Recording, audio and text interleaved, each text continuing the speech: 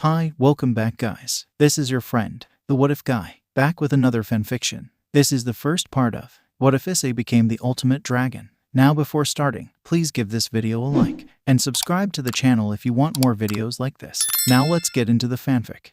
Well, Scott, what do we think? Standing before a set of open, wrought iron gates, Issei Hyoudou looked at his school of the past year. It was built in the Western style, its ground floor windows tall and arched, the second through third simple squares, and with another line of windows protruding from the sloped, tiled roof. Done in shades of brown and cream, the whole thing was quietly peaceful. That was a large part of what gave it such a great reputation. Hyoudou Academy had, until only recently, been a girls-only school. However, with a change of management had come its co-ed status, and the Hyoudou family had immediately leapt on the chance for their son to attend a local high school of good repute. The Brunet hadn't complained. The place did have a good reputation, and good success figures too. Sure, his grades might not be the best ever, but he did well enough to get by, and from the articles he'd read online, this was the kind of school that could take that level of competence and accelerate it into the world of employment. Of course, it helps that there are so many girls around, doesn't it? The voice, baritone and smooth, was definitely tinged with wry amusement as it flowed through Issei's mind. The teen himself chuckled, turning a bit red as he scratched his cheek, brown eyes downcast momentarily. You know me too well, Scott. Of course I know you well, lad.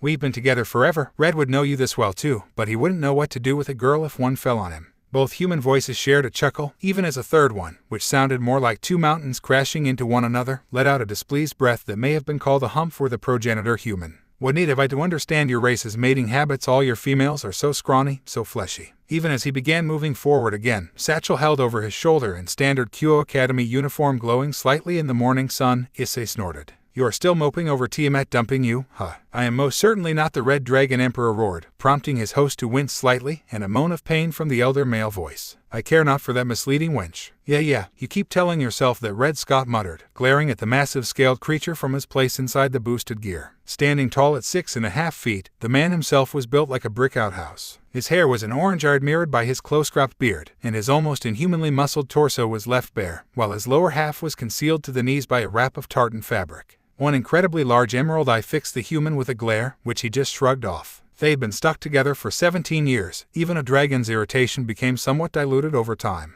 But laddie, I'd say things will be getting started this year. They've given us time to settle in, now's their time to start moving in. Issei, who by now had just about made it to his homeroom, grunted in affirmative. Yeah, I was thinking that too, he muttered under his breath. Not being able to communicate mentally with his tenants was a disadvantage he'd been forced to live with. Apparently, neither entity was privy to his thoughts. They could predict him based on their knowledge of him, but other communication was limited to the verbal on his part. Let them come. Drag dismissed. My partner is more than powerful enough to teach them their place. As the teacher walked in, the students rising to meet them, Scott watched pensively through his charge's eyes. I suppose he'll have to be. When recess rolled around, the one teen who was actually three beings wandered out into the sunlight, finding himself a spot to lay down on the grass. As he let the sun and wind wash over him, the Brunet sighed contentedly. I love summer. Hey, Issei. The young man in question groaned. Those two again. Opening his eyes, he found part of his field of vision obscured by two heads. One was shaved clean, revealing a mostly average face that held an oddly monk-like appearance that was incredibly deceiving.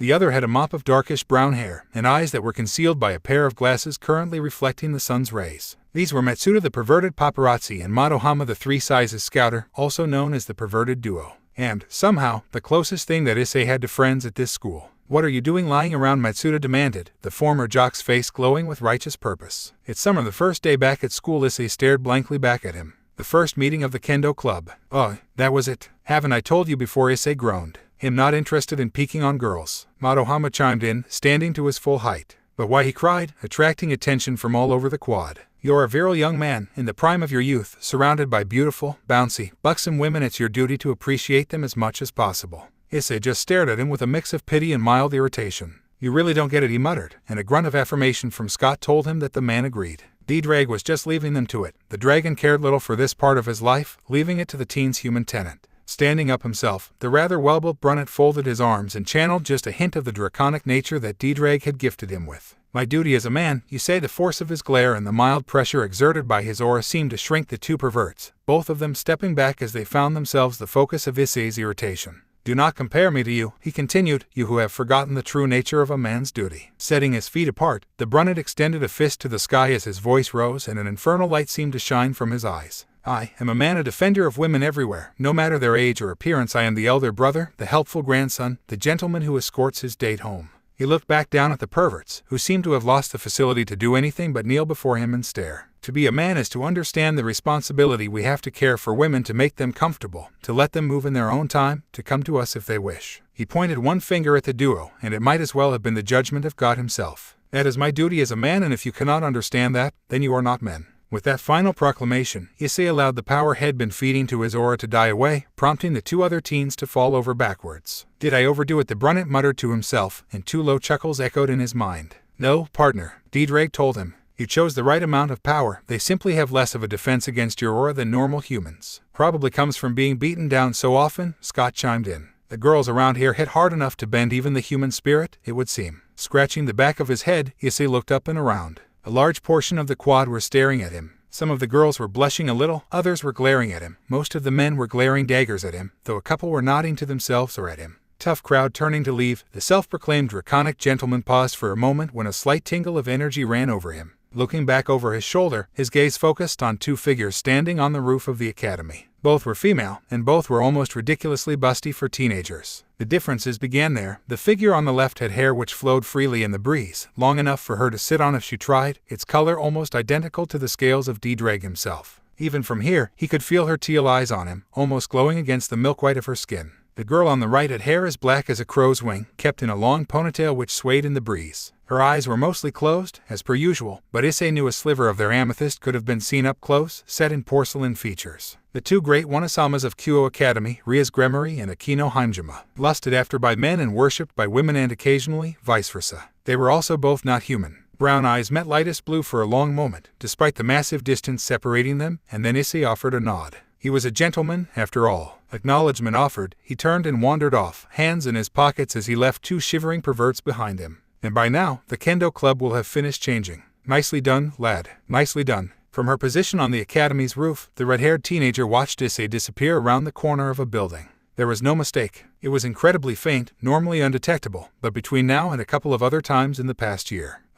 So Konkachin was right. The young woman beside her, christened by the school as the Yamato ne Chico for her almost flawless appearance, had opened her eyes now, a twisted grin on her lips as light danced in amethyst. It looks like it, Rias confirmed, a smile pulling at her own lips. A dragon, right here in my reach. It must be fate. A low chuckle from beside her drew teal eyes to Rias' oldest friend, who was now supporting one of her cheeks with a hand. Araso, little Rias has found her fated one already, so sudden. The Gremory quickly turned as red as her hair. Akino, well, we know for sure now. Issei was talking, seemingly to himself, as he walked home from school. His satchel was carelessly slung over his shoulder while his other hand was in his jacket pocket. His face turned heavenwards even while his gaze darted to the path to ensure he didn't hit anyone. Two affirmative grunts. She was looking right at you, laddie, straight into your eyes. No 20/20 vision's gonna cut it at that kind of distance. She was also sensing us, Drake expanded. You might contain our power well, partner, but you used just enough back there to let her detect it. Likely, the same holds true for all the other scoldings you've given over the past year. The brunet sighed. Well, what am I supposed to do? Most of the school are misogynistic bastards. I can't just sit back and watch it happen. The emotional equivalent of a pat on the shoulder rolled in from Scott. And you don't have to, lad. Neither the Occult Research Club nor the Student Council have made a move just yet. If they wanted to harm you, they'd likely have done so already, before people knew you well enough to notice if you disappeared. They are watching, but they don't seem malign. They know about you, you know about them. We've not lost any advantage. Drake grunted. That isn't necessarily true. A dragon's power is highly distinctive, even in small amounts. They likely know what we are, but we can only guess. You covered this before, Issei recalled. The only major influences in Japan right now are the three factions and the yokai, right? That's right, partner. The angels, the fallen angels and the devils are still prevalent. The yokai keep to themselves though, and the majority never leave their hidden capital in Kyoto. So they are likely angels, devils or fallen angels, the brunet side. So 2 chances out of 3 they are evil. Man, that sucks. At that moment, the young man turned onto a bridge and found himself facing a girl around his age. Her hair was a glossy black and hung down to her mid-back. She had eyes of a dark violet, set in unblemished features with a healthy pink tinge to them. She was dressed in a maroon jacket over a white blouse, tied at the neck with a scarlet ribbon. A golden shield with a P on it was sewn over her heart, and the same color was applied to her jacket's buttons. A green skirt ended well above her knees, and white socks began just below the joint to lead into ordinary brown school shoes. All in all, she looked like a perfectly ordinary high school student, one either his age or perhaps a year below. But the aura of disquieting energy mixed with a sort-of malicious intent she was giving off kinda ruined the whole innocent schoolgirl act. Oh no, she was a great actress, he had to admit. She shuffled from foot to foot, poked her fingers together, her eyes flickered between the ground and his own eyes before turning bashfully away. She was even blushing. "You're Issei Hyoudou, right?" Her voice was quiet, a bit shaky, and it held a tone that was resonating with his kawaii sense. "That's me," he confirmed easily. It didn't particularly matter at this point. This creature had obviously looked somewhat into his background, but that wasn't a big deal. His parents were out of the country, as per usual, and trying to find them would probably be a nightmare. He had no siblings, and no real friends or valuable possessions. In other words, the most valuable information she could gain from that was his address and his school. Since one of those was trapped as best he could manage, and the other seemed like a den for other supernatural entities, he wasn't too worried about her making use of that information. Would you more shuffling, more bashful glances. Then she clasped her hands together and leaned forward, face red as she rushed the words. "Would you please go on a date with me?" She even managed to give him a good window into her cleavage as she moved. This woman was good. Unfortunately for her, she was dealing with a gentleman, and one who knew far more than she was giving him credit for. Both Scott and Drake knew what he was thinking. All of them were well acquainted with the other's thought processes by now. Twin feelings of confirmation set their course. "When it's such a beautiful girl as yourself asking me," he inquired, smiling just as he practiced in front of the mirror and stepping forward, extending one hand. "How could I ever refuse?" He gently took one of the woman's hands in his own, pressing a soft kiss to the back of it. "You have me at a disadvantage, miss. You know I am Issei Hyoudou, but you have yet to give me your name." The woman seemed a touch nonplussed, but she recovered quickly and gave him a shy smile. I am Yuma. Yuma Mano. A beautiful name for a beautiful girl, the brunette mused. "So you imagine, how about we meet in the town square on Friday afternoon? Don't worry about anything, I'll take care of the whole thing." Another smile, one which had managed to get him out of a lot of trouble over the years. "It'll be a date to remember." A date to remember indeed, lad. It had been a pretty good day, all things considered. Though Yuma had been a bit late, Issei had got himself a bit more evidence in his information war with his school's supernaturals when a woman who looked like a cosplayer handed him a pamphlet inscribed with a magic circle. According to Drake, the circle belonged to a devil. So, there were definitely devils in Kuo, and neither the orc or the council were fallen angels because the energy Head managed to detect from them on rare occasions was vastly different from that of Yuma. Thus, he was finally sure that he attended a high school with a decently high population of devils. Par for the course, really. The date had been fun. They'd been to a restaurant and the arcade, along with walking around and talking about various things. For a lot of it, Issei's date appeared to be lying through her teeth, but when the conversation ended up at the church, Head been surprised. The anger Shed displayed for an instant, it hadn't been hatred, the ugly emotion He'd expect from a fallen angel. It had been a pure rage, a righteous anger that he himself had known several times. But that was a mystery for another time, because when they'd ended up in the park, the girl had revealed her true colors. It seemed that Shed actually gained a few inches in height, though that might just have been her posture changing. Her figure was still slight, a direct contradiction to her massive chest, and he could most definitely tell. Her legs up to mid-thigh and her arms up to mid-bicep were clad in leather boots and gloves respectively, with plated guards at her knees. Pauldrons extended from her shoulders, seemingly attached to the corset-like leather wrapped just below her chest, supporting her bust. A strip of leather preserved her modesty there, seemingly attached to the choker around her neck by an arrangement of leather straps. Her ensemble was completed by a pair of bottoms that had less material than even a bikini, its material covering her absolute territory down and around to the curve of her rear, but not bothering with her cheeks at all. One half of its supporting arch was composed of 3 thin strips, while the other was a single, thicker band. It was modesty inverted, covering just about everything that could normally be left bare, and emphasizing what should be private. Yes, this was what He'd expect from a fallen angel, well, that and the 2 massive crow's wings sprouting from her back. "I actually had fun today," the woman told him, a rush of power preceding the formation of a weapon in her hand. It was jagged, like a shard of broken glass that had been extended into a fair facsimile of a spear. It was almost the same color as her eyes, a darkened violet like twilight, and the young man was quite well assured that it was deadly. "I didn't expect it, but you were a good date. For that, I'll tell you, my name is Rainier. Now go to your rest, cursing the god who placed his sacred gear within you." Then she threw, the air screaming around the point of the weapon that now sought Issei's heart. Instead, it met dirt as he sidestepped neatly. What Rainier seemed honestly shocked, and he knew why. That attack was too fast for a normal human to see coming, let alone dodge. Boosted gear. There was a rush of crimson light around Issei's left arm, rising from his skin and rotating like a drill as he called for his weapon. It formed quickly, metal the color of fresh running up his limb to the elbow and taking shape. The fingers were talons, bladed and pointed to form deadly weapons. The back of the hand held a glowing emerald orb, currently radiating power and luminescence like a small sun. The metal leading up to his elbow was ridged, like overlapping scales, and extended out the sides like thorns. It terminated in an arrowhead shape that protruded a good few inches beyond his elbow, 2 golden spikes sweeping back to either side of it like horns. As it settled in place, Issei clenched his hand with the sound of metal on metal. "Drake, start the countdown." Already done, partner. The brunette stared down his opponent, who was currently running through a train of thought. Yeah, you knew, didn't you? That you were a fallen, that you planned to kill me, the young man grinned. Yep, knew it from the start. Your intent was clear from the beginning, and you didn't even bother suppressing your power. The raven-haired woman recoiled, a hint of fear entering her gaze. But a couple of reasons, the teen informed her. 1. You knew who I was and where I'd be. That means this was premediate, and I'd like to know who wants me dead and why. He tilted his head sideways, though you seem to have answered that second part already. The second reason is that I haven't gone on a date in ages, and I really wanted to get back in practice. That was depressingly true. Since Matsuda and Madohama had started clinging on him, girls tended to avoid him like the plague. It wasn't fair. Had dedicated his life to the cause of the gentleman, and his unwilling association with two perverts ruined all his hard work. Still, a gentleman never rushed, never hurried, never pushed. They waited patiently, and if the women came to them, they accepted it as being worth the effort. Rainer's eye twitched, and Issei felt her power beginning to gather again. He took a stance, right foot back, fist drawn as if ready to punch. And the third reason.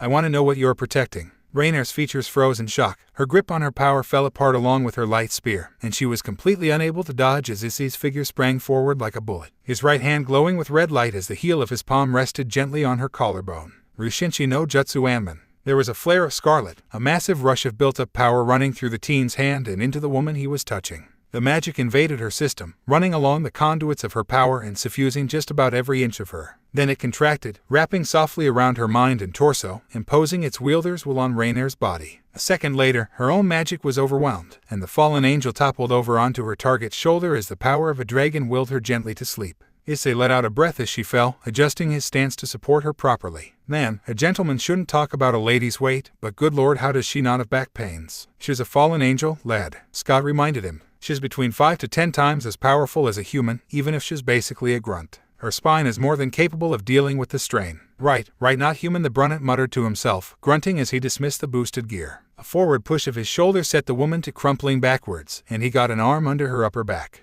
But still, these wings weigh a ton. From the tree line, a petite figure with white hair, cut in a bob and held in place by two black hair clips like a cat's face, watched with amber eyes as the teen she'd been assigned to watch hefted the fallen angel in his arms and started off toward the other side of the clearing. But you needs to know about this. So he beat her. Rias Gremory sipped from the tea Akino had just brewed, sitting back in her wood and velvet chair as she contemplated the report Kaneko Taoju had just given her. They were in the Occult Research Club's meeting room, housed inside the old school building on the Kyo campus. It was shadowy and wood-paneled, lit by gas lamps in the Victorian style. That same style applied to most of the room. All the furniture was aged, wooden and cushioned with velvet. It was largely lined up against one wall, the other side of the room having been converted to serve as a bath. Engraved on the floor was a large, highly complex circle containing several geometric shapes, phrases in strange languages, and odd symbols. Hi, Butchu. The red-haired devil set her tea down, caressing her temples with her fingers. And after he knocked her out, using some technique you didn't recognize in conjunction with the boosted gear, he then took her home with him.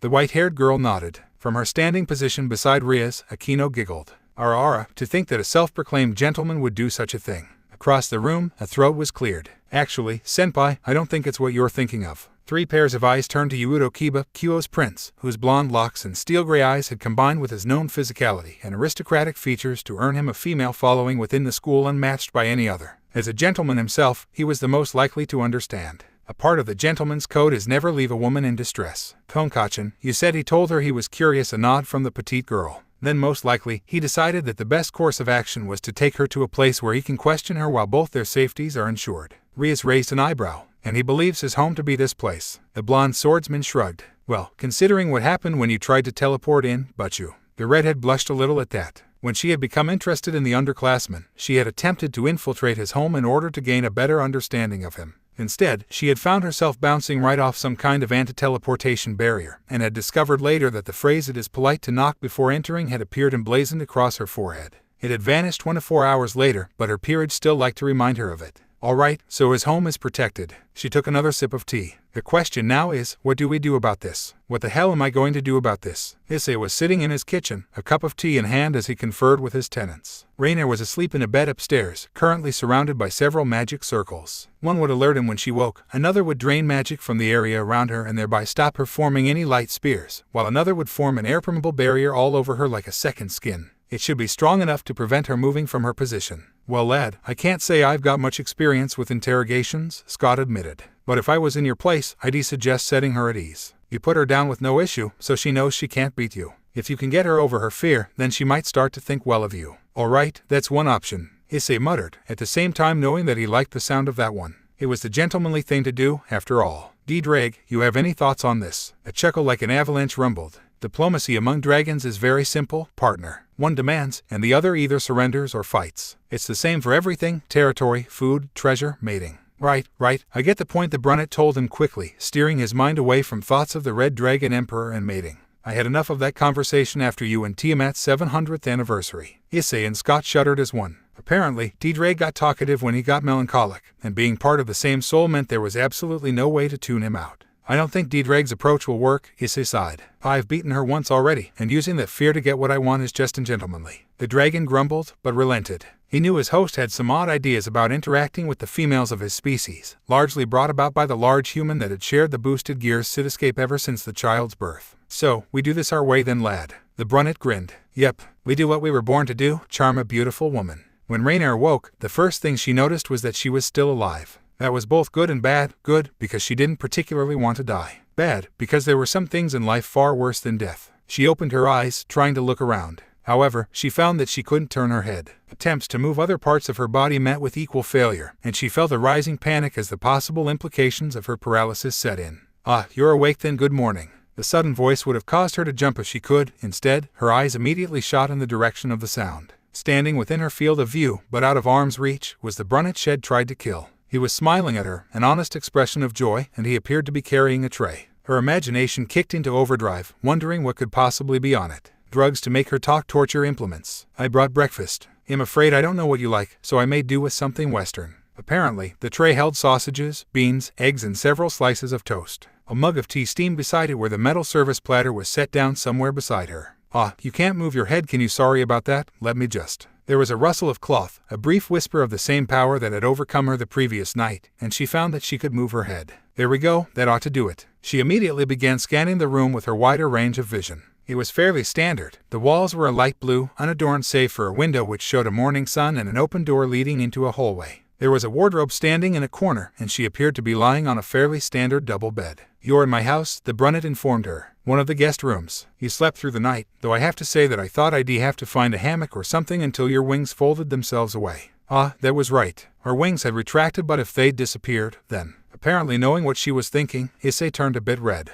Yeah, I hadn't realized that your outfit wasn't, well, you know, real. While the whole magical clothes thing is kinda cool, it seems a bit impractical if it falls apart overnight. He gestured to the sheets covering her. I'm afraid I don't have any female clothing around besides the stuff my mum left, and she's not a swell, she has different sizes. So, I guess I can only apologize. The raven-haired fallen stared at the team beside her for a long moment, before speaking slowly. It's fine, it was hardly the first time someone had seen her naked. Indeed, it was far from the first night Shed spent unclothed in someone else's bed. But all the same, waking up naked after being defeated in battle was rather unsettling. Why, she coughed, and brown eyes widened slightly. Damn, I actually forgot, didn't I? Breakfast first, talk later. Issei reached up to seemingly empty air, and a glowing red magic circle manifested there. His fingers danced over it, switching out symbols, replacing phrases, rearranging the shapes. After about 20 seconds, he stopped, letting the circle disappear. Right, you should be able to sit up now and move your arms. You can't move beyond the bed yet, but apart from that you should be fine. Cautiously, the fallen angel started moving.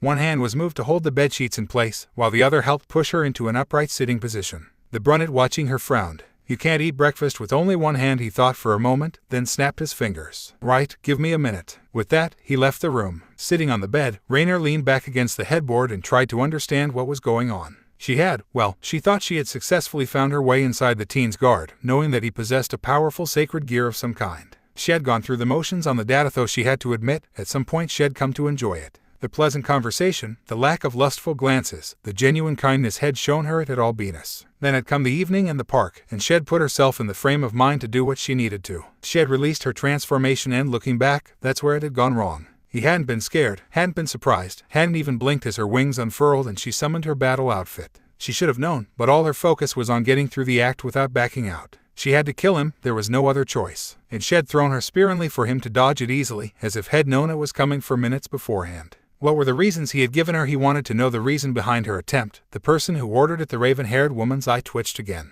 Apparently he had really wanted a date, enough to take out a murderous fallen angel, even. Just what the hell kind of man was he? But Head had one more reason. What she was protecting. Telling him would be a risk, a massive risk. So far, the Emperor seemed benevolent, she was unharmed, her restraints were no more invasive than necessary, and her modesty had been protected for the most part. But there was always the chance that it was an act, that he was waiting to show his true colors. What if he wasn't? If he was a good person, as he appeared to be, then, just maybe. Found it. She jerked her head to the doorway as the teen entered, grinning and carrying a garment of some kind. It's my old man's dressing gown. It's the biggest thing we've got around here, I'm afraid. You wouldn't be able to close mine or my mum's, so he shrugged. What you gonna do? Brown eyes closed for a moment, then both his hands began to glow a dull crimson. Rainer tensed, but Issei simply passed the dressing gown through the suddenly visible curve of the barrier with a few sparks of energy, placing it on the bed before following it with the breakfast tray. Right, he gestured to the food and clothing. Get that on, and get some food in you. He'll be back in about 15 minutes, once I've cleaned up downstairs. At that point, we'll talk, okay. Not waiting for her to say anything, he tossed a wave over his shoulder and left the room, pulling the door closed. There was no click of an extra lock, no wave of power to indicate an alarm spell or similar. It was to give her privacy, rather than to constrain her further. The fallen stared at the no-closed door for a long moment, before looking down to the cotton garment and the steaming food set across her knees. Well, odds were he didn't wait this long just to poison her. 15 minutes later, true to his word, Issei knocked on the bedroom door. Rainer, he called. Can I come in? There was a moment of silence, before a mostly collected female voice called back. Yes. Pushing open the portal, he crossed to the seat beside the bed, settling down so that his head was level with his guest's. She had donned the dressing gown, and the brunet found himself thankful that his old man was built so similarly to Scott. If he'd been any thinner, she would never have been able to wear it. How was breakfast, he asked, trying to keep things light. He wanted her to feel at ease, after all, not pressured. The fallen's cheeks took on a rosy hue, and she looked to the tray on her lap. It had been picked clean, nothing remained but some traces of egg yolk and the tomato sauce from the beans. It was good, she finally told him, and he took her compliment as a good sign, of both his cooking and of her comfort level. I'm glad to hear it. He smiled at her, before rubbing his hands together. Now, we can talk. Rainer tensed up immediately, her eyes darting back and forth while her arms raised slightly in defense. Right, not that comfortable yet. Issei chuckled, hoping to diffuse her anxiety with good humor. Don't worry, I'd just like the answers to a couple of questions, and we'll decide what's going to happen afterwards. Dark amethyst eyes appraised him, scrutinizing his features for deceit they would not find. What questions? Ah, that was a good sign, she was willing to consider answering him. Well, it's not much, he told her. I already know my sacred gear is why you were going to kill me, but from how reluctant you seemed, it probably wasn't your idea. So, I was just wondering, who set you on me? The woman stared at him for a long moment, then down to her lap, where her fingers started playing with one another. No one ordered me to kill you, I acted on my own. She glanced up at him again. I didn't really want to, but I was going to anyway. Interesting, I believe she is being truthful. Drake's tone was curious, and his comment was supported by a grunt from Scott. That's interesting, Issei echoed, tapping his chin. And I bet that the answer to my other question will tell me why. The fallen tensed up again, obviously aware of what he was going to ask next. Tell me, Rainer, you fallen angel who was willing to push through with a murder you didn't wish to commit, what was your reason? What did you wish to protect so badly? The woman shifted uncomfortably on the bed, and Issei leaned back in his chair to make sure she had enough space. He remained quiet, letting her decide whether or not she wanted to talk to him about this. For a creature of sin, had found her to be quite reasonable, and apparently she had at least some qualms with murder that told him she wasn't a lost cause. She was a woman in distress, and it was his job to look after her if she'd let him. There's a girl, she spoke finally, her gaze burning into his own as she looked for any sign of malice or ill intent. A former nun, by the name of Asia Argento. The church excommunicated her, and my superior recruited her. She's coming here. Soon Rainer took a deep, shuddering breath. She's an innocent. She was kicked out for healing a devil she didn't know was a devil, despite not having a single other sin to her name, despite being hailed for years as a holy maiden and a miracle healer. The woman clenched her fists. When she arrived, we were to carry out a ritual on the next full moon, and extract her sacred gear, so that his faction can make use of its power. The way she spat the word Issei didn't need his ability to read people to understand that Rainer had a deep-seated, soul-rooted hatred of him. It would kill her, she whispered. That bastard wanted me to kill an innocent girl, just so he could get his hands on her power. She looked down at her hands. I thought, if I could get you instead, bring you to the edge of death and hold you there until the day, I could placate him. Maybe I could at least buy more time for her so I could plan to get her away. Her head hung low, face shrouded by raven hair, the fallen let her hands relax and fall to the covers. That's it. I couldn't bear the thought of killing that girl, so I was going to kill you in her place. There was silence in the bedroom. Issei sat back, fingers steepled, thinking and muttering under his breath as he conversed with his tenants. On the bed, Rainer simply waited for judgment to be passed. This was an incredible risk she was taking, but this was the current generation's Red Dragon Emperor. He who possessed the soul of the great Welsh dragon in the form of the boosted gear, one of the 13 Longinus which had the potential to slay a god. If anyone could stand up to that man, it would be this person. She could only hope he truly was the person he appeared to be, or otherwise she had likely just damned herself and Asia both. Finally, after several minutes, the brunet stopped subvocalizing and refocused his attention on the fallen angel Rainier, he began, and she felt compelled to listen. You willingly, and in full knowledge of your actions, planned and attempted to execute the deception and murder of a 17-year-old unaware of the supernatural world. This is a fact that cannot be ignored. Her hands clenching again, the woman started cursing herself for ever thinking that telling him the truth was a good idea. She should have known, should never have placed her trust in someone like this, however. Her head shot back up, her gaze meeting Brown. They were somber, but there was a glint of something there that may well have been humor, or was it, perhaps, compassion. Your reasons for doing so were pure and true, worthy of any true angel. You acted in defense of an innocent, at great personal risk to yourself. This also cannot be ignored. Issei stood up. In a just world, these facts would balance one another. Just as her rising hopes seemed fit to burn, Rainier saw the roguish grin on her host's face. Fortunately for you, this is not a just world, and I'm about as biased as they come. The magic circle flared into life again, and Issei pressed his left hand to its surface. There was another flash, and then the various lines and symbols which composed scattered across the air like shattered glass. Briefly, a scarlet dome shimmered into view around the bed, formed of countless interlocking characters. Then, it dimmed and vanished, its quiet hum of power disappearing too. A touch shakily, Rainier looked to the brunet beside her, who was extending a hand to her. Slowly, carefully, she placed her own hand in his, and swung her legs over the side of the bed. Pressing down on his arm, she rose too. Without her boots, she found she was actually about an inch shorter than him. Shall we start over? He took the hand that he was holding, pressing his lips gently to its back. Issei Hyoudou, the Red Dragon Emperor, staring back at him for a long moment, a hopeful and delicate smile spread across the fallen angel's face. Rainier, former guardian angel. A genuine smile made its way across Issei's features. It's good to meet you, Rainier. I think this is going to be the start of something great. His eyes took on a determined shine. Now, tell me about this girl who needs protecting. So it's decided. Rias nodded, looking out the window of her club room, Akino standing behind her. Yes, he'll approach him. The dark-haired girl behind her frowned slightly. And if he isn't receptive to your advances. The red-headed devil pressed her fingers to the cool glass before her, a familiar set of troubled features looking back at her from the crystalline surface. Then I suppose my last chance will be gone. A supportive hand landed on her shoulder, and the young woman held it tight. She just had to hope that he'd be willing to listen to her. Otherwise the results didn't bear thinking about.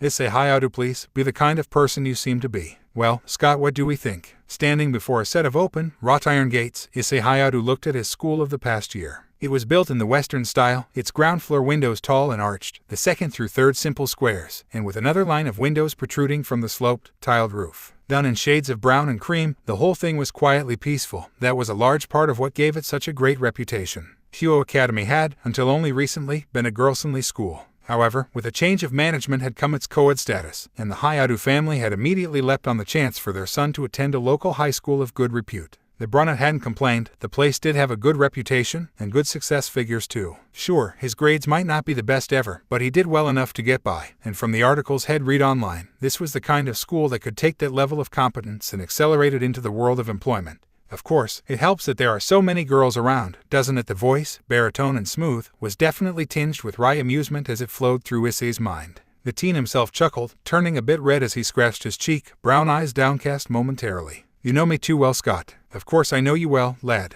We've been together forever. Red would know you this well too, but he wouldn't know what to do with a girl if one fell on him. Both human voices shared a chuckle, even as a third one, which sounded more like two mountains crashing into one another, let out a displeased breath that may have been called a hump for the progenitor human. What need have I to understand your race's mating habits? All your females are so scrawny, so fleshy. Even as he began moving forward again, satchel held over his shoulder and standard Kyo Academy uniform glowing slightly in the morning sun, Issei snorted. You are still moping over Tiamat dumping you, huh? I am most certainly not the Red Dragon Emperor, roared, prompting his host to wince slightly, and a moan of pain from the elder male voice. I care not for that misleading wench. Yeah, you keep telling yourself that, Red Scott muttered, glaring at the massive scaled creature from his place inside the boosted gear. Standing tall at 6.5 feet, the man himself was built like a brick outhouse. His hair was an orange-eyed mirrored by his close-cropped beard, and his almost inhumanly muscled torso was left bare, while his lower half was concealed to the knees by a wrap of tartan fabric. One incredibly large emerald eye fixed the human with a glare, which he just shrugged off. They'd been stuck together for 17 years. Even a dragon's irritation became somewhat diluted over time.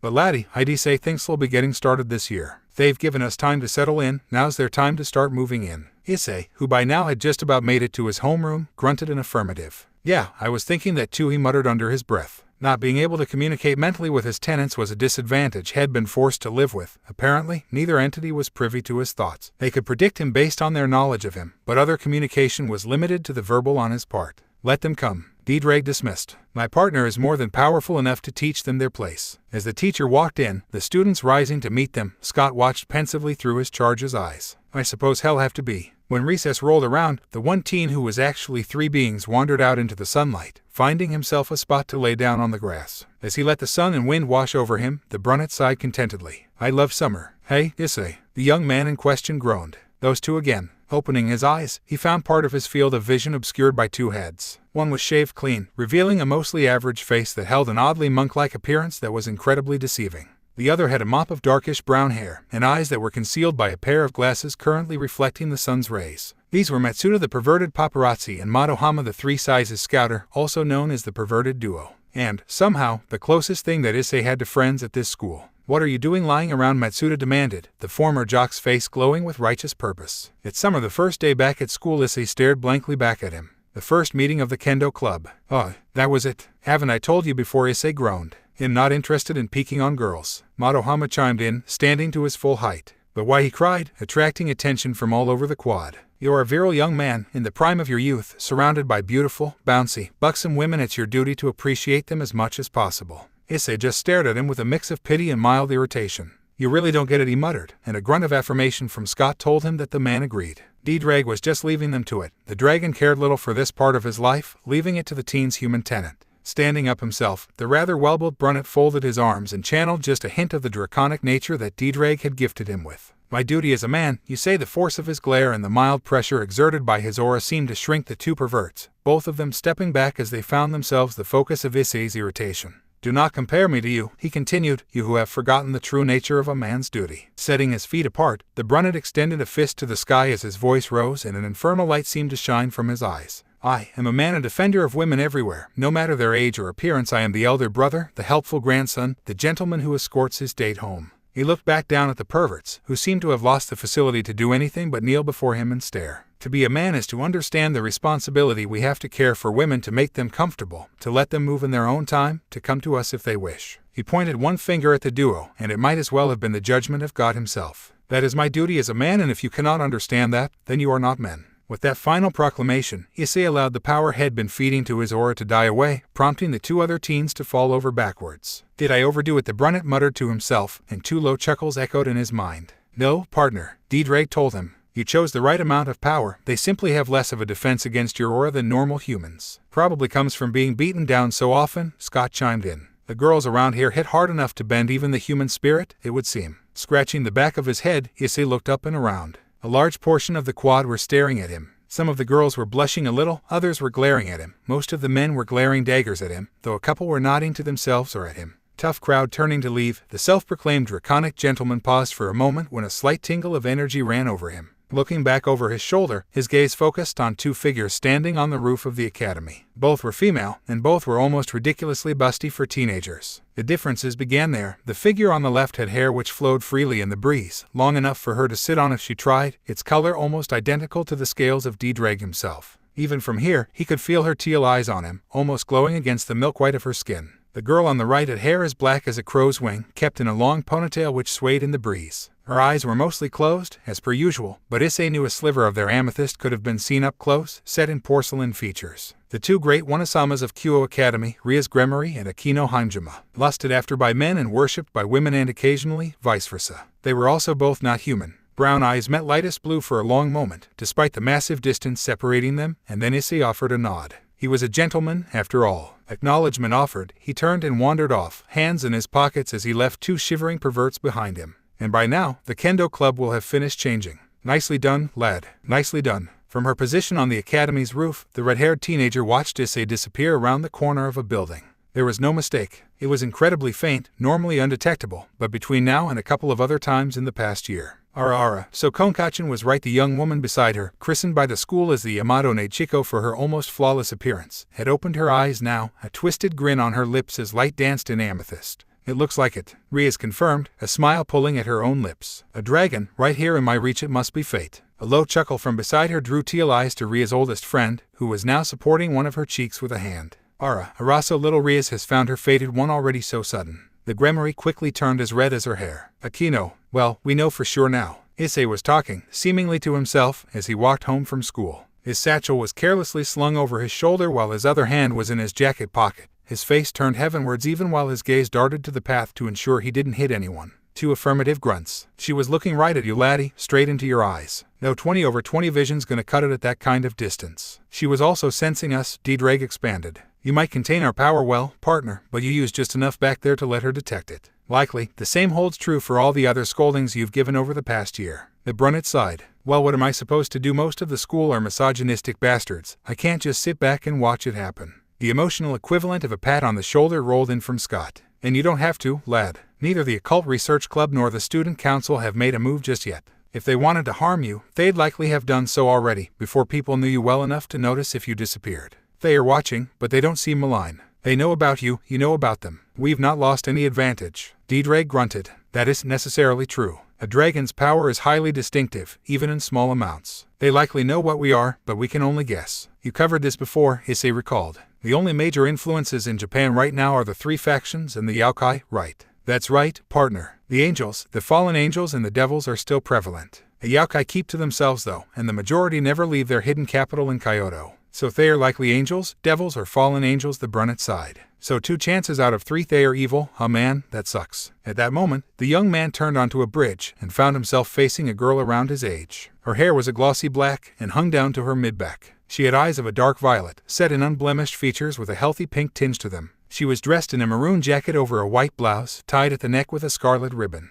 A golden shield with a P on it was sewn over her heart, and the same color was applied to her jacket's buttons. A green skirt ended well above her knees, and white socks began just below the joint to lead into ordinary brown school shoes. All in all, she looked like a perfectly ordinary high school student, one either his age or perhaps a year below. But the aura of disquieting energy mixed with a sort-of malicious intent she was giving off kinda ruined the whole innocent schoolgirl act. Oh no, she was a great actress, he had to admit. She shuffled from foot to foot, poked her fingers together, her eyes flickered between the ground and his own eyes before turning bashfully away. She was even blushing. You're Issei Hyoudou, right? Her voice was quiet, a bit shaky, and it held a tone that was resonating with his kawaii sense. That's me, he confirmed easily. It didn't particularly matter at this point. This creature had obviously looked somewhat into his background, but that wasn't a big deal. His parents were out of the country, as per usual, and trying to find them would probably be a nightmare. He had no siblings, and no real friends or valuable possessions. In other words, the most valuable information she could gain from that was his address and his school. Since one of those was trapped as best he could manage, and the other seemed like a den for other supernatural entities, he wasn't too worried about her making use of that information. Would you more shuffling, more bashful glances. Then she clasped her hands together and leaned forward, face red as she rushed the words. Would you please go on a date with me? She even managed to give him a good window into her cleavage as she moved. This woman was good. Unfortunately for her, she was dealing with a gentleman, and one who knew far more than she was giving him credit for. Both Scott and Drake knew what he was thinking. All of them were well acquainted with the other's thought processes by now. Twin feelings of confirmation set their course. When it's such a beautiful girl as yourself asking me, he inquired, smiling just as he practiced in front of the mirror and stepping forward, extending one hand. How could I ever refuse? He gently took one of the woman's hands in his own, pressing a soft kiss to the back of it. You have me at a disadvantage, miss. You know I am Issei Hyoudou, but you have yet to give me your name. The woman seemed a touch nonplussed, but she recovered quickly and gave him a shy smile. I am Yuma. Yuma Mano. A beautiful name for a beautiful girl, the Brunette mused. So you imagine, how about we meet in the town square on Friday afternoon? Don't worry about anything, he'll take care of the whole thing. Another smile, one which had managed to get him out of a lot of trouble over the years. It'll be a date to remember. A date to remember indeed, lad. It had been a pretty good day, all things considered. Though Yuma had been a bit late, Issei had got himself a bit more evidence in his information war with his school's supernaturals when a woman who looked like a cosplayer handed him a pamphlet inscribed with a magic circle. According to Drake, the circle belonged to a devil. So, there were definitely devils in Kyo, and neither the orc or the council were fallen angels because the energy head managed to detect from them on rare occasions was vastly different from that of Yuma. Thus, he was finally sure that he attended a high school with a decently high population of devils. Par for the course, really. The date had been fun. They'd been to a restaurant and the arcade, along with walking around and talking about various things. For a lot of it, Issei's date appeared to be lying through her teeth, but when the conversation ended up at the church, had been surprised. The anger shed displayed for an instant, it hadn't been hatred, the ugly emotion he'd expect from a fallen angel. It had been a pure rage, a righteous anger that he himself had known several times. But that was a mystery for another time, because when they'd ended up in the park, the girl had revealed her true colors. It seemed that she'd actually gained a few inches in height, though that might just have been her posture changing. Her figure was still slight, a direct contradiction to her massive chest, and he could most definitely tell. Her legs up to mid-thigh and her arms up to mid-bicep were clad in leather boots and gloves respectively, with plated guards at her knees. Pauldrons extended from her shoulders, seemingly attached to the corset-like leather wrap just below her chest, supporting her bust. A strip of leather preserved her modesty there, seemingly attached to the choker around her neck by an arrangement of leather straps. Her ensemble was completed by a pair of bottoms that had less material than even a bikini, its material covering her absolute territory down and around to the curve of her rear, but not bothering with her cheeks at all. One half of its supporting arch was composed of 3 thin strips, while the other was a single, thicker band. It was modesty inverted, covering just about everything that could normally be left bare, and emphasizing what should be private. Yes, this was what he'd expect from a fallen angel, well, that and the 2 massive crow's wings sprouting from her back. I actually had fun today, the woman told him, a rush of power preceding the formation of a weapon in her hand. It was jagged, like a shard of broken glass that had been extended into a fair facsimile of a spear. It was almost the same color as her eyes, a darkened violet like twilight, and the young man was quite well assured that it was deadly. I didn't expect it, but you were a good date. For that, he'll tell you, my name is Rainier. Now go to your rest, cursing the god who placed a sacred gear within you. Then she threw, the air screaming around the point of the weapon that now sought Issei's heart. Instead, it met dirt as he sidestepped neatly. What Rainier seemed honestly shocked, and he knew why. That attack was too fast for a normal human to see coming, let alone dodge. Boosted gear. There was a rush of crimson light around Issei's left arm, rising from his skin and rotating like a drill as he called for his weapon. It formed quickly, metal the color of fresh running up his limb to the elbow and taking shape.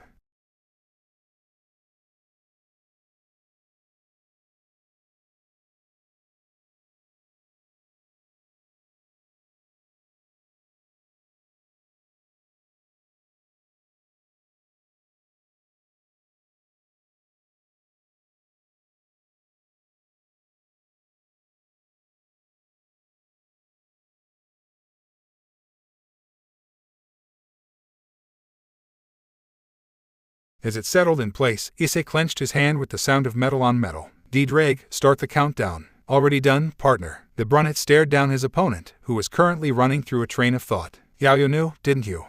That you were a fallen, that you planned to kill me, the young man grinned. Yep, knew it from the start. Your intent was clear from the beginning, and you didn't even bother suppressing your power. The raven-haired woman recoiled, a hint of fear entering her gaze. But a couple of reasons, the teen informed her. 1, you knew who I was and where I'd be. That means this was premeditated, and I'd like to know who wants me dead and why. He tilted his head sideways, though you seem to have answered that second part already.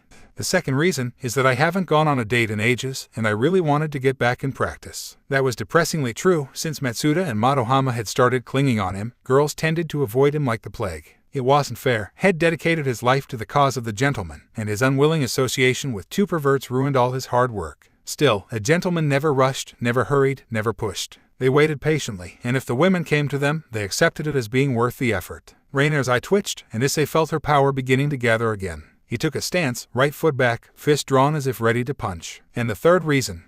I want to know what you're protecting. Rainier's features froze in shock. Her grip on her power fell apart along with her light spear, and she was completely unable to dodge as Issei's figure sprang forward like a bullet. His right hand glowing with red light as the heel of his palm rested gently on her collarbone. Ryushinshi no Jutsu Anman. There was a flare of scarlet, a massive rush of built-up power running through the teen's hand and into the woman he was touching. The magic invaded her system, running along the conduits of her power and suffusing just about every inch of her. Then it contracted, wrapping softly around her mind and torso, imposing its wielders will on Rainier's body. A second later, her own magic was overwhelmed, and the fallen angel toppled over onto her target's shoulder as the power of a dragon willed her gently to sleep. Issei let out a breath as she fell, adjusting his stance to support her properly. Man, a gentleman shouldn't talk about a lady's weight, but good lord, how does she not have back pains? She's a fallen angel, lad, Scott reminded him. She's between 5 to 10 times as powerful as a human, even if she's basically a grunt. Her spine is more than capable of dealing with the strain. Right, not human, the brunet muttered to himself, grunting as he dismissed the boosted gear. A forward push of his shoulder set the woman to crumpling backwards, and he got an arm under her upper back. But still, these wings weigh a ton. From the tree line, a petite figure with white hair, cut in a bob and held in place by 2 black hair clips like a cat's face, watched with amber eyes as the teen she'd been assigned to watch hefted the fallen angel in his arms and started off toward the other side of the clearing.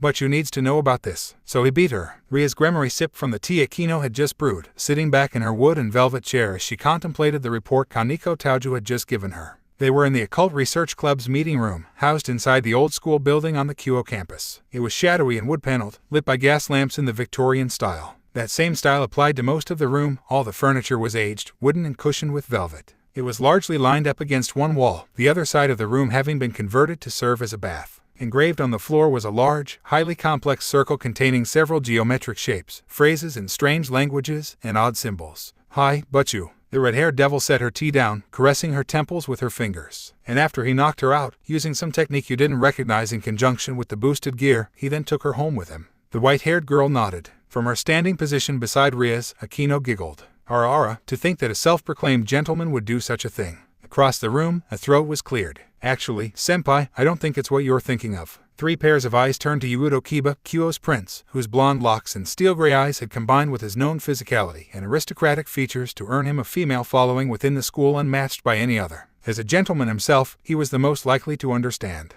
A part of the gentleman's code is never leave a woman in distress. "Konkachin," he said. He told her he was curious, a nod from the petite girl. Then most likely, he decided that the best course of action was to take her to a place where he can question her while both their safeties are ensured. Rias raised an eyebrow. "And he believes his home to be this place." The blonde swordsman shrugged. "Well, considering what happened when you tried to teleport in, Butchu." The redhead blushed a little at that. When she had become interested in the underclassman, she had attempted to infiltrate his home in order to gain a better understanding of him. Instead, she had found herself bouncing right off some kind of anti-teleportation barrier, and had discovered later that the phrase "it is polite to knock before entering" had appeared emblazoned across her forehead. It had vanished 24 hours later, but her peerage still liked to remind her of it. "All right, so his home is protected." She took another sip of tea. "The question now is, what do we do about this? What the hell am I going to do about this?" Issei was sitting in his kitchen, a cup of tea in hand as he conferred with his tenants. Rainier was asleep in a bed upstairs, currently surrounded by several magic circles. One would alert him when she woke, another would drain magic from the area around her and thereby stop her forming any light spears, while another would form an air-permeable barrier all over her like a second skin. It should be strong enough to prevent her moving from her position. "Well, lad, I can't say I've got much experience with interrogations," Scott admitted. "But if I was in your place, I'd suggest setting her at ease. You put her down with no issue, so she knows she can't beat you. If you can get her over her fear, then she might start to think well of you." "All right, that's one option," Issei muttered, at the same time knowing that he liked the sound of that one. It was the gentlemanly thing to do, after all. "Drag, you have any thoughts on this?" A chuckle like an avalanche rumbled. "Diplomacy among dragons is very simple, partner. One demands, and the other either surrenders or fights. It's the same for everything: territory, food, treasure, mating." Right, I get the point," the Brunette told him quickly, steering his mind away from thoughts of the Red Dragon Emperor and mating. "I had enough of that conversation after you and Tiamat's 700th anniversary." Issei and Scott shuddered as one. Apparently, Drag got talkative when he got melancholic, and being part of the same soul meant there was absolutely no way to tune him out. "I don't think Drag's approach will work," Issei sighed. "I've beaten her once already, and using that fear to get what I want is just ungentlemanly." The dragon grumbled, but relented.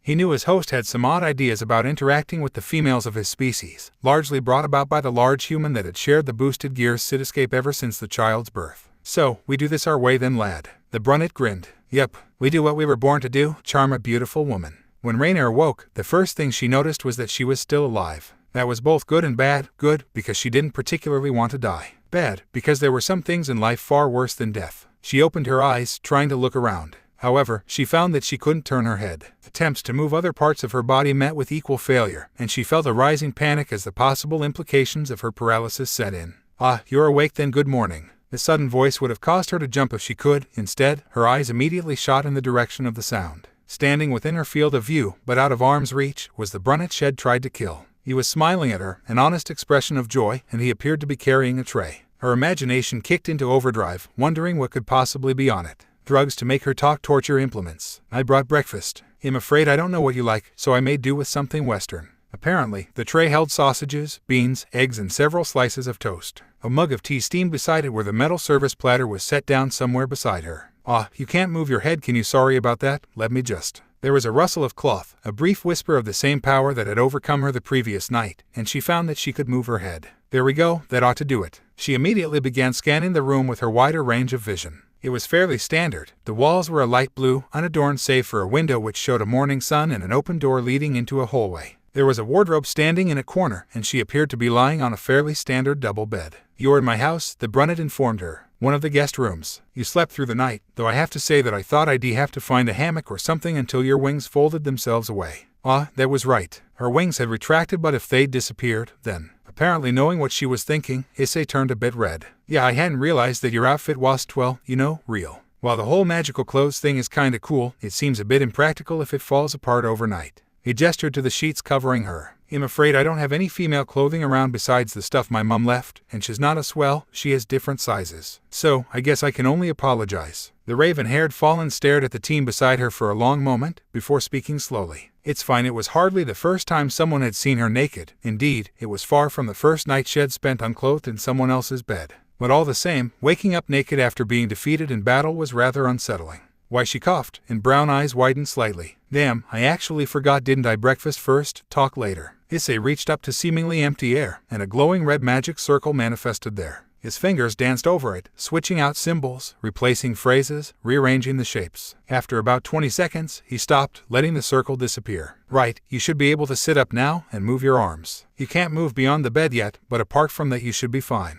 Cautiously, the fallen angel started moving. One hand was moved to hold the bedsheets in place, while the other helped push her into an upright sitting position. The brunette watching her frowned. "You can't eat breakfast with only one hand," he thought for a moment, then snapped his fingers. "Right, give me a minute." With that, he left the room. Sitting on the bed, Rainier leaned back against the headboard and tried to understand what was going on. She thought she had successfully found her way inside the teen's guard, knowing that he possessed a powerful sacred gear of some kind. She had gone through the motions on the data, though she had to admit, at some point she had come to enjoy it. The pleasant conversation, the lack of lustful glances, the genuine kindness had shown her it had all beenus. Then had come the evening in the park, and she had put herself in the frame of mind to do what she needed to. She had released her transformation, and looking back, that's where it had gone wrong. He hadn't been scared, hadn't been surprised, hadn't even blinked as her wings unfurled and she summoned her battle outfit. She should have known, but all her focus was on getting through the act without backing out. She had to kill him, there was no other choice. And she had thrown her spear only for him to dodge it easily, as if had known it was coming for minutes beforehand. What were the reasons he had given her? He wanted to know the reason behind her attempt. The person who ordered it, the raven-haired woman's eye twitched again. Apparently he had really wanted a date, enough to take out a murderous fallen angel, even. Just what the hell kind of man was he? But Head had one more reason. What she was protecting. Telling him would be a risk, a massive risk. So far, the Emperor seemed benevolent, she was unharmed, her restraints were no more invasive than necessary, and her modesty had been protected for the most part. But there was always the chance that it was an act, that he was waiting to show his true colors. But if he wasn't, if he was a good person, as he appeared to be, then, just maybe, found it. She jerked her head to the doorway as the teen entered, grinning and carrying a garment of some kind. "It's my old man's dressing gown. It's the biggest thing we've got around here. I'm afraid you wouldn't be able to close mine or my mum's," so he shrugged. "Whatcha gonna do?" Brown eyes closed for a moment, then both his hands began to glow a dull crimson. Rainier tensed, but Issei simply passed the dressing gown through the suddenly visible curve of the barrier with a few sparks of energy, placing it on the bed before following it with the breakfast tray. "Right," he gestured to the food and clothing. "Get that on, and get some food in you. He'll be back in about 15 minutes, once I've cleaned up downstairs. At that point, we'll talk, okay?" Not waiting for her to say anything, he tossed a wave over his shoulder and left the room, pulling the door closed. There was no click of an extra lock, no wave of power to indicate an alarm spell or similar. It was to give her privacy, rather than to constrain her further. The fallen stared at the no-closed door for a long moment, before looking down to the cotton garment and the steaming food set across her knees. Well, odds were he didn't wait this long just to poison her. 15 minutes later, true to his word, Issei knocked on the bedroom door. "Rainier," he called. "Can I come in?" There was a moment of silence, before a mostly collected female voice called back. "Yes." Pushing open the portal, he crossed to the seat beside the bed, settling down so that his head was level with his guest's. She had donned the dressing gown, and the brunette found himself thankful that his old man was built so similarly to Scott. If Head been any thinner, she would never have been able to wear it. "How was breakfast?" he asked, trying to keep things light. He wanted her to feel at ease, after all, not pressured. The fallen's cheeks took on a rosy hue, and she looked to the tray on her lap. It had been picked clean, nothing remained but some traces of egg yolk and the tomato sauce from the beans. "They was good," she finally told him, and he took her compliment as a good sign, of both his cooking and of her comfort level. "I'm glad to hear it." He smiled at her, before rubbing his hands together. "Now, we can talk." Rainier tensed up immediately, her eyes darting back and forth while her arms raised slightly in defense. "Right, not that comfortable yet." Issei chuckled, hoping to diffuse her anxiety with good humor. "Don't worry, I'd just like the answers to a couple of questions, and we'll decide what's going to happen afterwards." Dark amethyst eyes appraised him, scrutinizing his features for deceit they would not find. "What questions?"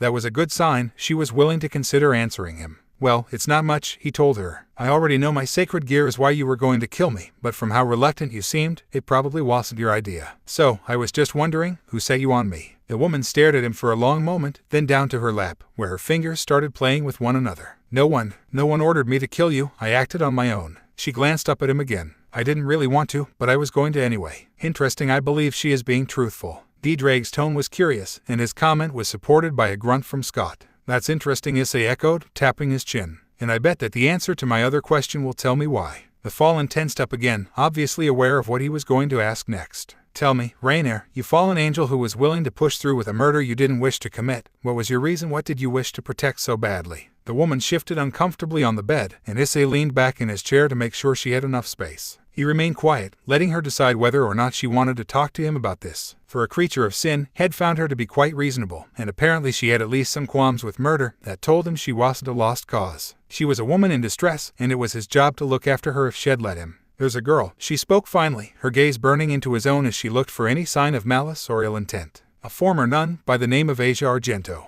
The church excommunicated her, and my superior recruited her. She's coming here. Soon Rainier took a deep, shuddering breath. She's an innocent. She was kicked out for healing a devil she didn't know was a devil, despite not having a single other sin to her name, despite being hailed for years as a holy maiden and a miracle healer. The woman clenched her fists. When she arrived, we were to carry out a ritual on the next full moon and extract her sacred gear so that his faction can make use of its power. The way she spat the word Issei didn't need his ability to read people to understand that Rainier had a deep-seated, soul-rooted hatred of him. It would kill her, she whispered. That bastard wanted me to kill an innocent girl, just so he could get his hands on her power. She looked down at her hands. I thought, if I could get you instead, bring you to the edge of death and hold you there until the day I could placate him. Maybe I could at least buy more time for her so I could plan to get her away. Her head hung low, face shrouded by raven hair. The Fallen let her hands relax and fall to the covers. That's it. I couldn't bear the thought of killing that girl, so I was going to kill you in her place. There was silence in the bedroom. Issei sat back, fingers steepled, thinking and muttering under his breath as he conversed with his tenants. On the bed, Rainier simply waited for judgment to be passed. This was an incredible risk she was taking, but this was the current generation's Red Dragon Emperor. He who possessed the soul of the great Welsh dragon in the form of the boosted gear, one of the 13 Longinus which had the potential to slay a god.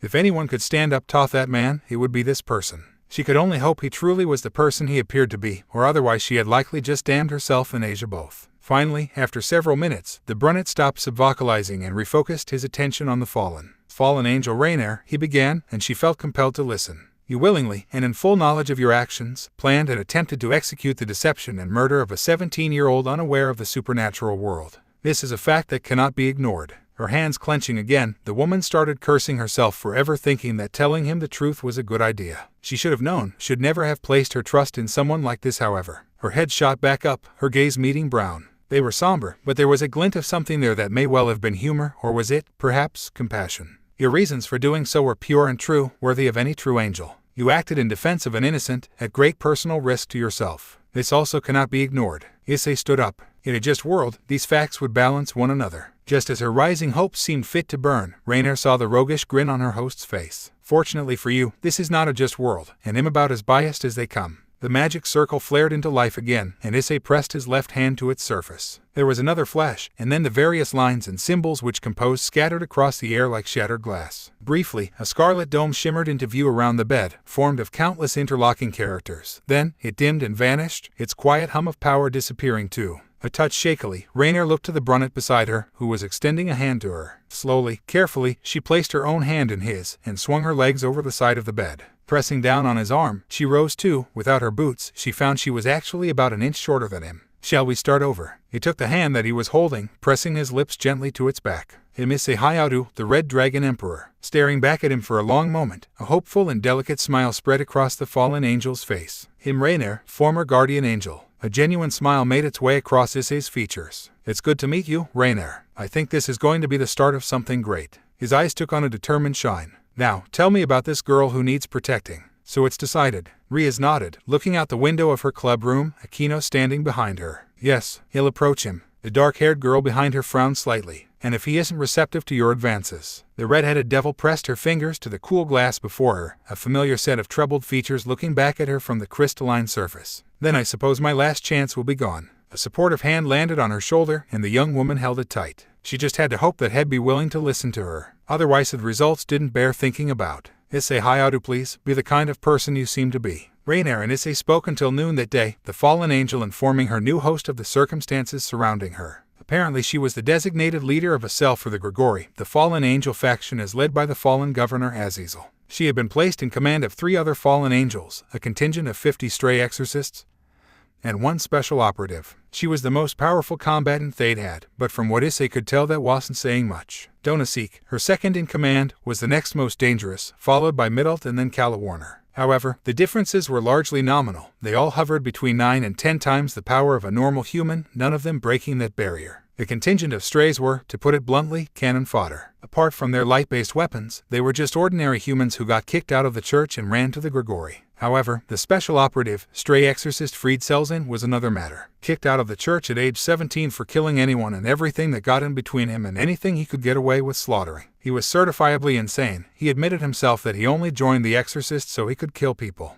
Having left, he kept right on slicing his way through devils, both stray and otherwise, as well as anyone he could track down who had summoned one, often continuing on to their immediate family and neighbors. He was a serial killer of the worst kind, his victims often showing signs of torture and Yule violence both pre- and post-mortem. He was the worst kind of human, closer to a demon than a man. And he was also loose in Qo, based out of the old church, the one where Rainier's superior had been sending an innocent former nun. No way in hell, was the Brunnet's simple and succinct response to that, echoed by Scott, supported by D. Drake, and very well received by Rainier. With basic descriptions of each fallen and of Selzin, Issei knew what he was facing now. Rainier's attack on him had been a personal mission, so as far as her cell knew she had just up and vanished, and was probably dead. That gave them the element of surprise, meaning that they would have the chance to intercept Asia before she was in their clutches. They set out some basic plans, and when that was done, Issei left the woman be to construct another disguise. It was one of the only techniques that a low-level fallen such as her could manage, apparently, alongside her light spears and flight. About 5 minutes later, Yuma Amano stepped out of the guest room, and the duo set off. The first thing they did was set about buying Rainier a wardrobe that wouldn't break down into component magic after a few hours or if it was disrupted by a powerful enough magical force. The Fallen took it as a chance to get a better idea of her host's personality and nature by asking for his help in picking out new clothes, including underwear, of course. She found that he rose to the challenge, despite having little expertise in such things and not really being able to offer an opinion beyond "Y'd look good in anything, Rainier." By Azazel, how long had it been since she genuinely blushed at a compliment, since she was actually offered such a genuine compliment? With no ulterior motive still, he did his best, even if he did end up quite red in the face before she allowed him to escape the lingerie store. As they left, she could hear some of the other shoppers whispering to each other, "So cute, Tojo, wish my husband could stick it out like that if I was a few years younger." Frowning to herself, the raven-haired woman secured her arms around Issei's left arm.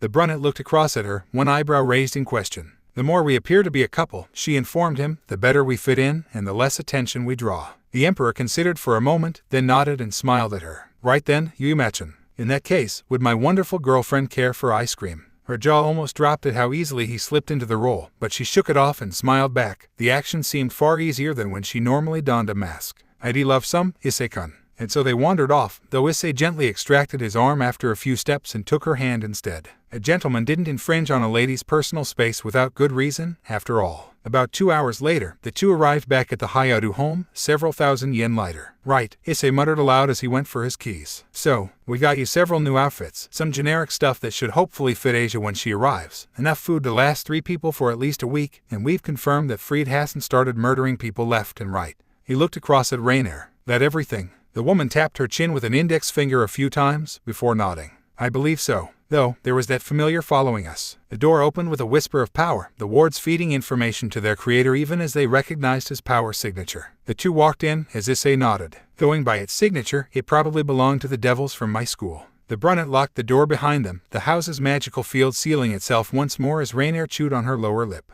"Is this going to be all right? I mean, if they know you're associating with a fallen angel." Issei waved off her concerns as he headed to the kitchen, setting down the bags containing women's clothes at the foot of the stairs. "It'll be fine. I can handle myself, but I doubt it'll come to blows in any case. I'm fairly certain that it's Gremory-senpai who's the boss around there, and she's always seemed reasonable. He'll talk things over, soothe any ruffled feathers, and maybe see if they can offer anything toward keeping Asia safe." Rainier leaned against a door frame, tapping her heel against the wall behind her. "Gremory, how do you understand the importance of that name?" Issei nodded without turning around. "Gremory, one of the 72 pillars of Devil Society, right. That's correct, the woman acknowledged, but the one you go to school with Rias Gremory. She's the current heiress to the family, and Surzech Lucifer's little sister. The brunette froze in place, halfway through placing a bottle of milk in the fridge. Completing the motion with the bare minimum of shaking, he turned almost robotically to face his guest. You meet that Lucifer, one of the 4 devil kings, the Crimson Satan. A grave nod from Rainier. Slumping back against a cupboard, Issei rubbed at his eyes. Right, so hostilities with Gremory Senpai just went from avoid if possible to bow and scrap it over utter destruction. Oh boy, remember my teachings, Issei, came the solemn tones of Scott, level-headed as always. A gentleman is always accommodating to a woman's family. They are respectful of the elder siblings, kind to the younger siblings, do not flinch from the shotguns of the fathers, and always agree with the mothers. Right, remember the code, he muttered to himself, trying to calm down. Had heard a great many stories of Surzech Lucifer's battle prowess from D-Drake, and the final result was that the man's name was enough to scare the bejesus out of him. Getting himself together, he returned to sorting his purchases. Okay, thanks for the heads up, Rainier. He'll keep it in mind when I speak with her. Violet eyes remained fixed on the back of Issei's head, and their owner nodded slowly, adding knows when he's outclassed, but stands his ground anyway to her growing list of characteristics attached to Issei Hyoudou. Just so long as you stay safe. Without your help, keeping Asia safe becomes much harder. Issei glanced over his shoulder, brown eyes hard with determination. I haven't forgotten, Rainier. He'll find her, and he'll keep her safe, even if it costs me my life. Then he turned back around and continued with his task, simultaneously planning their dinner for that night. Sunday had passed uneventfully. As was his ritual, as soon as he awoke, Issei looked to one of his prized possessions, a picture of 2 children. One obviously a younger version of himself, the other a widely smiling figure with oak-brown hair and purple eyes, dressed in a tank top and shorts. He yawned and stretched, then rested 2 fingers on the shelf before the picture, where a simple silver cross rested. Be safe and be well, Iranachin. It wasn't quite a prayer, after all, he was a dragon, and they were subservient to none. A dragon may choose to acknowledge a debt, may attach themselves to someone, may even follow their orders, but only out of respect. They would not be subjugated, would not be bribed, tempted, or threatened. One of their kind would only ever exist as an equal or a superior, and that meant that God was acknowledged, but not worshipped. Instead, he simply wished for his childhood friend to be happy and healthy, and hoped that she knew he was thinking of her. She had been a big part of his inspiration in leading the life of a gentleman, after all, and had sincerely promised to never forget her or let her pass from his thoughts. After that, he and Rainier spent the day training with one another in a local park after Issei set up a basic barrier to stop normal humans wandering inside. The brunette had been training in close combat and magic under Scott for a very long time, and his draconic abilities had been tutored by D-Drake. As a result, he was a highly dangerous combatant even before he started boosting, and he kicked the fallen angel all over the place, with a break for lunch and ending at sunset. Once they returned to the Hyoudou home, the fallen zombie shuffled her way through eating a hearty meal, then retired to bed. Unbeknownst to her, once she fell asleep, Issei ghosted into the room and quietly constructed several magic circles around her. Scott had specialized in battle magic, but had picked up enough battlefield medicine for Issei to jury-rig a regeneration acceleration field around Rainier's bed. Unfortunately, it was energy-intensive enough to require Issei power it himself instead of letting ambient magic to the job. Not for the first time, as he yawned his way back to his bed, he found himself wishing that his house was built on a ley line. There were a couple in the city, but one was a stray devil hotspot and the other could only be properly accessed at Q Academy. As such, unless he wanted to make an explosive debut on the local devil's radar, it was better to just sleep it off. Monday rolled around, and Rainier found herself coming awake to a distinct lack of the aches and pains she had been expecting. A quick examination of her body revealed that the various scrapes, bruises, lacerations, and other injuries she had suffered during her training with the Red Dragon Emperor had vanished. There was only one explanation for that, and once she was dressed she headed downstairs. It was about 7:30, and she found Issei eating cereal, reading the newspaper. He looked up at her once she entered the kitchen, smiling widely. "Good morning, Rainier. Would you like me to make you something?" She shook her head, moving to the cupboard where she vaguely remembered him placing the cereal the other night. "No, thank you." She collected the box, pausing momentarily. "But, seriously, thank you. For last night." She glanced back at Issei, whose brown eyes sparked slightly as he grinned. "No need to thank me, Rainier. It would be unbecoming of a gentleman to offer a lady injury and not then make reparation." The fallen snorted, but smiled to herself as she moved to get some milk from the fridge. Yeah, you're a real gentleman. Whatever happened to don't hit girls?" Issei chuckled. "I realized that of all the people who can put me in my place, at least half are female." They got a proper laugh out of Rainier, and he joined in after a few seconds. When he arrived at school about an hour later, he was still wearing a massive grin after the fallen had bade him to come home safe at the door. Yes, there were days it paid to be a gentleman. The day went by without much incident. Classes were long and rather dreary, but he focused and got through them. The gentleman was knowledgeable, able to make easy conversation about many things or aid with miscellaneous tasks. He never knew when something he learned would be useful, so he tried to always pay attention. The smiles on his parents' faces when his report cards came back were always nice too. Still, after the final bell rang and he wondered if anything was going to happen at all, the chatter in the room suddenly rose to a crescendo and the brunette turned around. "Hello, Hyoudou." Immediately recognizing his peer standing in the door, Issei smiled widely. "Good afternoon, Kibesan. You are here to collect me, I take it." When the blonde offered a nod of confirmation, Issei picked up his no-packed bag and crossed the room, paying little attention to the blossoming rumors or the varied glares and curious glances. "Then please lead the way, Kibesan." The two young men left the main school building together, crossing the campus in amiable silence. Issei and Kiba didn't talk very much, but both were aware of each other. They each followed similar codes, after all, and it was the way of the gentleman to acknowledge others who upheld their lofty ideals. They arrived at the old school building, and the brunette felt the telltale humming of a barrier spell well before they crossed its threshold. "Basic aversion ward, it feels like," he thought idly, comparing it to his own version. Though they functioned similarly, he believed this one was more powerful. "It's to be expected, I suppose. Devils are naturally magical creatures, after all." The blonde led him up a flight of stairs and along a corridor, and they eventually reached a door where Kiba stopped. He knocked several times, and a female voice called for them to enter. They did so, and the two gentlemen entered, Kiba in the lead. "Issei Hyoudou to see you, Butchu," the blonde announced, then moved away, leaving Issei standing in the doorway and glancing around quickly. The room contained, as he had suspected, all the members of the Occult Research Club. Kaneko Taoju, Kyo's unofficial mascot, was eating something sweet on a couch, while sitting opposite her was Akino Himejima, who had seen looking at him along with Rias the other day. The Gremory heiress herself was seated behind a desk, eyes focused on him as her fingers were steepled. Kiba had leaned himself against the wall, keeping an eye on everything like a bodyguard. And each one of them were naturally radiating a dark-tinted energy that Didrag confirmed as being demonic in nature. "Issei Hyoudou," Rias greeted. "It's good to meet you face to face, at long last." The brunette smiled, bowing to 45 degrees and bringing his right arm across his chest at a diagonal to touch his left shoulder as he did so. "It's good to meet you too, Rias Gremory. It's not every day a lowly kohai such as myself gets to meet an esteemed lady such as you, after all." "Ara, area quite the flatterer, Hyoudou." That was Akino, chipping in with a beatific smile, her eyes narrowed to slits as seemed to be customary with her. Issei turned his smile on her, matching her expression almost flawlessly. "I give credit where credit is due, Himejima.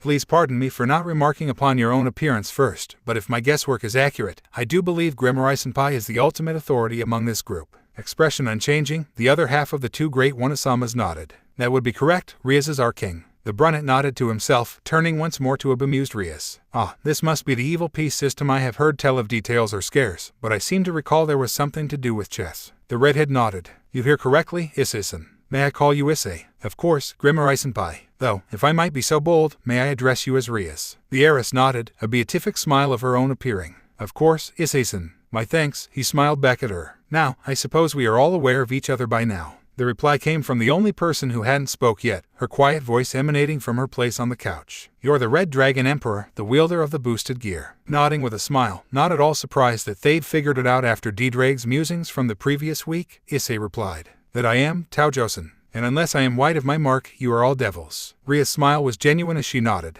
Apparently she appreciated someone who was on the level. "Yes, we are Issei-san." Apparently that was a cue, because there was a surge of demonic energy, and then a pair of bat-like wings sprang from each of the occupants' lower backs. The brunette let out an appreciative whistle, idly wondering if he'd ever figure out how to pull off a trick like that. "I can't say it's impossible, partner," Didrag rumbled, "but no wielder of mine so far has managed to manifest wings outside of the Juggernaut Drive." Just the mention of that technique drew a barely noticeable shudder from the brunette. The boosted gear's ultimate form, it sacrificed the user's sanity and their life force to channel the full fury of the great Welsh dragon, which would proceed to tear the world around it to shreds, leaving nothing behind but a dead wielder once its rampage ended. Most definitely not a good trade-off for wings. Still, he'd figure it out one day. If they were willing to prove themselves, he may as well do likewise. Boosted gear. The familiar rush of power rose up inside him, the lighting in the room going up a notch momentarily as the crimson gauntlet built itself up around his left arm. The final wisps dispersed as he clenched his fist, the draconic aura it emitted immediately noticeable even in the face of 4 demonic auras. The boosted gear, Rias breathed, her eyes fixed on the Longinus. "To think I'd actually get to see it up close." Issei let her look for a good 10 seconds before clearing his throat politely, prompting the devil to break out of her trance. She flushed a bit, settling back in her seat from where she'd been leaning forwards. "My apologies, Issei-san," she mumbled. The brunette waved her off. "It's nothing, Rias-senpai. Your reaction is similar to mine, after all." He offered her a disarming smile, and she returned the gesture. "So, shall I ask why I'm here? We've been living alongside one another for a year now with no issue. What's changed?" He knew damn well, but he wanted to see how she phrased her answer. He was fairly sure she realized that as well, because a calculating look appeared in her eyes as she once again steepled her fingers. As you say, she began, we've lived without issue for the past year. However, we recently gained a better idea of your nature, and I wish to approach you with a certain offer. Here, she gestured to the still-seated Kaneko, who had returned to her snacks. I had Konkachan keep an eye on you, so that I could get a better idea of how to do so. The white-haired girl didn't react to being included at all, and Issei simply nodded to himself. He hadn't actually noticed her, had simply assumed that Rias had been keeping tabs on him via well-concealed familiar. Apparently, the younger girl had some experience in suppressing her magical signature. Last week, she informed me that you had been approached by another party, one of the fallen angels which have settled in the city. Here, Issei almost raised an eyebrow. So, they'd known about it. However, they had made no move to approach him in the run-up to the date. They'd been testing him. He didn't let his comprehension show though, his features arranged into polite curiosity. She continued to observe you throughout the day, and towards the end she witnessed the confrontation between you and the fallen.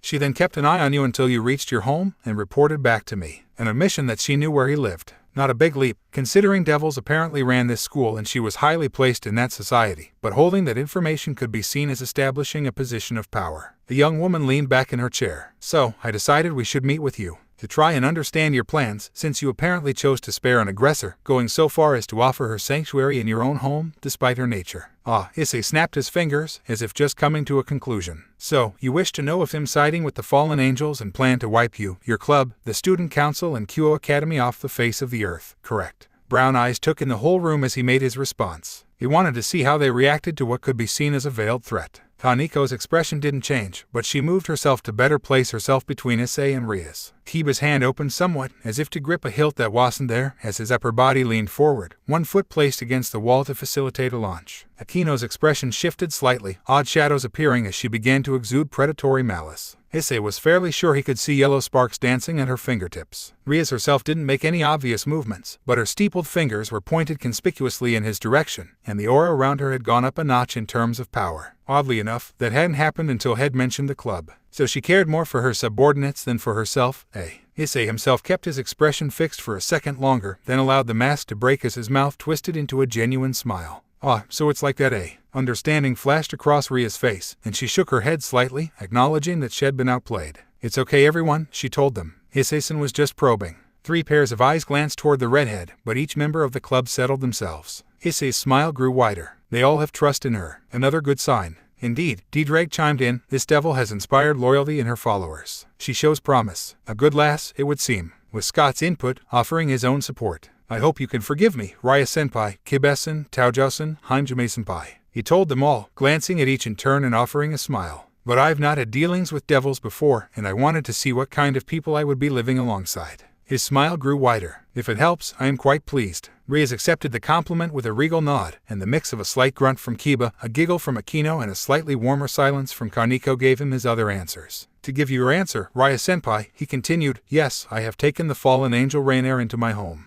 However, perhaps I should explain the circumstances. So he did, informing the group of how he suspected the woman had been kept under her superior's thumb through some form of threat. How she had made a desperate plan to save an innocent. How that plan had initially gone incredibly wrong but had led to Issei deciding to back the mission himself. And that's it, he concluded. Rainier and I are going to keep Argentasen safe as soon as she comes within our sphere of influence. As this will likely provoke the contingent at the church, I plan to take advantage of their reaction to remove the threat. What happens after that is anyone's guess, though I will be offering accommodation to both Rainier and Argentasen if they will accept. Rias tapped her chin with a finger. Ah, I think Kibe-kun mentioned this, never leave a woman in distress, correct? The brunette grinned. Indeed, Raya-senpai, one of the core tenets of the gentleman's code. A hum of affirmation came from the blonde against the wall, and the Gremory heiress nodded idly. Well, I believe I understand the situation now. You've allayed any fears I might have had, Issei-san. In fact, I do believe I feel better knowing that someone with such power as you possess lives by such a selfless code. Issei bowed his head. I do what any man should do, Raya-senpai.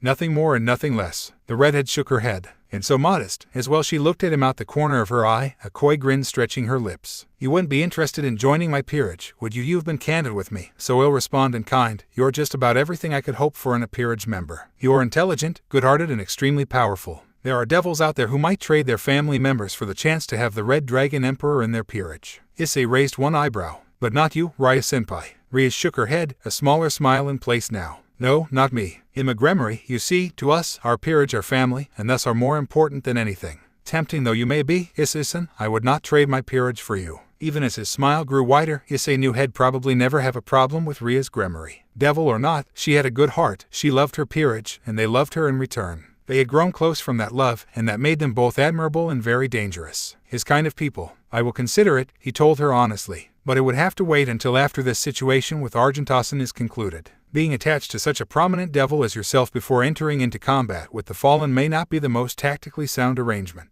The redhead smiled again, nodding in agreement. I understand perfectly, Issei-san. All I ask is that you think about it. She paused, thinking of something, then continued. You should also know, if you do make that choice, I'd have no issue with your continued association with Rainier. You have described her as a good person, and while I may find it odd that I can actually say this, I will not discriminate against her based on her race alone. The brunnet's smile grew even wider. Oh yes, this one will go far in time. He bowed again, his smile genuine as he rose back up. That's good to hear, Rias-senpai. Thank you for having me, and for understanding. He glanced to each of the other devils in turn. Kibesan, Taojousen, Heinjume-senpai. Be well, and have a pleasant evening. With that and another, shorter bow, he turned and left the room without a sound. As the door swung closed behind the Red Dragon Emperor, Rias reclined in her chair with a wide smile. That meeting, in her opinion, couldn't have gone better. It would appear that the Issei Hyoudou she had been observing for this past year was, indeed, the real Issei Hyoudou, a gentleman in every way, a powerful individual who chose to remain humble but wasn't above a little cunning every now and again. Oh, I just have to get him in my peerage. With him, I could take the underworld by storm, not to mention as her thoughts turned in that direction, her bright smile darkened a touch. That date was getting closer and closer, and her protests were falling on deaf ears, it seemed. Before she could grow morose, a small hand rested itself on the back of her own, which had clenched around one of her chair's arms. Attached to that small hand was Kaneko, whose face remained as impassive as always but who was offering her one of her sweets with her free hand. It's fine, but you. The Nekishu was always a girl of few words, but the redhead appreciated them all the same as she offered the younger girl a slightly melancholic smile, taking the sweet and letting the flavor lift her spirits a little. So, that is Issei Hyoudou. The lack of her usual teasing lilt would have been jarring to anyone hearing Akino's normal tone for the first time, but as the Queen of Rias' peerage stared at the closed door, her eyes were open and calculating. A dragon who would consider being a devil, and who would take in a fallen angel for the sake of helping a nun. From the wall, Kiba chuckled. What do you expect? He's a gentleman. Hell never turns someone away out of hand. The blonde swordsman shook his head. No, Issei's the epitome of what we others try to achieve. He's James Bond, Alfred Pennyworth and Lucifer himself wrapped up together and distilled. Gray eyes glanced out the window into the gathering dusk, just barely catching the shrinking silhouette of the man himself as he headed toward the school gates. If he becomes a part of our peerage, he'll never turn, never snap, never raise a hand or voice. Kiba turned to his king, and there was a warning tone. But don't forget, Butchu. He's a dragon, too, and they don't do subservience. Kaneko hummed from where she'd retaken her seat. Won't get angry, we'll get even. And as she thought about the young man she had just spoken with, Rias understood what her rook meant, and sincerely hoped she'd never come into conflict with Issei Hyoudou. Him home, Issei called out, removing his shoes in the entryway to his home. Had made it back without incident, thought he realized that he had been gone longer than expected. Somewhat hurried footsteps made their way from the living room, the raven-haired fallen running her eyes up and down his frame from the doorway. You're all right, you were later than I was expecting. The brunette nodded, casually tossing his satchel up the stairs to rest against the wall without really thinking about it, then unbuttoning his jacket. I'm fine, Rainier. That meeting ran on a bit longer than I was expecting, that's all. Ah, this sensation, is this what it feels like for a businessman to come home to his loving wife after a long day? Truly, there is no better life than that of a gentleman. Even as Issei relaxed in the bliss of his situation, Rainier eyed him. She offered to reincarnate you, didn't she? The brunette finally removed his jacket, hanging it over the back of his chair in the kitchen for retrieval the next morning. Yes, he replied, she did. He wasn't going to bother refuting it. There was no reason to keep it a secret, and his decision would likely affect Rainier too. Violet eyes narrowed as the fallen examined her host, who was now gathering ingredients for dinner. You obviously didn't accept, not yet, at least. But for some reason I don't think you said no. Issei grinned to himself. Rainier was sharp. He knew she had some gifts along the lines of infiltration from her highly skilled acting as Yuma, but her ability to read people would serve her very well, and likely it already had. That's right, he informed her. I can see ups and downs to both choices, but one way or another I can't become a devil until after Argentasen is safe and your old cell have been dealt with. So, I told her I'd think about it. As the Red Dragon Emperor started putting their meal together, Rainier sat at the table and pondered. If Issei became a devil, she was convinced he'd rise quickly through their ranks. She was fairly sure that it was only high-class devils that could have peerages, meaning natural-born devils like the Gremory heiress, or reincarnated devils that had distinguished themselves in some way. Issei was a well-trained, highly knowledgeable, quick-witted and politely cunning man with enough firepower to emerge victorious over a god.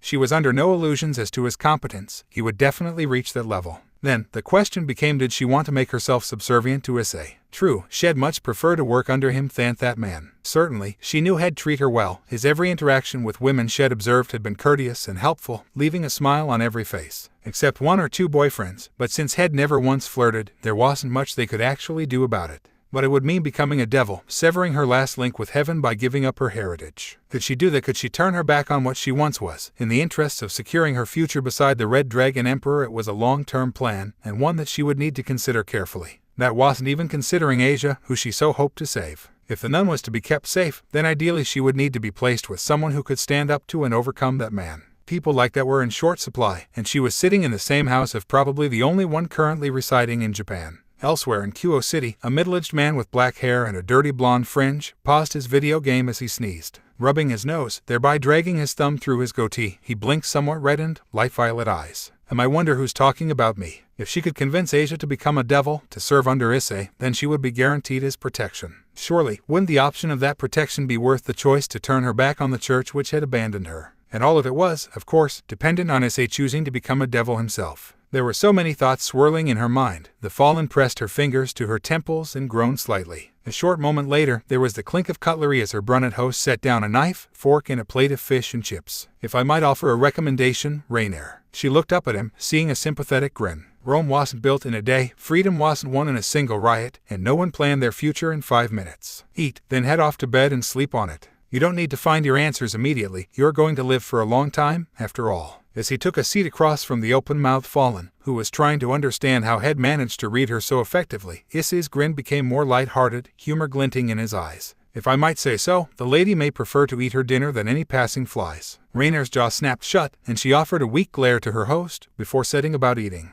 It was, as always, infuriatingly delicious. Several hours later, the Fallen lay on what she had come to think of as her bed, and simply wondered. If she followed the path she was contemplating right now, she would have tied her destiny to Issei's. They would be master and servant, although if her understanding of his character was right, then it would probably be in name only. They would likely be with one another until death, bound tighter than most married couples by the magic of the evil pieces. If her wish was to save Asia, then that meant staying alongside the former nun. So, if she wished for them both to be as safe as she could manage, then she had to convince the girl to make the same commitment. What? She could admit to herself that she didn't need to decide just yet. Issei, should he choose to be reincarnated, would reach high-class devil, this was a fact. He would establish a peerage, and having a place in that group would likely do her far more good than harm. But that was a long way off, years at least. She could be patient, stick with him for now, and then make a decision when the time came. For now, she would be content to accept his hospitality and his aid in saving Asia. Eternally binding servitude was a topic for a later date. Several rooms away, Issei stared at his ceiling, thinking along similar lines. The difference, of course, was that he had more than his own judgment to rely on. Let's recap, he muttered, seemingly to himself. If we're reincarnated, then we get all the standard bonuses. Our magic will be more powerful, our body will be more powerful, we'll be overall more badass. We'll even get wings, which I'm man enough to admit are pretty damn tempting. On the other hand, we immediately alienate ourselves from agents of the other two factions, who will only be stopped from targeting us by a tentative ceasefire born out of mutually assured destruction. The daytime will weaken us, though that's probably not too big a deal considering how Rias-senpai and the others attend school.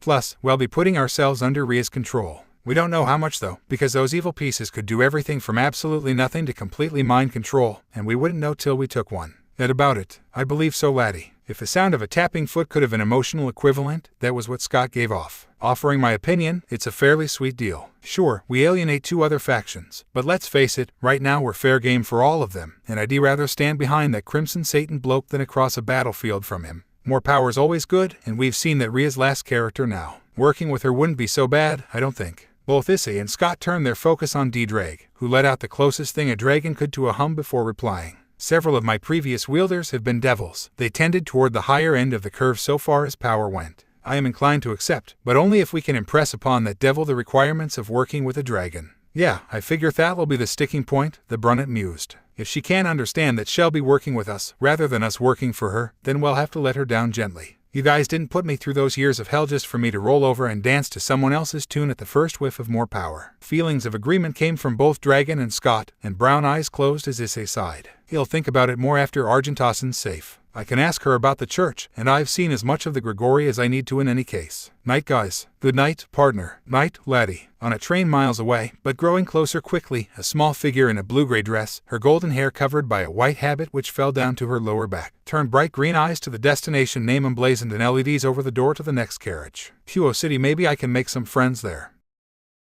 As he let his feet carry him on autopilot, tracing the familiar route from Kyo Academy to the Hyoudou residence, Issei appeared to be utterly unaware of his surroundings. His eyes were glazed and unseeing, there was very little agency in his movements, and if not for the fact that he moved through the shoals of people like water down a drain, he might as well have been sleepwalking.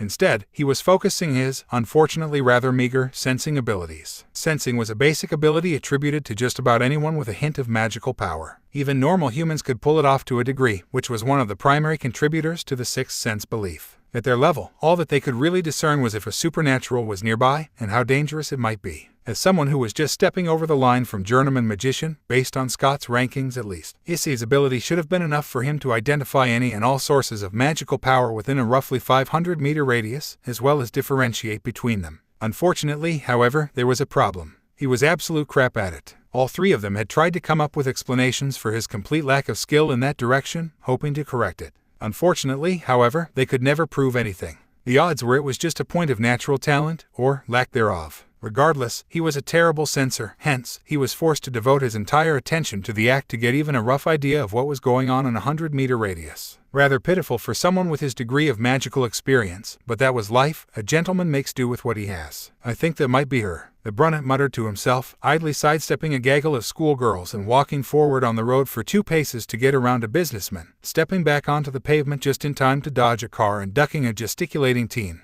Good odds, laddie, Scott concurred. It wasn't as prevalent in my time, of course, but I ran into a few faithful. This feels about right. Deirdre growled. Yes, I recognize the touch of the one god. The Red Dragon Emperor's relationship with the being that Christians referred to as God was ... an interesting one, to say the least. The sacred gears had been crafted by God, using the sealed souls of various supernatural creatures from dragons to the Fae, and served as prisons for those souls. However, as a secondary effect, they gave the humans to which they were attached abilities which could be used to fight back against supernatural influence. The boosted gear served as Deirdre's prison, and had done since near the end of the Great War between the devils, angels, and fallen. At first, the dragon had been enraged beyond belief, driving his wielders to insanity and quickening their demise. For a long time, to be born with the boosted gear was to be born to a cursed life. It had taken several centuries for the Welsh dragon to calm down, and even longer still until he was able to see a bright side. Yes, he was trapped in a gauntlet, likely for eternity, the only changes being the voice of his wielder and the environment in which he lived, which was altered to reflect the soul of his current host.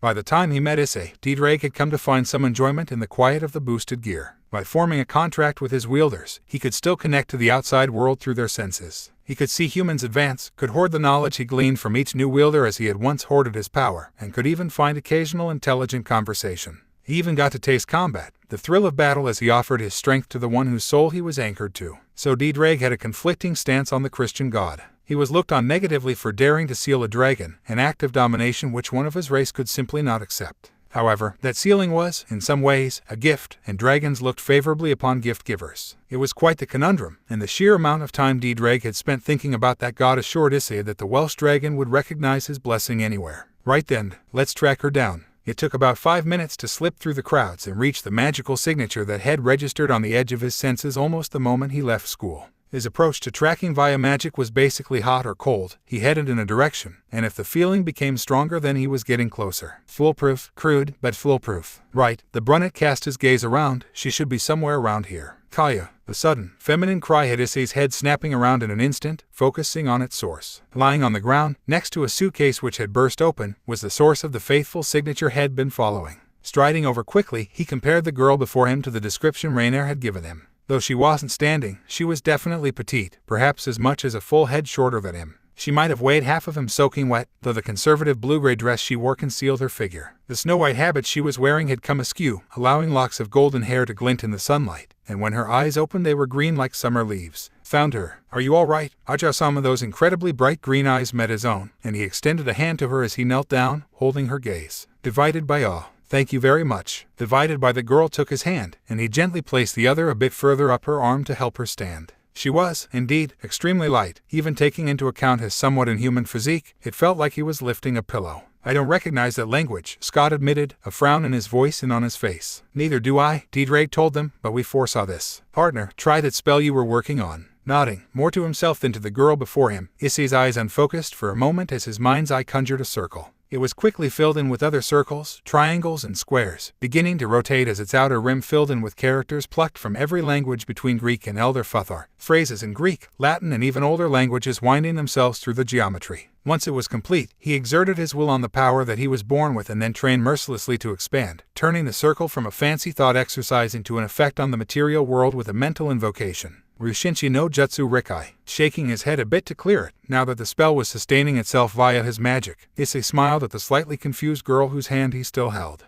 Divided by I apologize, it's not every day I get to meet such a beautiful girl, I fear I must have appeared very rude. Divided by. Though her cheeks flushed red, Asia shook her head quickly. Divided by no, not at all, though you don't have to say such nice things. Divided by then, she seemed to realize that Shed understood him. Divided by you speak Italian. Divided by. So that's what she was speaking, eh? I dabble. Divided by, he told her with a grin. Divided by, to be able to converse with a lady such as yourself is more than worth the learning, in my opinion. Divided by, her cheeks went red again, and although his expression didn't change, the brunette did an internal happy dance. Ah, those red cheeks, those demure eyes, those shuffling feet, take that, you damn MOs, the nice guys always win in the end. Divided by, as glad as I am to speak with you, miss, shall we gather your things before we continue? Asia blinked once, before her eyes widened and she immediately knelt down to begin gathering the clothes that had scattered in her fall. Issei crouched opposite her, folding each garment as he picked it up and hanging it over his left arm. He did make sure to leave her unmentionables be, though. Shopping with a sensuous-old fallen angel was one thing, grabbing a nun's panties was an entirely different proposition. Asia herself gathered the various white and frilly things, while Issei built a decent pile of dresses, blouses, skirts, and other things he wasn't well acquainted with. When everything had been collected and returned to the rather large suitcase, he gently stopped her from trying to lift it, instead doing so himself. He slung it over his back in the same hand as his satchel, basking in the look of awe on Asia's face as he so casually lifted the weighty container. Divided by now, miss, divided by, he smiled at her, divided by, I must apologize for not introducing myself earlier. Divided by, with his free hand, he gently lifted one of hers and brushed his lips across the back, his touch feather light and easy to escape if she were so inclined.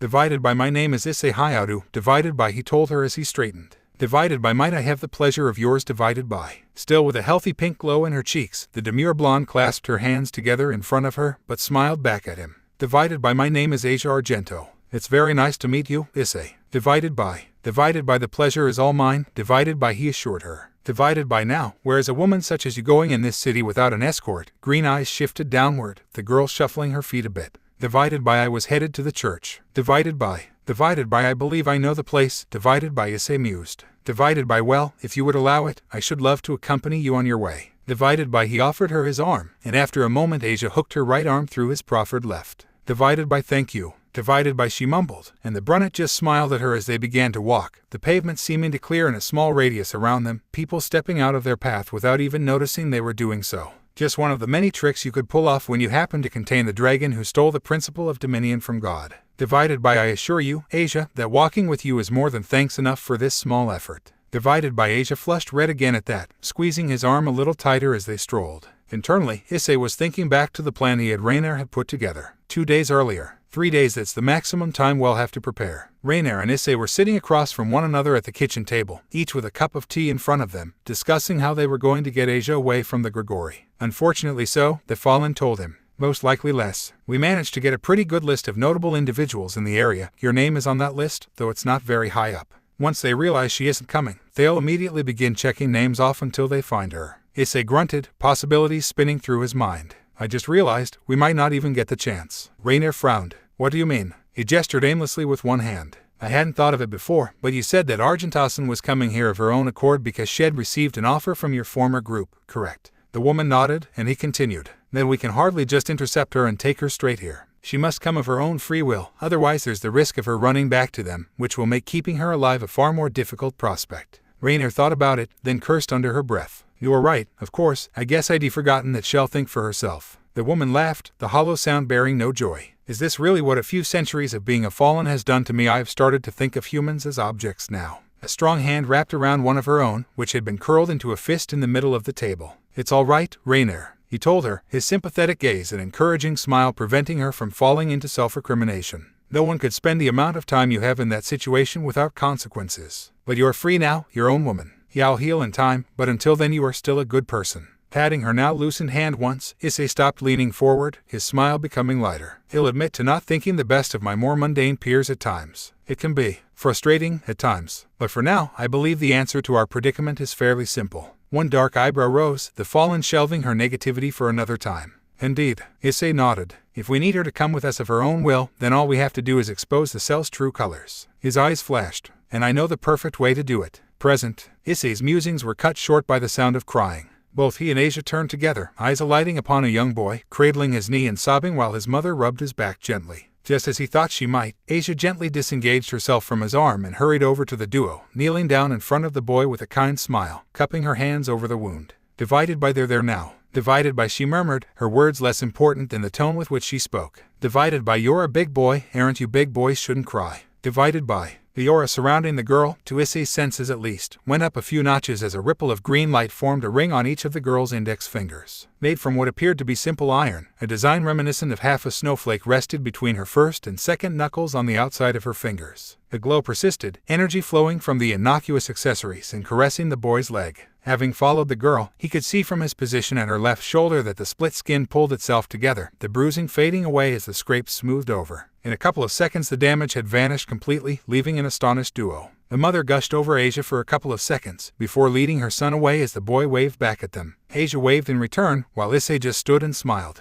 A miracle healer indeed. Interesting, Dreg commented. It is little wonder she was hailed as a miracle healer when she possesses the twilight healing. That's one of the few I ran into, Scott chimed in. Saved a great many lives it did. He paused, except that of its own wielder, in the end. Issei just grunted slightly, acknowledging his mentor. Divided by, that's a brilliant gift you possess, Asia. Divided by, he told her. Divided by, I suppose it only makes sense that you can heal wounds of the body like your smile can so invigorate the spirit. Divided by. The blonde flushed once again, but this time she smiled, her joy overcoming her shyness. Divided by, yes, this is the gift given to me by God himself, so that I could make the world a better place in his name. Divided by, clasping her hands together, the former nun mumbled what was likely a prayer as Issei stood by her. So, she maintains both her faith and her faith in the face of the church's rejection, Dreg mused. There is a great conviction in this one, that she would remain true to her beliefs despite the pressure of so many others. Indeed, Scott agreed, the lass has a strong will to go with that kind heart. To think that some bastard tried to kill her, to take the gift she uses so selflessly and keep it for themselves. It wasn't a grunt that came from Issei this time.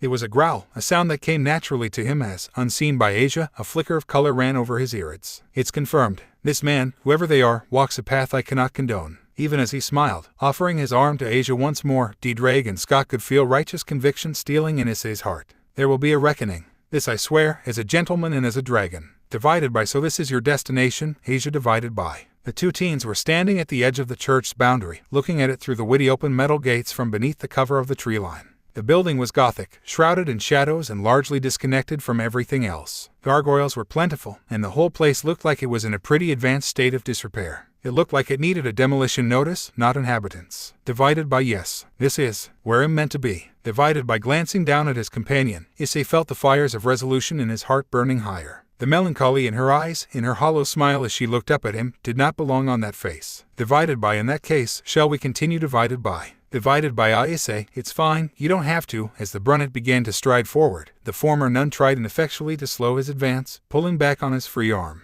He barely felt it, though he took care to keep from pulling her over. Instead, he was focused on the rising lust emanating from the building in front of him, and the same tainted energy that had first felt from Rainier. There was another, too, something even worse. It was largely human, but twisted, as if something intrinsic had been beaten into a different shape, drowned in filth and horror. This was the feeling of evil, it would seem. I guess this must be freed. Mind yourself, laddie, Scott warned him, tone hard. I felt as like before, you can never know what they'll do. Half the time they are cowards, then they are running up the shaft of your sword to take a swing at you. The emotional equivalent of spitting on the ground echoed from the boosted gear. Things like him. They are not human anymore. Dreg didn't say anything. His own rising lust, burning hot with righteous anger and cleansing flame, told it all. Divided by, well, if this is the place where a lady such as yourself has been told to come. Divided by, swinging Asia's suitcase and his own satchel off his shoulder, the Red Dragon Emperor laid them gently to the side as he approached the door. Calling up his power as, hidden by the sleeve of his jacket, magic circles began to light up along the length of his arm, interlocking like a chain as they spun. Divided by, we must ensure it is worthy of you, mustn't we? Divided by. In one smooth motion, Issei gently extracted his arm from Asia's grip, picked her up around the waist and placed her behind him.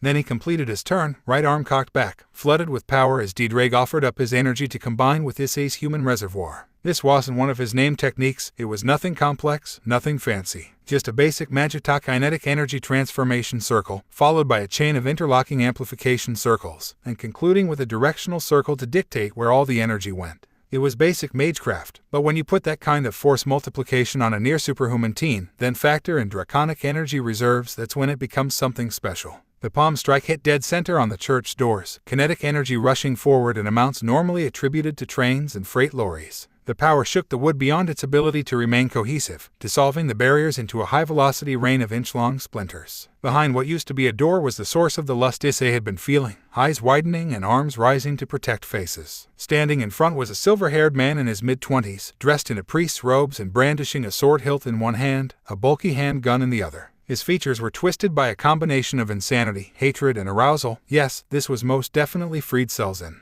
Behind him were arrayed a large number of figures in white robes, carrying hilts of their own as they cried out and cowered before the wooden rain. Lined up at the back of the church, hovering on black wings, were the final members of Rainier's cell. 1 male, 2 female. Donasik, clad in a trenchcoat and fedora. Calla Warner, blue-haired in a maroon dress bearing a ridiculous amount of cleavage. And Middled, with the appearance of someone barely starting their junior's years at high school and dressed in the Gothic Lolita style. All three flinched at the destruction of the door, but they were out of the line of fire for now, so they stood back. Scott just spat again. Cowards, throwing cannon fodder at us before they try to sweep in for the kill, undoubtedly. Issei concurred, but for now he needed his mouth for other things. Asia was still behind him, trembling slightly, and he glanced over his shoulder to give her a reassuring look. Divided by no need to worry, Asia. You just keep an eye on our things for now. Divided by he turned back around, and as soon as they were out of Asia's view, his brown eyes started to glow a dull crimson. Divided by I just need to tidy up first. Divided by. He began to walk forward, reaching inside his jacket while he did so.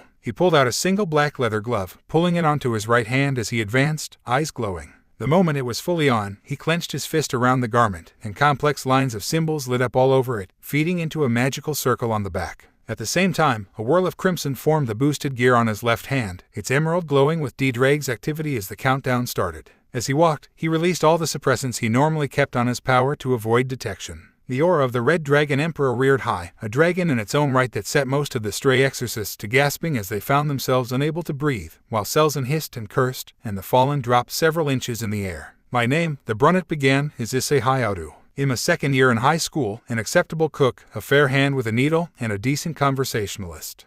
I'm also the Red Dragon Emperor, by the grace of God, the great Welsh dragon and my own free will. Quite a few of the exorcists had collapsed now, passing out from the pressure on their minds or from lack of air, while Selzin had activated his lightsaber. It hissed to life, actinic light in the shape of a blade, deadly to the touch. Not that it would ever touch him. The fallen had conjured light spears, yellow, blue, and pink weaponry glowing with the unsuperior power of God. Not that it would dirty his clothes. But above all, he continued, settling into a boxing stance, I am a gentleman. He stood ready, one hand sheathed in crimson metal and glowing emerald, the other smoldering with scarlet light as leather creaked in his fist. His eyes were aglow, his hair waving in a breeze as his aura imposed itself on the world around him. His tone had remained perfectly civil from the moment he demolished the door, and as he leaned forward for his charge, he completed his introduction. And I do not forgive those who put ladies in distress. The first casualty wasn't really anyone important. He was average in every way, brown hair, brown eyes, a bit over 5.5 feet tall, neither thin nor fat, his robes unremarkable, his weapon one of many copies. Black leather met his face in a right straight, and he went out like a light as the lightsaber fell from limp fingers, his body rising in an arc that carried him into the wall at the opposite end of the church, where he crumpled against the stone before falling down, sprawling on the floor and laying there, battered but alive. That was the power of the glove that Issei had fashioned for himself under Scott's careful instruction, as a test to see if he was ready to make the step from apprentice to journeyman. It softened his blows just enough, turned enough force to make jelly from a man's torso into a non-lethal strike. Then it saved that power, running it through the boosted gear, where D-Drake channeled it back into Issei. A system that expended just enough energy to incapacitate a given foe based on their innate magic resistance, their physical durability, and several other things determined by the many glowing characters running across the fingers and knuckles of the artifact. The Tenohira no Jabukiryu, or as Issei liked to refer to it affectionately, the slap. It claimed 7 more victims in the next 4 seconds. 3 rapid-fire jabs, each to a face, each resulting in an airborne exorcist. When they began to raise their arms, he spun rapidly, the back of his hand meeting 3 sets of ribs in quick succession, shattering bones and causing instant incapacitation, bowling over lines of hostiles with 3 mentor-net projectiles. His senses, heightened by magic and adrenaline, warned of a foe approaching from behind, and he turned swinging. His uppercut brought the man to the ceiling, and his subsequent fall took him out of the fight. Finally, the larger force began to react, turning on the dragon that had appeared in their midst. His speed and strength multiplied to 16 times his norm, and that in itself was already 2 or 3 times the human norm. Right now, Issei was operating at roughly 48 times the power of these opponents, and it showed. They tried to dogpile him, no strategy beyond stick him with the pointy end, confident that weight of numbers would be more than enough to bury the team. They realized their mistake quickly enough. With a cold grin, their target vanished before the tide of humanity could wash over him, leaving only displaced air. Before they could reset themselves, cries started going up from the other side of the horde, followed quickly by the people who had let them loose. Another 15 exorcists went down in rapid succession, their blades never coming close to Issei as he ducked and weaved amongst them, breaking ribs, offering express trips to the ceiling and walls, disabling the odd limb here and there for some variety. He went through them like the finest sushi chef went through salmon, with precision and grace that never faltered, without ever once allowing his opponents to entertain the idea of victory. When the number of exorcists conscious had fallen to somewhere around 10, the more competent combatants finally had an unimpeded line of attack. Or perhaps they simply ran out of patience. Selzen started screaming profanities, charging forward with his blade held ready, bursts of light energy flying rapidly from the barrel of his handgun, all impressively close to Issei's centromass for someone firing one-handed on the run.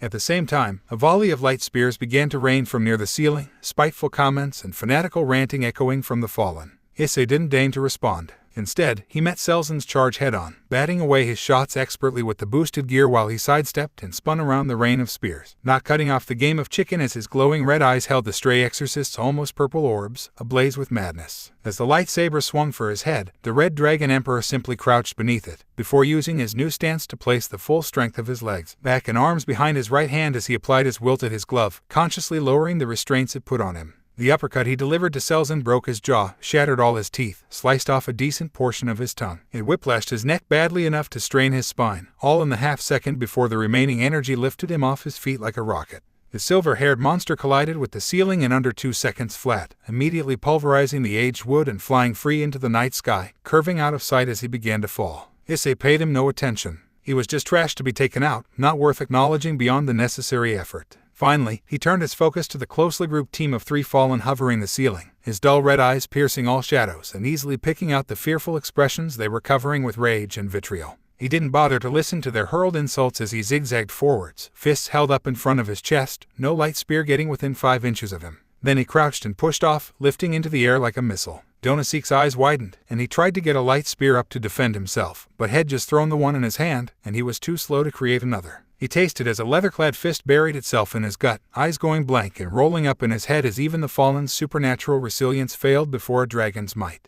He went completely limp, not even reacting when he was dragged down to earth by Issei's own fall, the teen using his unresponsive frame as a makeshift landing pad upon touching down, then immediately rolling away with his remaining momentum to stand and face the 2 female fallen. Both were shaking where they hovered, and although his first instinct was to talk them down, he was well aware that these 2 would have been willing co-conspirators in Asia's murder if not for Rainier's last-ditch gamble. No, there was a time for being a gentleman, and right now this was not it. He needed to be a dragon, and see all before him as opposition to be crushed.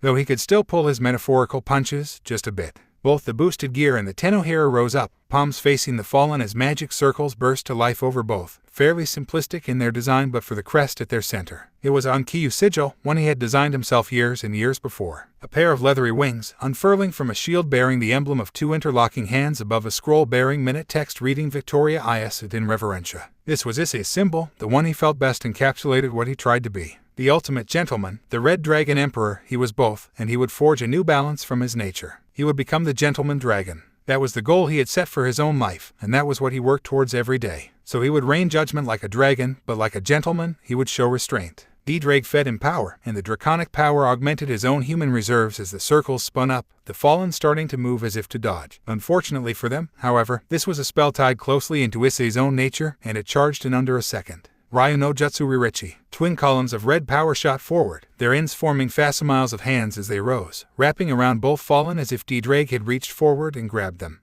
Then, with a grunt of effort, the Red Dragon Emperor swung both his arms down, the now fully encapsulated, screaming fallen being dragged after the motion as the red energy constructs holding them in place followed Issei's limbs. There was a massive crashing noise as the arms reached the ground, dust rushing up and cracks running through the flagstones as the church itself seemed to shake. As he allowed the power he was using for the arms to fizzle out, causing the constructs to break apart into motes of light, the teen sighed wearily. Head used up a bit more energy than Head planned to, but apparently he was still having trouble with the whole beating up women thing. By wrapping the fallen in the arms, instead of leaving them largely uncovered, he had prevented them from actually striking the floor. They would be bruised and discombobulated, but there would be no broken bones or shocked organs, unlike with Fried and Donaseek. Issei glanced around at the ruins of the church. Exorcists lay everywhere, a few groaning, most unconscious, none getting up anytime soon. The pews were lying all over the place, some broken from impacts, while a couple of windows bore signs of bodies passing through. The hole in the ceiling from Fried's exit was raining a smattering of dust and plaster, while Middelth and Calawarner's impact had effectively demolished the altar. 54 casualties, all but one confirmed non-lethal. Time elapsed 2 minutes. Ugh. He let out a long breath, the boosted gear vanishing in a glow as his eyes returned to their usual brown.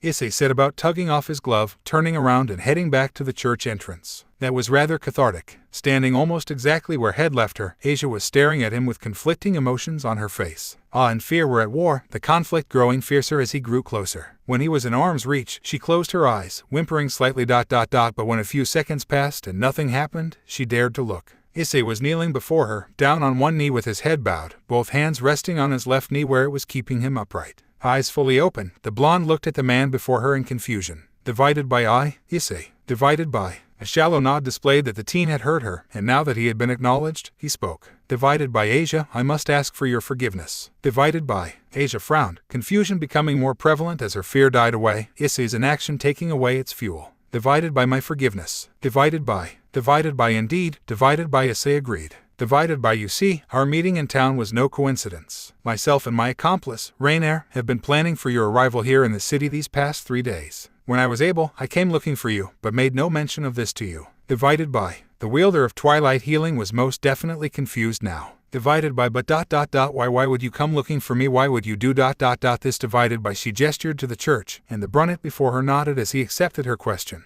Divided by Rainier is a fallen, she once led the group you see before you. Divided by he gestured to the church himself, still not looking up. Divided by however, it came to her attention that you were being directed here under false pretenses, and that plans were in motion to claim your life in a ritual to seize your sacred gear, for the personal use of the Gregory. Divided by. There was an intake of breath, somewhere between a gasp and a whimper. Divided by they ... they wanted to kill me. Divided by a rustle of cloth and a faint thump heralded the former nun falling to her knees in front of Issei, hugging her arms to herself. Divided by but ... they told me they would give me a place to stay, that I could continue doing God's work. Divided by. Issei shook his head. Divided by I am sorry, Asia, but assuming they did not simply imprison you, you would have been forced to serve only them. Divided by and most likely in a further capacity than just a healer, he thought to himself. Fried had a long history after all, and there had been no women among those exorcists. Quiet sobs began to rack the girl's frame, tears coursing down her cheeks as she found herself, once again, betrayed. Divided by is this ... my fate, she asked, more of herself than Issei. Divided by moving from one master to another, never truly doing good. Divided by. Asia jumped slightly when a featherlight, yet powerful touch swept across her cheek, one warm thumb brushing the tears away. Divided by Asia. Divided by Issei began, still gently wiping away salty liquid. Divided by I wouldn't know about fate, certainly, I cannot tell you your future, or how to live your life. Divided by. His voice became stronger as he cupped her cheeks gently, tilting her eyes to meet his own. Divided by but I have always lived my life in service to others, after a fashion. And I do not think I have ever found a soul more deserving of what aid I can offer than the one before me now. Divided by. He smiled at her, warm and gentle in a way that the girl hadn't seen since her days in the orphanage. Before Twilight Healing. Before the church. Before old men and old women, days of lectures and scripture, before the angry shouts and the hurled insults as she was cast aside. Genuine kindness was written all over his face and in his touch as he moved his hands from her cheeks to her own hands, rising and taking her with him. Divided by Asia, would you come with me for a time? I can host you for as long as you wish, be it for a day or years. Divided by a spark played in his eyes as he offered her his arm once more, slinging their bags over his shoulder. Divided by there's someone at home who I think would like very much to know you're all right. Divided by. The former nun stared at the young man before her, the man who had faced down and defeated a church full of opponents because they planned to cause her harm, who had prostrated himself before her afterwards, asking for her forgiveness, who had a warmth to his bearing she had sorely missed, even despite his obvious affinity for combat. Maybe ... it wouldn't be so bad to stay with him, for now at least. She took his arm. "We're home," Issei called as he entered his home, closing the door behind Asia as she followed him in. The girl looked around, taking in the quiet beige walls bearing pictures of the Hyoudou family as individuals or together, feeling the peaceful atmosphere that built up over time in true homes. Though it wasn't her specialty, she could even feel the quiet hum of magic running through the walls. It was soothing, like a cat's purr. "Did it all go well?" Asia looked up as a woman's voice emanated from one of the open doorways, speaking Japanese. "It did," Issei replied in kind. "Left a huge mess, but they are all alive." He paused. "Well, Selzen might not be, but I can't really bring myself to care about trash like him." "I'm glad we agree on that," Rainier replied, stepping out of the living room. She was dressed in a simple white blouse and jeans, her wings tucked away and her hair glossy in the light. Her gaze immediately fell on Asia, relief spreading across her features. "She doesn't speak Japanese," Issei warned her, and the fallen nodded absently. Divided by "Hello, Asia." Divided by she greeted, speaking flawless Italian. Or so Issei assumed, anyway. Divided by "You ... must be Rainier, right?" the girl replied slowly, a bit unsure. The woman just smiled and nodded. Divided by "Yes, that's me." "I suppose Issei told you about me then?" The blonde nodded, fidgeting slightly. Perceptive as she was, Rainier prompted her. Divided by "You must have questions, right? Go ahead and ask. We won't keep secrets from you." Divided by. After a second's pause, Asia gathered herself. Divided by "Why did you decide to help me?" Issei explained on the way back. "You put your life in danger for me." "Why?" Divided by. Rainier's smile became a touch melancholic as she nodded, straightening from where she had leaned over a bit to put herself on the same level as Asia. Divided by "I suppose I expected that question. Come with me to the living room. This is a bit of a story, so we should be sitting down." Divided by. She glanced over at Issei, who had just come back down the stairs from placing Asia's suitcase in the spare room that had been prepared for her. Divided by "I'll go make some tea, shall I?" he exclaimed, reading the mood and bustling off to the kitchen as the two women seated themselves in the living room. Both were silent for a little while, before the fallen decided on where to start. Divided by "I suppose." Divided by she mused. Divided by that a big part of why I wanted to help you is around the reason I fell. Divided by I was a guardian angel, you see. I would be assigned a child, and stay with them from birth until the age of 7. I would watch over them as much as I was allowed, trying to guide them away from danger and temptations, giving little nudges here and there to try and put them on a good path. Divided by the fallen looked down at her hands, palms up towards her. Divided by I was good at it. In fact, there were rumors that I might have been promoted to 4 wings for my work, an incredible honor. I was proud of my work and the children I helped. I was joyous at the good I was doing in God's name, and everything was almost perfect. Divided by her open hands clenched into fists. Divided by then everything went wrong. Divided by the child I was watching was in a war zone. She was a frail little thing, like fine china. Her mother and father were dead, and she had been taken in by the rebel forces as they tried to evacuate the country. I stayed with her at all times, whispering in her ear to try and keep her away from the worst, sitting with her at night to try and hold the nightmares at bay. Divided by. Tears swam in Rainier's eyes as her hands clenched tighter, bones creaking and beginning to run from the wounds her fingernails inflicted. Divided by but in the end, I wasn't able to help her when she needed me most. Divided by one of the soldiers they assigned to look after the children turned out to be a traitor. He put toxins in their food, and I didn't even know it until my little angel started to choke on her own. Divided by she was crying properly now, tears dripping on her wounded hands. Divided by there was nothing I could do. I was an angel of the Lord, a guardian angel, yet by heaven's laws I had no choice but to stand by and watch helplessly as she died. Divided by. Asia sat before the much older woman, tears in her own eyes. Divided by Miss Rainier. Divided by. Divided by I couldn't take it. Divided by the fallen whispered. Divided by I watched her pass on, and I just snapped. I refused to return to heaven. Not when I could see the way that monster in human flesh smiled to itself when the rebels found the children, how his soul rejoiced at the despair they felt. Divided by. Rainier's whole body was tense and shaking, long-buried rage coming to the fore as she relived her memories. Divided by I broke the rules. I formed a light spear, the first time I had ever done so outside of practice, and I shattered the tie that bound me to heaven, that kept me unseen and untouched in the human world. Divided by I fell, and at the same time I used God's light to burn a hole through a human's chest. Divided by a hollow chuckle, all that was left after the grief and rage had run their course, tore free of Rainier's throat. Divided by imagine. Millennia of perfect service, and then all at once I break my oath and shatter almost every rule in heaven's book. I can only imagine what Gabriel thought. Divided by. The woman sighed, leaning back in her seat as tear-stained cheeks looked to the ceiling. Divided by afterwards, I had no choice but to join the Gremory. Unaffiliated fallen don't last long, especially weak ones like me. For centuries, I gloried in the slaughter of anyone I could convince myself was deserving, using blackmail and torture to get close to anyone I was ordered to or felt I had to. Divided by and then, I heard that I was expected to kill a child. To pull out an innocent soul, for the selfish use of a monster. Divided by Rainier looked like she wanted to spit at that, but held herself in. She was emotional, but that was no excuse to go making a mess for Issei to clean up. Divided by I couldn't do it, I refused to do it. So I made a choice, and tried to convince myself that if I could save just one person after all these years, it would be worth it. Divided by. She snorted, and there was a touch of genuine humor in it. Divided by, of course, you've seen how that turned out. Divided by. The fallen spread her arms wide. Divided by, and that's it. The whole sordid tale. I failed once, and cost myself heaven ... and then I couldn't bear to be hurt in that way again. One poorly, or perhaps perfectly, chosen target later, here you are, safe and sound. Divided by. Finally, the woman slumped. She was exhausted now. She had never told her story, not really. Some amongst the Gregory knew parts of it. As Issei likely knew the full story, or had pieced it together. The man was notorious for his in-depth knowledge of everyone under his command. But she had never sat down with someone and just told them before. So she sat there, wondering what was meant to happen next. Wondering if the tightness in her chest would ever really go away. Divided by. Miss Rainier. Divided by. The quiet voice prompted her to begin lifting her head, but then something warm and weighty made itself known around her torso, and her vision was obscured by spun gold. Vaguely, she realized that Asia was hugging her. Divided by.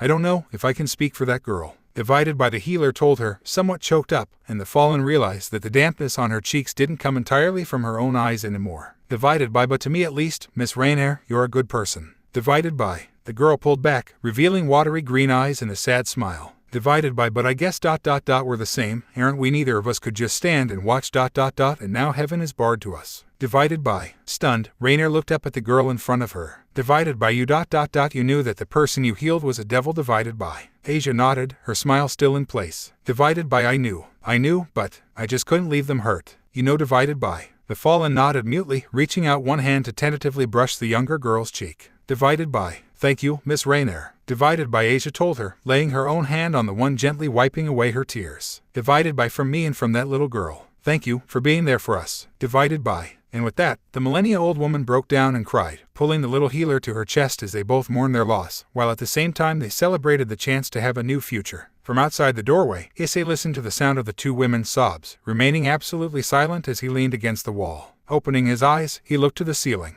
Those girls, he started, speaking softly and not to just himself. They've been through a lot. Scott was quiet, out of some instinctive respect for the emotion running wild but a few meters away. Truly, I think they might well heal one another if we can give them time. Yes, Issei muttered, glancing down at his left hand, which clenched into a fist. And they'll have that time. Even if I have to serve Azazel his own teeth on a silver platter, they'll have that time. I swear it, as the gentleman dragon. I hear your resolution, partner. Him with you. We dragons may not be the most emotional of beings, but I can respect their resilience. They are worthy of our protection. Then it's agreed, Issei intoned. Come heaven, hell or anything in between, it goes through us first. Indeed.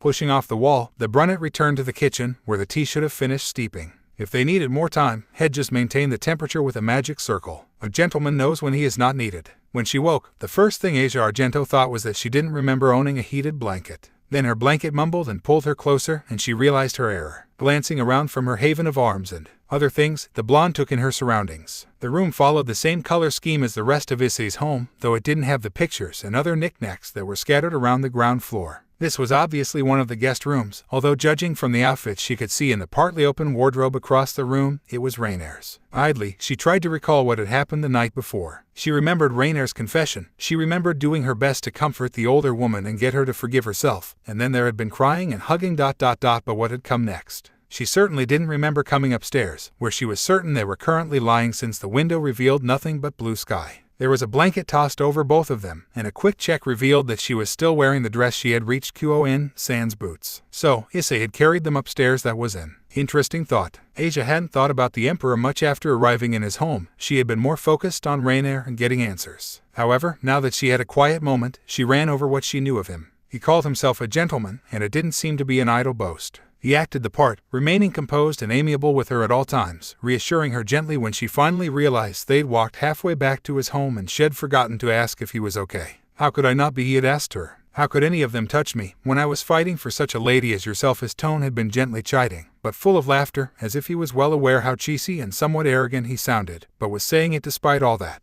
He was a man who knew his place in the world, and was determined to hold that place, regardless of how that might appear to others. Much like her, she supposed. A man of conviction. She could admire that, and recognize that his nature was selfless, at least regarding women. But she couldn't help but remember how he'd been in the church. The flame which had burned in his eyes while his voice rang like steel. The cracks of displaced air as he threw punches, breaking the sound barrier as if he did it every day. The snaps of breaking bone, the cries of tumbling men. He had been at home in the violence, coldly efficient and precise. Had been a scalpel in a room of hammers. Even when he launched a man through the ceiling so hard she was sure his neck must have broken, he had moved on without missing a beat. Like it had been nothing at all. Could she really be comfortable around someone who was so well adapted to combat, to someone who could break bones and concuss his fellow man as if it were nothing? She wasn't sure. It seemed there were two sides to Issei Hyoudou, the dragon which rained judgment on his foes, and the gentleman who carried a woman's luggage, made tea, and carefully tucked her in after an emotionally trying afternoon. Which one was real, if either truly was? Divided by you can trust him, you know. Divided by. The sudden interjection of Rainer's voice startled the former nun, and she squeaked as she instinctively tried to jump forward. Arms like steel cable wrapped in foam held her gently in place, preventing her from tumbling off the bed and earning a bruise for her troubles. Divided by H. How did you? Divided by the blonde managed to stutter, flushing red. She wasn't even looking at the woman. Divided by it's the same thing I asked the first time I woke up in his house. Divided by the fallen admitted, quietly reveling in the feeling of cradling the smaller woman. She had missed this feeling of having something to hold and protect. Divided by I tried to understand him, to unravel his mystery so I could decide if I could trust him. Divided by. Rainer's frame, and Asia's by proximity, shifted slightly as the older woman chuckled. Divided by as it happens, he's really quite simple to understand. All you have to remember is that ridiculous title of his, the Gentleman Dragon. Divided by. The blonde's face scrunched up in confusion. Divided by the Gentleman Dragon. Divided by. Rainer hummed in agreement. Divided by yes, that's the one. He wants to be the ultimate gentleman, the epitome of that which all true men strive for, his words, not mine. Divided by another chuckle. Divided by in fact, he seems to think that being the Red Dragon Emperor is more of a means to that end than something to base his life around. He accepts it, right down to his soul, but he's more focused on perfecting his Shinchai no Jutsu than on conquering everything in sight, or proving his strength. Divided by. Asia felt her hair shift as the woman behind her shook her head. Divided by it's absolutely ridiculous, right? A dragon who willingly places others before himself, who is content to wait and let things come to him on his own merit than to reach and take it as he could. Divided by a movement that may have been a shrug. Divided by but that's just who he is. Issei Hyoudou, the Gentleman Dragon. He'll practically be your footstool, right up until someone starts making eyes at you, and then, he's making them eat their teeth, their words, and his fist. And all with style, too. Divided by. There was a tone in Rainer's voice that Asia could just barely identify as a mix of amusement and awe. Divided by I guess ... The point of me saying all this is that you should understand. If you choose to stay, he will offer you his protection and his aid 100%, no strings attached, and I don't believe y'all ever have cause to regret it. Divided by she started laughing again, even as Asia felt her unease falling away. Divided by because that's just the kind of man he is. Divided by. The former nun smiled to herself, shuffling back slightly into the embrace of the fallen angel who had saved her life, feeling sleep close and once again. Divided by the Gentleman Dragon. I guess I kind of like the sound of that. Divided by. Behind her, Rainer smiled fondly at a head of golden hair as Asia's breathing started to settle once more. Divided by I hoped you would. Divided by she whispered, before closing her own eyes. Last night had been tiring after all. Idly, she thought she'd need to thank Issei for carrying them up here after they crashed. Comfortable as his couches might be, she certainly didn't want to spend the night on one if she could help it. Around that time, roughly half an hour's walk away, the man in question was traipsing toward the Occult Research Club's room, lunch tucked under one arm. I guess I shouldn't be surprised Rias-senpai wanted to see me so soon, he amused to himself, glancing sideways at his companion. Kaneko Taoju. He didn't know her at all, really, beyond being aware that was a devil and that she was the school's pinnacle target for lolicons. She, unlike the kendo team or a few other popular figures, had never required some quiet aid from him to ensure her privacy remained intact. People trying to peek on the petite girl generally turned up in the infirmary in various shades of black and blue. If he hadn't known she was a supernatural, Issei might have wondered at the disparity between the size of the target and the scale of the response she could apparently dish out. But when Head told Rainer he was well aware of how dangerous women could be, he wasn't kidding. Scott had been emphatic on that point. Women are a blessing on this world, he had confided years before, but not all blessings come from God. There are some extremely dangerous women out there, laddie, though their power might not always be physical or magical. Always remember that just because your opponent is a woman is no reason to bend over backwards and let yourself die. Head then talked him through a list of the female opponents the large man had done battle with in his lifetime, as well as their capabilities. By the time he reached Ingrid the Ball-buster, Issei was well and truly inoculated against treating women with anything but the utmost respect, both off and on the battlefield, even if respect had far different meanings in each environment. From observing her on occasion, he understood that Kaneko had an appetite that should have been impossible for someone of her size, weight and figure, yet which she managed to maintain anyway. In particular, her sweet tooth was the stuff of legends. Apparently the cooking club had an entire book of recipes for her, so high in sugar they would melt an ordinary man's teeth. Since he knew for a fact that the idiom "the way to a man's heart is through his stomach" didn't actually require a Y chromosome to be applicable, he decided that he might as well start forging some kind of rapport with the girl. "Taojousen," he questioned, flipping the lid on his lunchbox as the largely monotonous devil turned to look at him. "Would you like my deifuku? I'm not particularly in the mood for sweets today, and I don't want it going to waste." Amber eyes locked onto Issei's gaze, sharp and penetrating as they scanned his features. That confirmed what the brunette had suspected. Kaneko was sharp, in the same way as he and Rainier were. She could read people, probably to a greater degree than either he or the Fallen if Drake's guess as to her nature was correct. She rarely slipped in her suppression of her magical signature. But she did slip when she thought she was alone, and if he was close enough at the time, Issei could pick up a whisper of her power. There was what he knew now to be a devil's signature ... but there was something else, too. Undoubtedly supernatural, but not belonging to one of the three factions, he was now sure. That left only one real possibility, and if it panned out, that meant that he was dealing with probably the greatest expert in cold reading this side of Kyoto's red light district. Still, that didn't really worry him.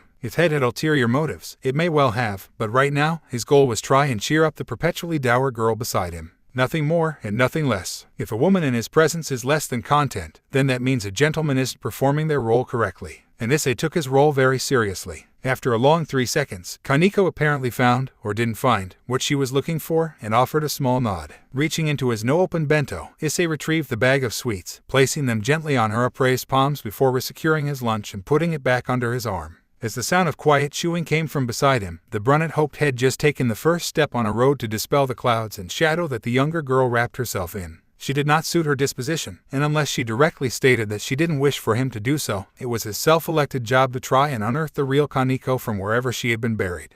"Thank you," Issei smiled. "You are welcome. Welcome back, Issei-san." Rias greeted as the brunette walked into the club room, bowing his head in a respectful greeting as he smiled. "Thank you, Rias-senpai. It's good to see you again." A quick glance revealed that the full lineup was here once again, Kiba against the wall, as apparent like usual. Akino on a couch, a teapot and several cups on a tray in front of her. Rias behind her desk, glasses laid to the side of some paperwork. Kaneko glanced back at him, nodded once, and then moved away to what was apparently her claimed seat on the couch across from Akino, quietly working her way through the already part-depleted bag of sweets. Likewise, the redhead returned with a smile, gesturing to a seat which appeared to have been dragged out from somewhere. It was the same as the others in the room, set up to face Rias directly over the table separating Akino and Kaneko. "I apologize that I didn't offer last time, but would you like a seat?" He waved off her apology. "It's nothing to worry about, Rias-senpai. No need to go to trouble on my account." Walking forward, he glanced towards her before seating himself. "My thanks." He settled into the comfortable piece of furniture, and it was Rias' turn to wave off the well-wishing.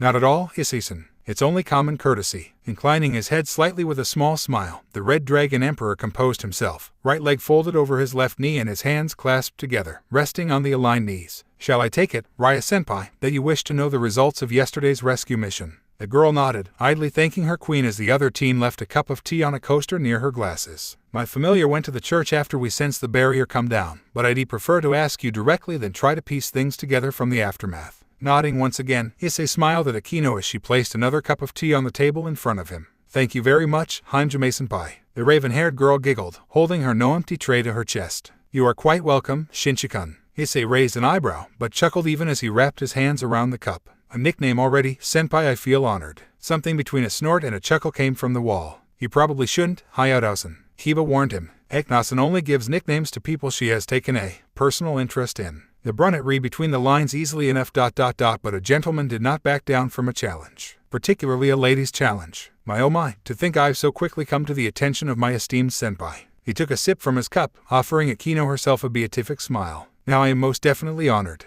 The smile she returned was almost exactly the same expression he himself wore, a flawless smile, that only a perceptive observer would realize served as a mask to any and all feelings beneath it. That cinched it. For Issei, Akino was sharp too. "I wonder if perceptiveness is a trait common to all supernaturals, or if I simply find myself surrounded by highly intelligent women." He really hoped it was the latter, though he treated them with the respect they were due as a member of the fair. He generally preferred to stay away from airheads and shallow women. They had too little substance to them. It was sad, but true, and he had to admit it. Women like Akino, Rainier, Rias and apparently Kaneko, though they were most definitely worth the effort. From behind her desk, Rias coughed politely, drawing Issei's attention away from the raven-haired girl, his smile becoming more genuine as he moved. "Ah, please accept my apologies, Rias-senpai. Hajime-senpai makes a truly awe-inspiring cup of tea." He punctuated the statement with another sip, and beside him, Akino's smile turned slightly predatory. Kiba met his gaze for a moment, offering a nod which roughly translated to best of luck, while Kaneko's eyes flickered between him and Akino for a moment before the tiniest trace of a smile pulled at her lips. Rias just shook her head in exasperation, a wry smile on her features. Yes, Akino is very good at what she does. A look of amusement flashed in her eyes. If you can drag yourself away from appreciating her work, could you give me a quick report of what happened yesterday then? Internally, the brunette chuckled. It seemed the Gremory heiress was not above taking a few potshots in good humor. To be surrounded by such women, all his hard work was paying off at once these past few days. Of course, Rias-senpai. He placed his cup back on the table, cleared his throat, and launched into his abbreviated explanation. I picked up Asia's magical signature as soon as I exited the barrier surrounding the academy, though I attribute this more to the fact that I was expecting it than to my own skill. A gentleman is always modest. I managed to track her down near the center of town, where I discovered she was lost, and did not speak enough Japanese to get directions to the church. Thankfully, I possess a skill which allowed us to understand one another, and I was able to strike up a rapport and offer to escort her there. En route, we came across a young boy with a damaged knee, which Asia proceeded to heal. Rias raised an eyebrow, and Issei expanded. As it turns out, her reputation as a miraculous healer is entirely based on fact. She possesses the sacred gear Twilight Healing. Across the room, Kiba let out a long whistle. Twilight Healing. The sacred gear that can heal the wounds and restore the energy of anybody, no matter if they are angel, fallen, devil, human, yokai, or something else entirely. The most powerful healing type sacred gear known to exist. Issei nodded to his explanation. Precisely. At that point, I understood why the Gregory, or whosoever was controlling Rainier's cell from within their ranks, were willing to take such risks in procuring it. Rias nodded, chewing her lower lip. Possessing such a powerful recovery aid would be an incredible force multiplier for any force. Give it to someone with prodigious reserves, extensive magical experience, and combat ability, and the benefits become exponential. She looking back to Issei. Pardon, Issei-san. Please, continue. Acknowledging the request with a nod, the brunette obliged. From words exchanged afterwards, I came to understand that, despite parting ways with the church, Asia still has her faith. She still prays, and sees her sacred gear as having been given to her by God to do good in his name. There was a dissatisfied grunting from Kiba at that, and Issei noted it for future investigation. When we reached the church, I immediately became aware of a large concentration of lust from within, alongside the presence of multiple fallen angels and a truly disgusting presence I have since determined to have been the stray exorcist freed Selzen. The name caused grimaces to appear on every face. Selzen's reputation had spread beyond the church into the Gregorian devil factions. It was a testament to his skill that he hadn't been killed within months of leaving the church. With a rap sheet like his, Asia tried to persuade me to leave her there and proceed no further. By observing her, I believe she understood what she was getting into, but took their offer to continue doing God's work as being worth it. Another unhappy noise from Kiba. The blonde swordsman definitely didn't seem to have any love lost between himself and the church. I made my entrance after having secured Asia and our possessions, then proceeded to engage the force arrayed within. It was, as Rainier told me, a company of 50 stray exorcists alongside Selzen and 3 other fallen. He began ticking off fingers. A combination of D-Drake's aspect of Dominion, my own expertise in aura manipulation and close-quarters combat served to dispatch the cannon fodder. 1 finger. Selzen engaged me at that time, while the fallen remained at range to bombard me. Once he closed with me, I dispatched him with prejudice. Another finger, and the glimmer of satisfaction in the devil's eyes made Issei well aware that, despite not being the monsters that many tended to claim, these were still people who could appreciate the value of good, old-fashioned vengeance. Finally, I engaged the 3 fallen, who had chosen to remain within the church instead of fleeing. Donasek suffered extreme concussive trauma to his midsection, causing instant unconsciousness. Calawarner and Middle both suffered similarly, but the trauma was more widespread, resulting in fewer injuries. A final finger ticked off, and Issei took a sip of tea. At that time, I requested that Asia lodge with me until she has time to decide her next move. She agreed, and spent the evening in Rainer's company before falling asleep. The last I saw of her, she was resting peacefully in one of my guest bedrooms, healthy if exhausted. Report concluded, Issei sat back a bit as Rias tapped her chin, sifting through all the information. Thank you, Issei-san. She told him idly, eyes not really focused on him as she thought. As you have been so forthright, once again, allow me to return the favor. My familiar reported to me once the church was safe for us to enter, and my peerage and I entered to assess the area. Looking down and to the side, Rias appeared to rifle in a drawer before pulling out a sheet of paper, reading from it. We accounted for a total of 50 exorcists, all confirmed as stray by the Vatican, all in need of hospitalization. They were sent to the underworld via transport circle, and will likely be sent to the Vatican for punishment. She turned over the page of what Issei now realized was a multi-page report. We apprehended both Middle and Calawarner. Each of them will be returned to the Gregory, most likely for a ransom.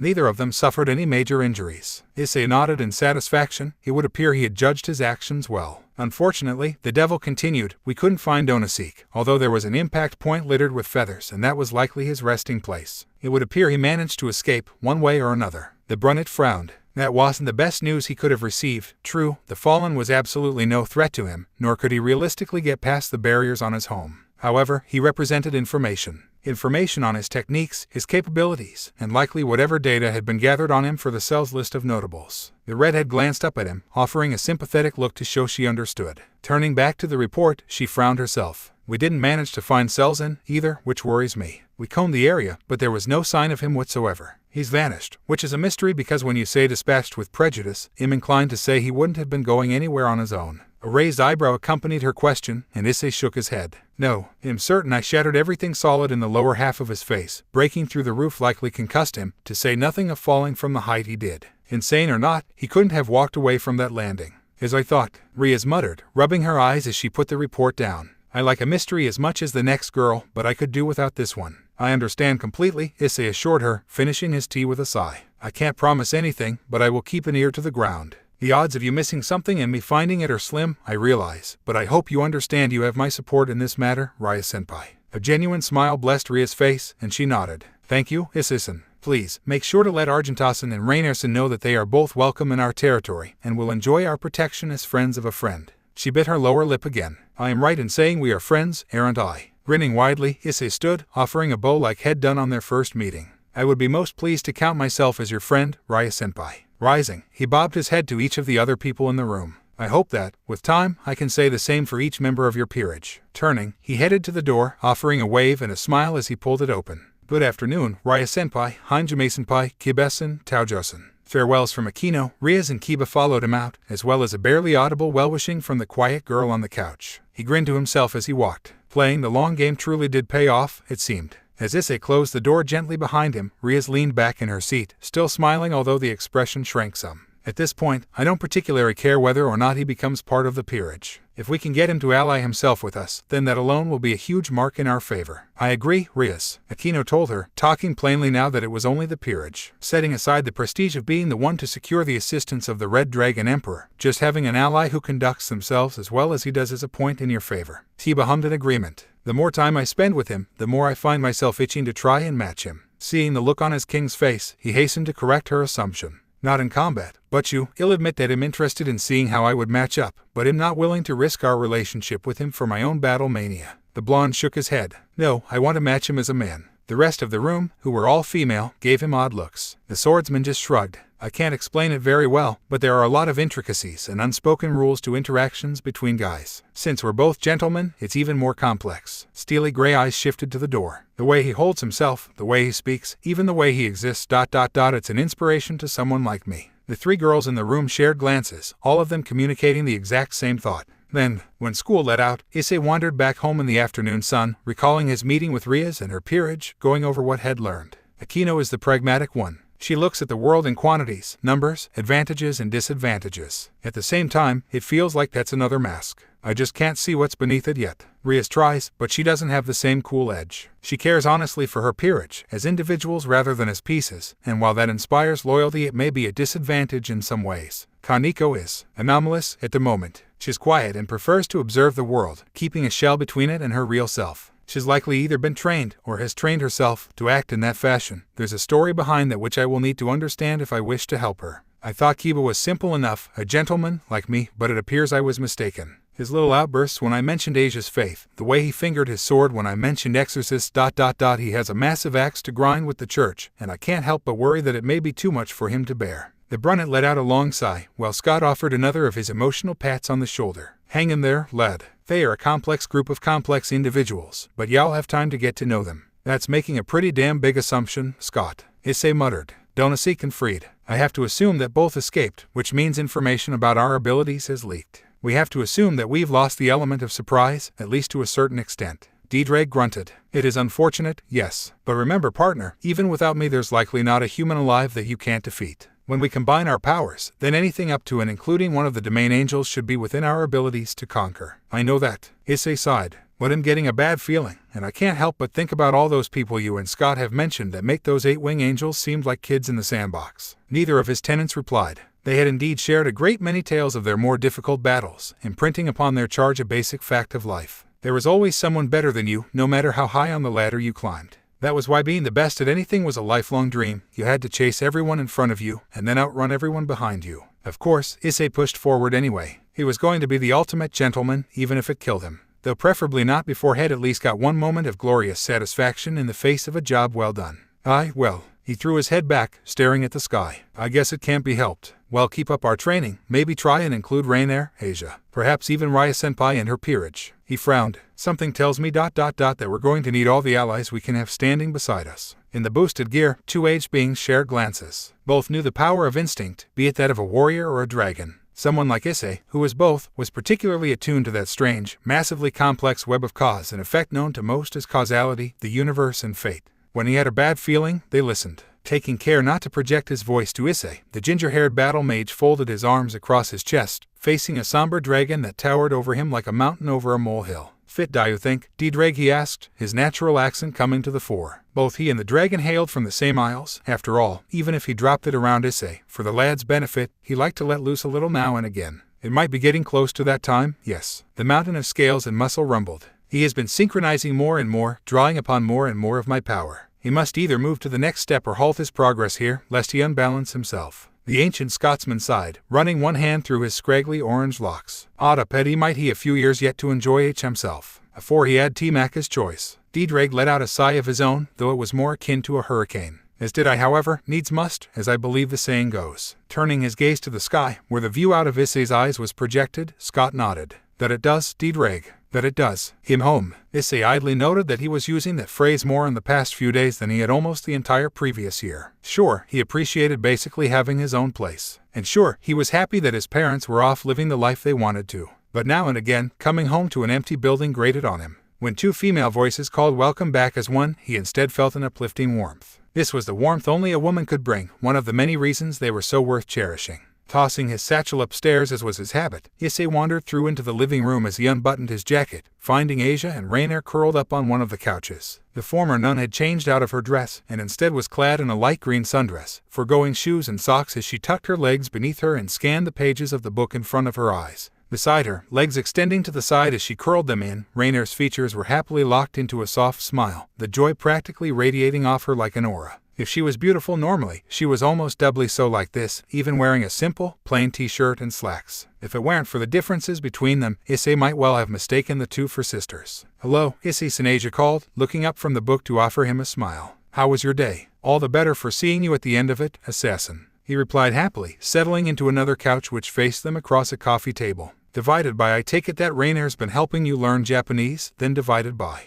The blonde nodded happily. Divided by yes, she has. I asked about it, and she was kind enough to offer her help. Divided by she raised the book she had been reading, which Issei now realized was an introductory text to Japanese, written in English. He was fluent in the language, or at least a variant of it. Thanks to Scott's tuition, however, he hadn't considered that Asia might know it. I didn't even need Rikai, did I? Divided by it's difficult, but I think I'm getting the hang of it. Divided by. Issei smiled as Rainier rested one hand on Asia's hand, gently stroking her hair. Divided by you're coming along nicely, Asia. Don't rush yourself, try to enjoy the learning. You'll find yourself taking things in far more easily if you're enjoying yourself while you work. Divided by got it, Issei, the girl chirped, raising one fist in determination. Divided by he'll be fluent before you know it. Divided by. The brunet chuckled, bowing his head. Divided by I have no doubt about it. Divided by rising with a groan, he stretched a bit. Divided by now, if the ladies will excuse me, I need a shower before I start making dinner. Have fun, you two. Divided by we will, both called after him, even as he retreated upstairs to grab a change of clothes. He didn't stop smiling. Seeing the two of them together like that was heartening, and it was quite obvious that Rainier had decided to put her oldest skill set to good use, even as Asia accepted it. Consciously or not, he wasn't sure, but the blonde was entirely at ease with sitting beside the fallen, even being in constant contact with her, and indeed seemed to enjoy it. Yes, those two were good for one another. But right now, a good meal would stand them all in good stead, once Head removed the worst of the day from his skin. Sometimes, he wondered if it would be worth the investment of research, experimentation, and constant power emission to invent some kind of magical antiperspirant. If he was going to be living with 2 women and interacting daily with a further 3, it just might become a viable idea. He scribbled it down on the sheet of paper hanging over his desk, marked things to do and think about. There were several other loose ideas hanging about on there, some of which were pipe dreams, some of which were basically impossible, and a few of which he was still tinkering with in his spare time. Newest contribution made, he set off down the corridor. Dinner wasn't going to make itself. Elsewhere, 2 bandaged figures lay on cots much like those which could be found in hospitals. One's entire face was swathed in wrappings, his neck held stationary by a brace while his legs were kept elevated by wraps hanging from the ceiling. He was unconscious, and kept that way by sedatives until he was more recovered. The other had a cast on one leg, and bandages wrapped around his midsection beneath a plain white robe, but apart from that, he bore no more signs of injury than bruising or small cuts. He lay on his back, unable to sit up because of the strain on his damaged abdominal muscles, cursing everything from God, to the absent presumpted Rainier, to the Twilight healing user, to the bastard who had done this to him. Then the door opened, admitting a figure in black armor, its features shrouded by the shadows of its helm, which ran a cursory gaze across the charts at the end of both beds, before focusing its abyssal attentions on the injured fallen. Agent Onosik, you were the acting leader of your cell, which has failed in its mission. You are also the last remaining member, as Selzen was operating under different orders. A menacing pressure began to ooze from the humanoid, and the twowing fallen felt a shiver run up his spine. You will make your report, and if he is feeling merciful, Kakabil-sama may decide to let you live. It leaned in. May. Donosik gulped. Understood. Our aggressor was the Red Dragon Emperor. Issei leaned on the doorway leading to the Hyoudou residence's back garden, looking out over the grass. It was a decent space, and it represented one of the most complex pieces of magic had ever performed a space expansion. Pulling it off had required the nigh impossible combination of laser precision magic circle formation, timing worthy of Beethoven himself, an ability to multitask about 4 different things simultaneously, and incredibly accurate control of his magic, while working with reserves, boosted to over 6 to 4 times his norm. Needless to say, that had been one hell of an afternoon, and had passed out immediately after finishing, but it had been so worth it in the long run. The final result was that the tiny lot which came with the house, that basically amounted to a square meter of grass and a couple of flower beds, had increased by over 30 times. With a little creative illusions work tied into ambient magic, had concealed the pseudo-pocket dimension from his parents, and voila, one instant training area. An incredible amount of magic had been thrown about here. The grass had been watered with his own sweat. There were probably enough splinters from demolished targets lying around the place to start growing trees in such a high magic environment. This place, in some ways, was as representative of his determination to fulfill his dreams as the crest he had drawn by hand, and now it had come to mean something more. Asia was standing at one end, panting slightly as she kept her hands in front of her, focusing intently to maintain the gently rotating, bright green magic circle that she had conjured. On the other side of the barrier was Rainier, who was laying into the plane of magical force while wearing a pair of gloves Issei had made for her. They used a similar matrix to his Tenohira, but instead of altering the outgoing force they worked inwards, allowing the fallen to use her full strength against an unmoving object without damaging herself. True, Asia was more than willing to heal any injuries they sustained during training, but while working through the burn was great for building up pain tolerance, Issei drew the line at throwing punches with broken bones. This was one of the exercises that had suggested almost 2 weeks ago now, when Asia's residency became official and Issei paid a visit to the local social services. A bit of creative storytelling and a little flexing of his draconic aura later, the Brunet returned home with papers stating that Yuma Amano, a distant cousin of the Hyoudou family and a legal adult, was boarding at his house along with her niece, Asia Argento.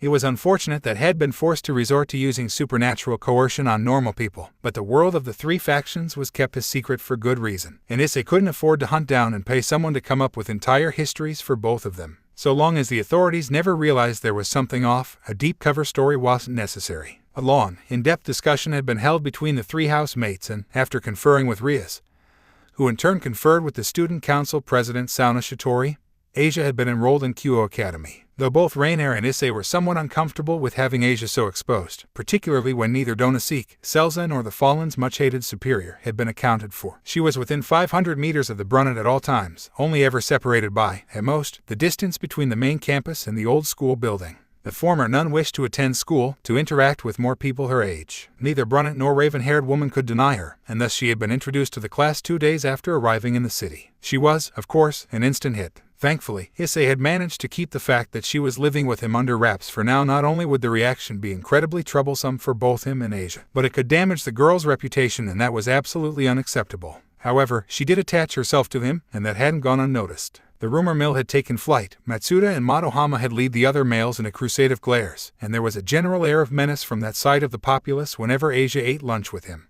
Oddly enough, the reaction from the female student body had actually been more positive. Issei wasn't sure why, but they appeared to be viewing him in a new light. When the perverted duo started capering around him, the glances he got from the girls tended to be more sympathetic than damning. He wondered if Asia had said something to them, or if simply associating with someone so obviously pure had bolstered his own reputation somehow. Well, he wasn't going to complain. It was incredibly hard to do right by women when they wouldn't even speak to you, or in some cases acknowledge that you existed. She had made friends everywhere, in both the lower and upper years, in all the cliques from the kendo club to the chess club. Heck, even Kaneko seemed not to mind her presence, even if she generally just sat and listened while the blonde spoke. She had become a part of everyone's lives at an incredible pace, and she seemed all the livelier for it. However, even as he found himself warmed by how her smile grew every day, the brunette never forgot a basic truth. She had been a target once, and the mastermind behind the scheme had yet to be found. Rainer wouldn't even say his name, not yet, at least. She had pleaded to be given more time before telling that story, and Issei had backed off easily. Information was important, but he would rather go blind into battle with someone he trusted heart and soul than shine some light on the situation with a resentful comrade.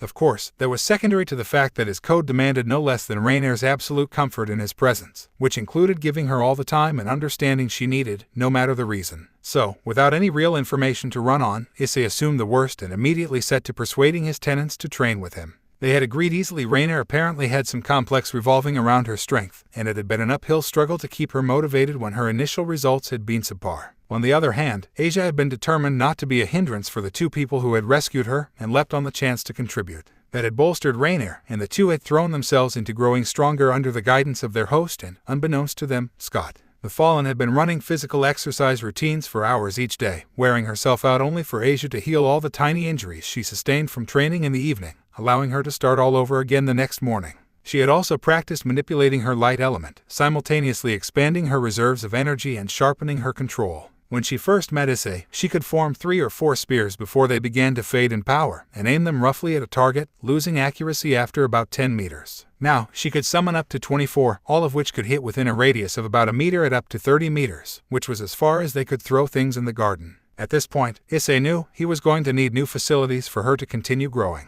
Perhaps he could ask Rias devils were more magically able than humans, after all, and might have a few tricks he could trade for. Asia, on the other hand, had been studying magic much as Issei once had. She had a knack for protective and healing magic, which was no surprise at all. Whether it was because she possessed twilight healing, or maybe just because she was that kind of person. She had quickly devoured and found success with the brunette's limited repertoire of skills in magical medicine, although her sacred gear would likely render the knowledge moot. She hadn't taken quite as quickly to the defensive side of things, but she was determined and methodical, learning the basics in 3 days and then building up from there. Right now, she could stop up to about 13 of Rainer's light spears before her barrier gave out, and she was expanding her magical reserves all the time by expending her energy, giving the Fallen a punching bag, then regaining it while she slept. That was how magic reserves worked, generally. The more they were used, the more they grew, just like a muscle, though it worked at a slower pace, generally. Asia, who was naturally in tune with her magic thanks to having a sacred gear, progressed faster than a normal human, but slower than Issei, who in turn grew at a slower rate than Rainer. It was all to do with the amount of innate magic one person had. A Fallen was entirely supernatural, and thus had the best rate of growth, while Issei fell somewhere in the middle, by dint of D-Drag's influence. Each of them alone should be capable of at least getting away from most aggressors in their weight division together. The two of them were formidable enough in their respective disciplines to outmatch groups up to 3 times their number, making use of the natural teamwork that built up from spending large tracts of every day with one another, in settings both casual and active. It was an incredible amount of progress for only 2 weeks, but the brunette couldn't help but feel it wasn't enough. There was still something worrying him, at the very edge of his perception, that prompted him to up their training, to push them harder. But he couldn't. Or he wouldn't. Both of them were still fragile in some ways. Rainer had picked up more than one issue over the last few centuries, leaving her vulnerable even to the implication that she wasn't good enough. To anyone who practiced psychological warfare, she was an easy target. Asia was a non-combatant, generally speaking.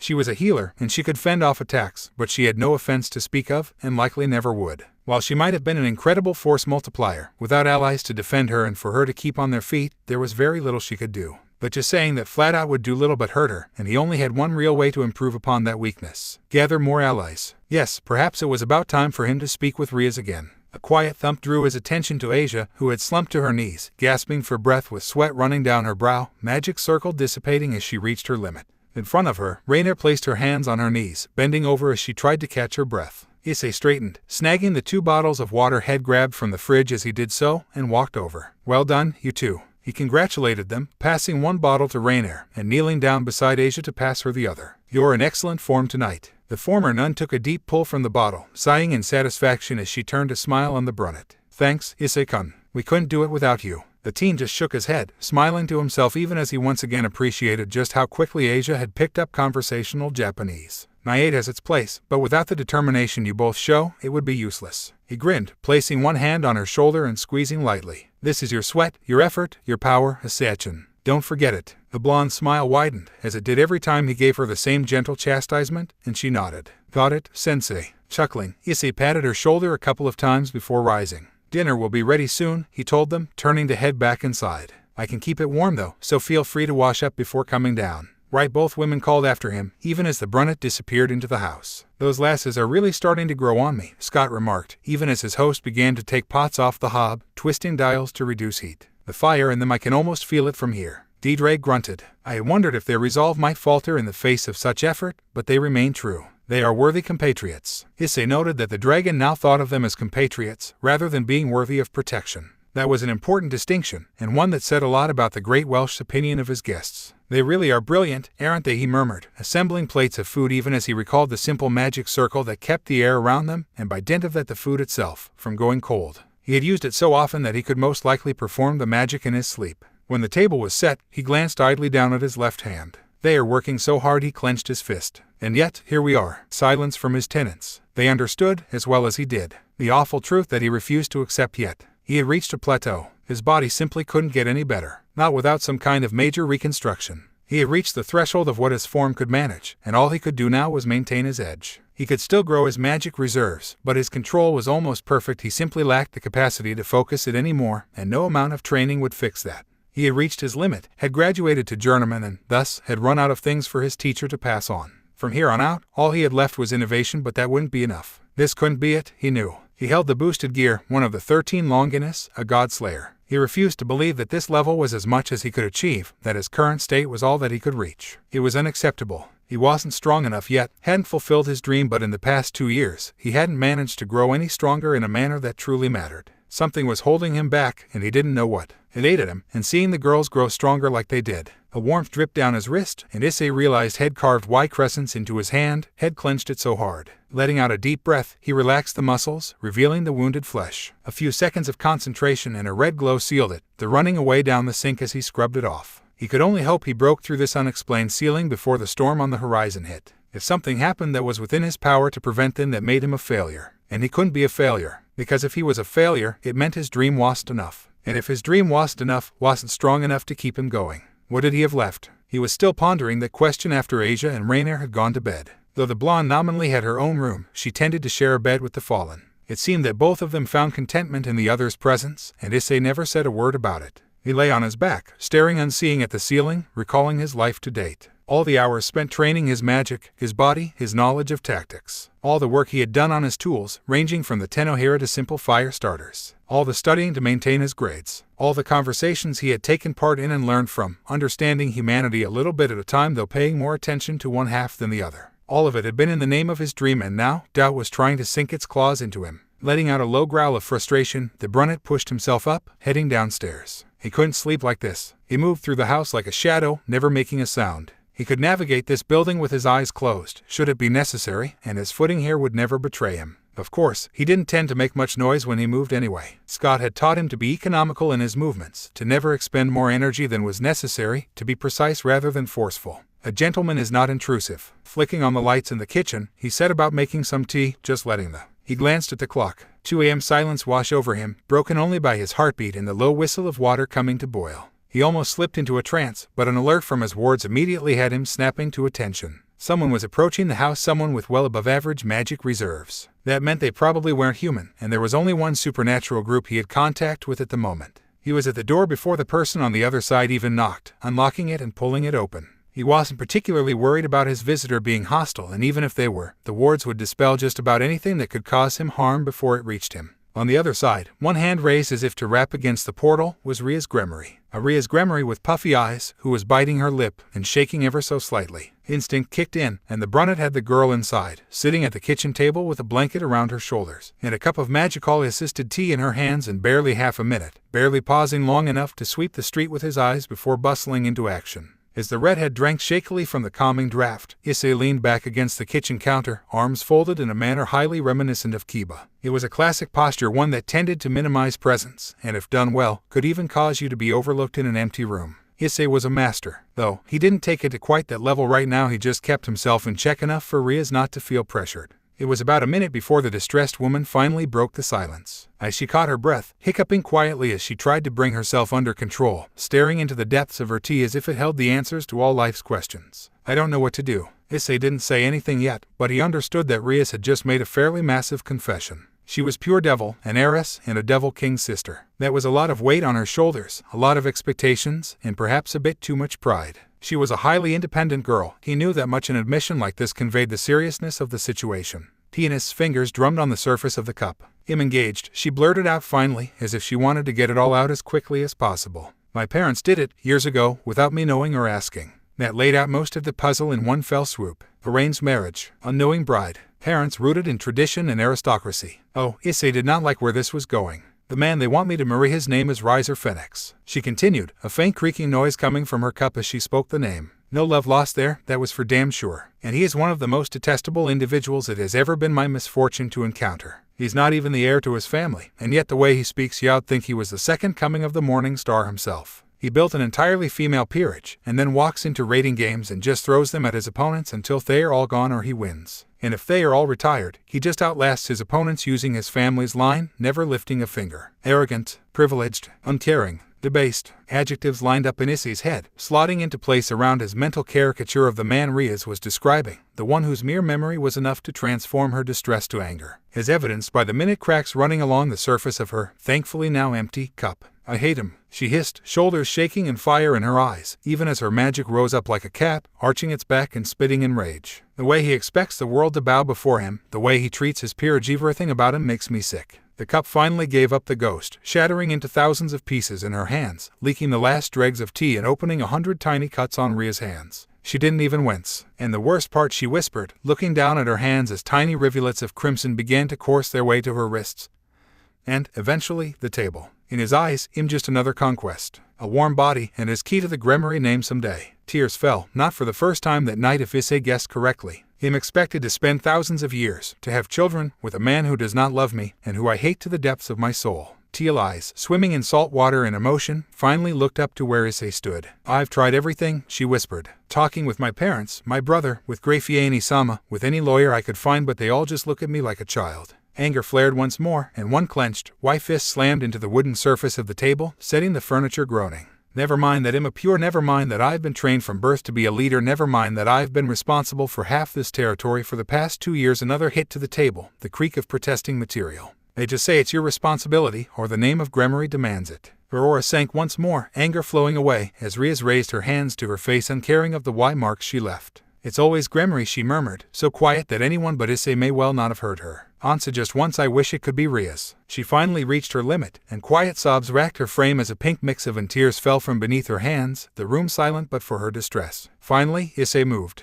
He pushed himself off the wall, walking around to be beside Rias, raising one hand and waving it over the surface in front of her. Shattered cup rose from the table, from in her palms, from the floor, and piled itself on the counter. The remains of the tea followed, flowing down the sink with an application of will. Finally, the brunette sat down beside the devil. Rias, look at me. It took a few seconds, but her hands lowered, though she didn't yet open her eyes. Issei reached out, gently covering her hands with his own, the same spell he'd used on himself earlier that night, soothing her palms as her flawless skin became unmarred once more. Rias, still shaking quietly, the woman finally opened her eyes, finding Issei looking at her with a tiny smile. You've been keeping this to yourself all this time. The redhead sniffed, shaking her head a bit. My peerage, no, she told him, barely even vocalizing. But not the full depth of your feelings, Issei concluded. Am I right? Another sniff, but Rias nodded. I don't want to burden them. Her hands clenched, and although there was no sign of it on his face, Issei felt his bones grind together as the strength of a pure devil was brought to bear on him. But if the marriage goes through, then they'll be under his control too. A momentary image of quiet, detached Kaneko being attached to a man like this flashed across Issei's mind.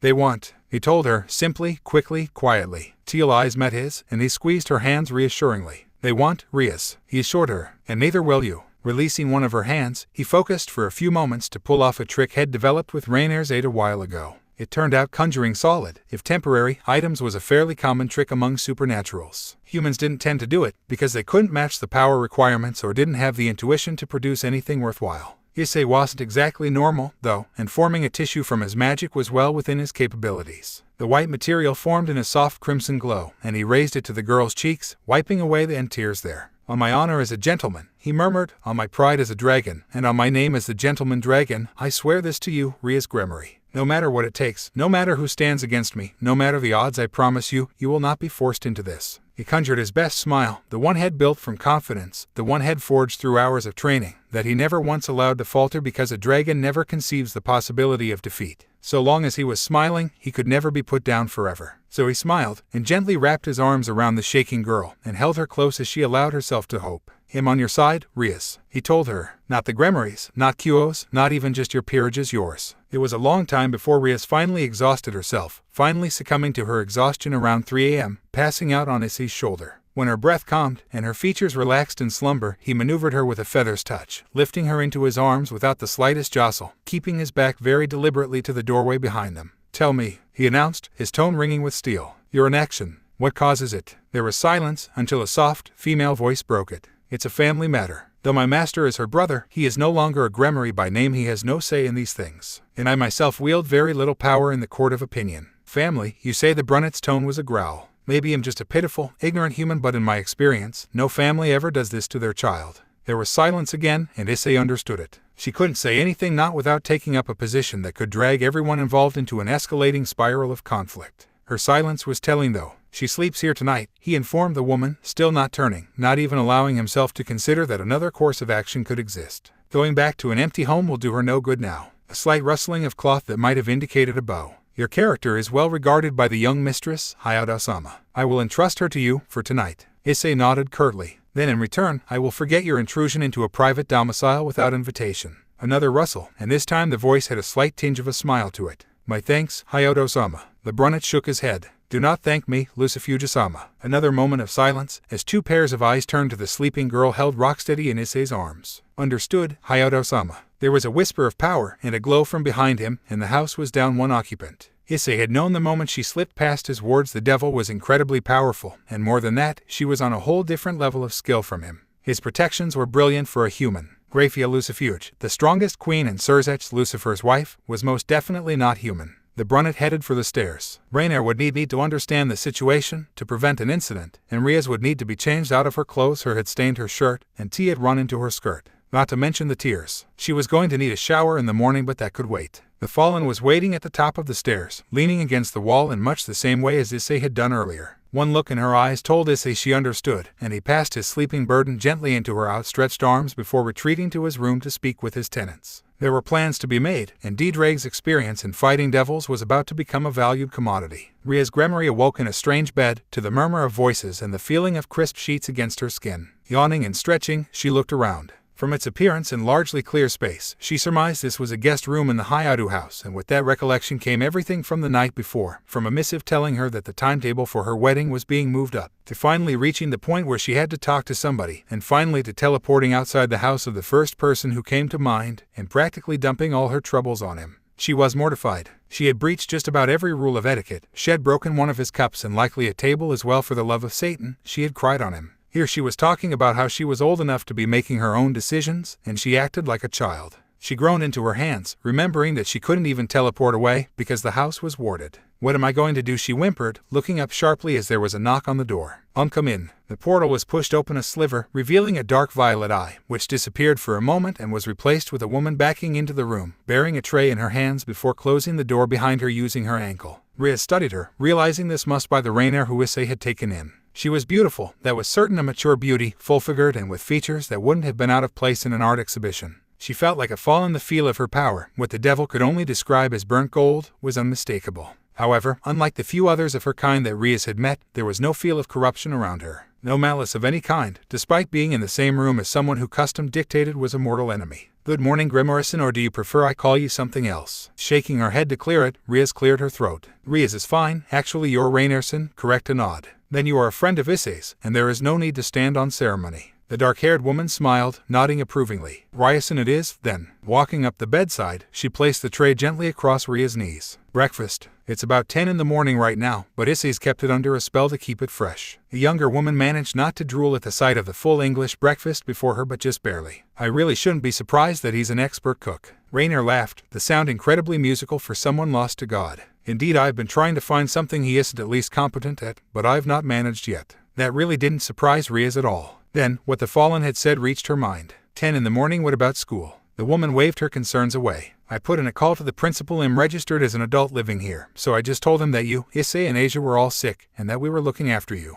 The redhead groaned. Sona won't be pleased. Rainer snorted. This would be the student council president. Rias nodded, wondering where the Fallen had picked that up. I thought so. The principal said something about trying to con someone else into delivering the bad news to Kaichu. It seems your friend has the faculty running scared. The young woman laughed, feeling better for having something to feel good about. Yes, she does. No one runs a tighter ship than Sona. The fondness in her tone reached her eyes, and Rainer smiled. It was good to see she could still make an expression like that after last night's breakdown. She rose from where she had perched on the bed, gesturing first to the wardrobe. A few sets of clothes, uniforms, and underwear appeared in there last night. I'm fairly sure they are all your size, so we won't have to resort to the original plan of you borrowing from me. She gestured to the door next. Apparently word got to your peerage, because they all turned up here one after another. They are all sitting about in the living room, alongside your sister-in-law. Rias looked up sharply, paling. Grafia Nisama's here. Rainer nodded. Yes, Grafia Lucifuge is sitting downstairs, and the last I saw her Issei was trying to convince her to drink some tea. The woman shook her head. I swear, there's something wrong with that man. Shaking herself, the Fallen pointed at the food, then at Rias. Eat first. There's a shower room 2 doors down on your right, and a dressing gown was part of the stuff in the wardrobe. There are plenty of towels and conditioners and such, so don't worry on that front. Get yourself cleaned up and dressed, then come on down. We're holding the main conversation till you get down. As Rainer headed out, Rias called after her. Main conversation. Violet eyes met hers, and they glittered with a hard light. Mostly how much yakitori Issei is going to make out of your fiancé. Then she was out the door, leaving the teen devil with a delicious breakfast, and an even more delicious prospect of something she had lacked for quite a long time now. Hope, really, I have to insist. Rias heard as she descended the stairs. As it turned out, the contents of the wardrobe was the contents of her wardrobe, which pretty much cinched the deal that Grafia knew where she had been last night, but hadn't interrupted, and had actually let her sleep here. That was interesting, to say the least. But that part of the conversation could be had in private. Right now, there was an altogether different topic to discuss. I apologize, Hyoudou-sama, came a familiar tone from the room she was approaching, but for me to partake of your undoubtedly fine tea before the master of the house would be entirely inappropriate.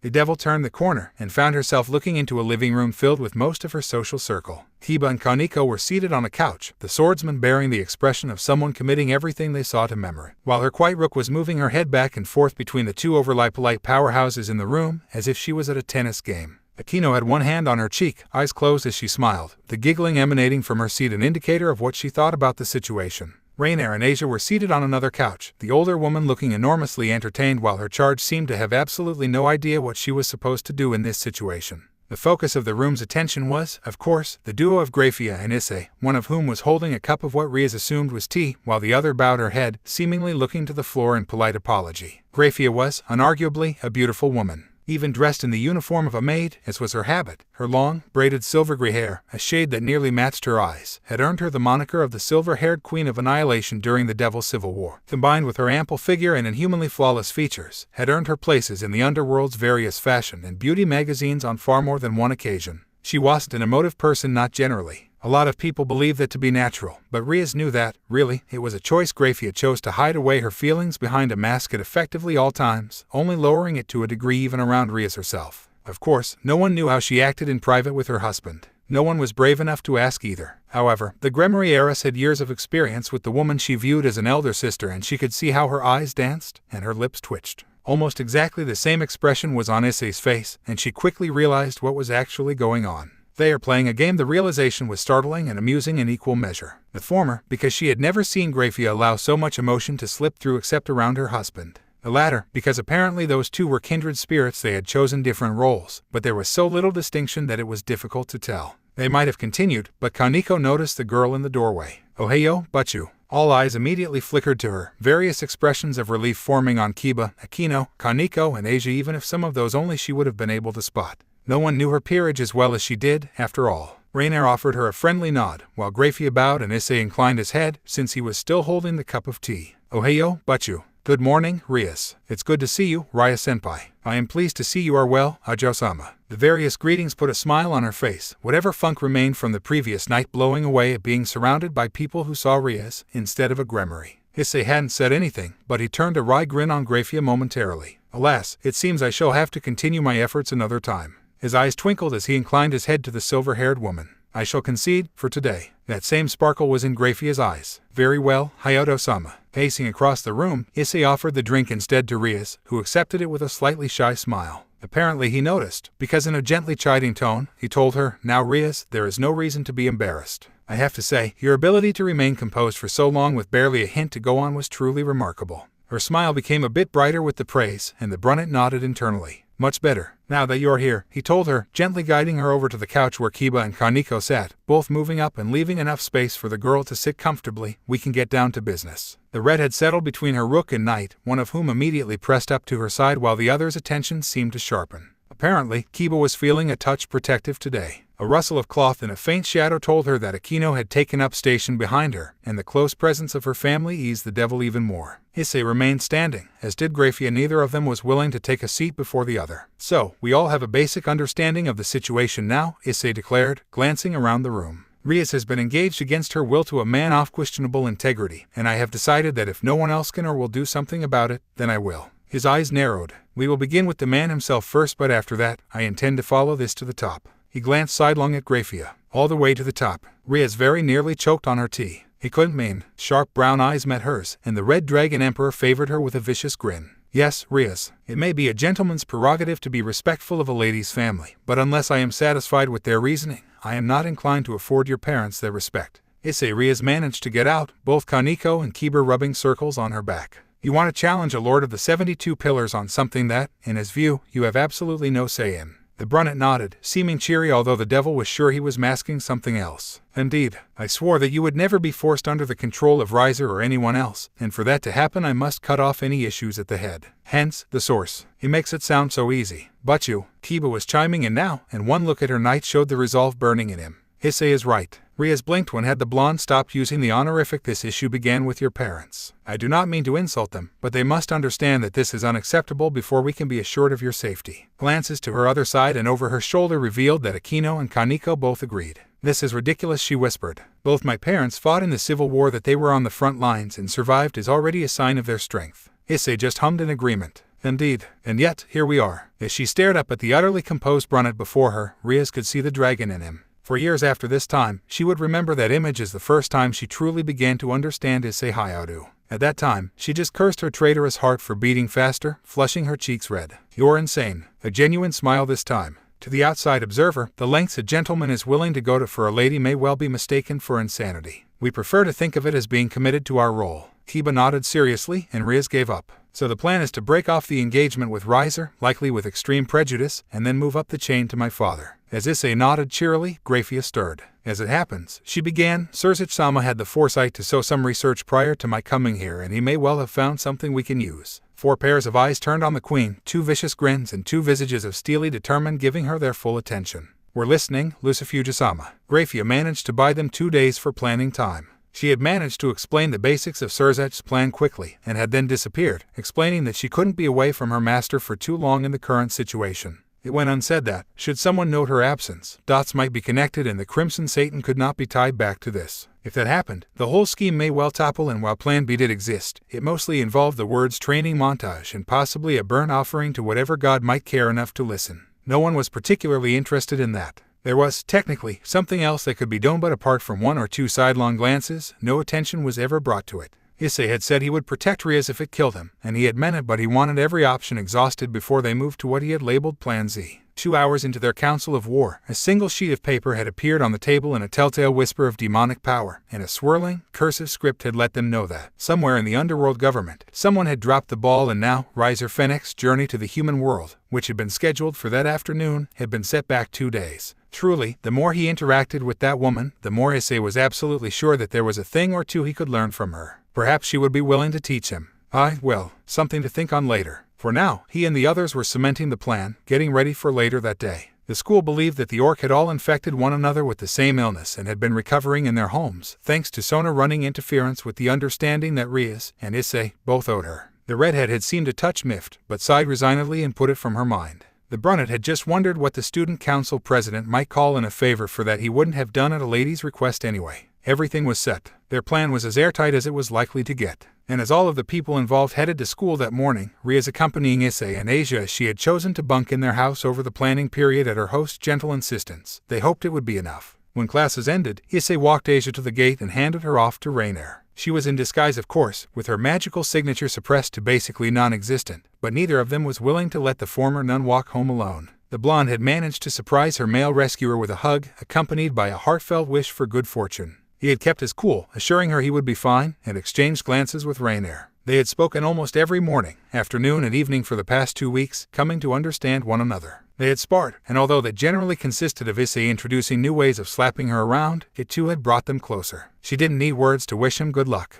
As he watched the 2 girls walk away, Issei's genial expression had faded, to be replaced with a cool detachment. It was game time. 10 minutes later, everyone was assembled in the ORC's club room. Rias was seated behind her desk, Kaneko on a couch which had been shifted to place her closer to the other girl. Hiba leaned against the wall behind the rook's seat, his eyes sharp with his speed. He could vault over the obstruction in the time most people took to blink. Akina was standing at her king's shoulder, smiling, mask in place, letting nothing show. Issei had a chair to himself, and was seated across from the girl who he had promised to save. All of them were waiting to play their parts, although with any luck only Rias and Issei himself would be needed. They were the actors in this little piece. The others were for if things went the worst way and they had to implement one of the backup plans. Finally, Grafia appeared. She took up station in the corner of the room, not appearing to take notice of any of the others present. That was their advance warning. Barely 10 seconds later, the magical circle carved into the floor of the room glowed for a moment, then erupted into a pillar of flames. Issei added showman to his mental description of Riser. "It's been quite some time," came a voice from the flames, "since I visited the human world."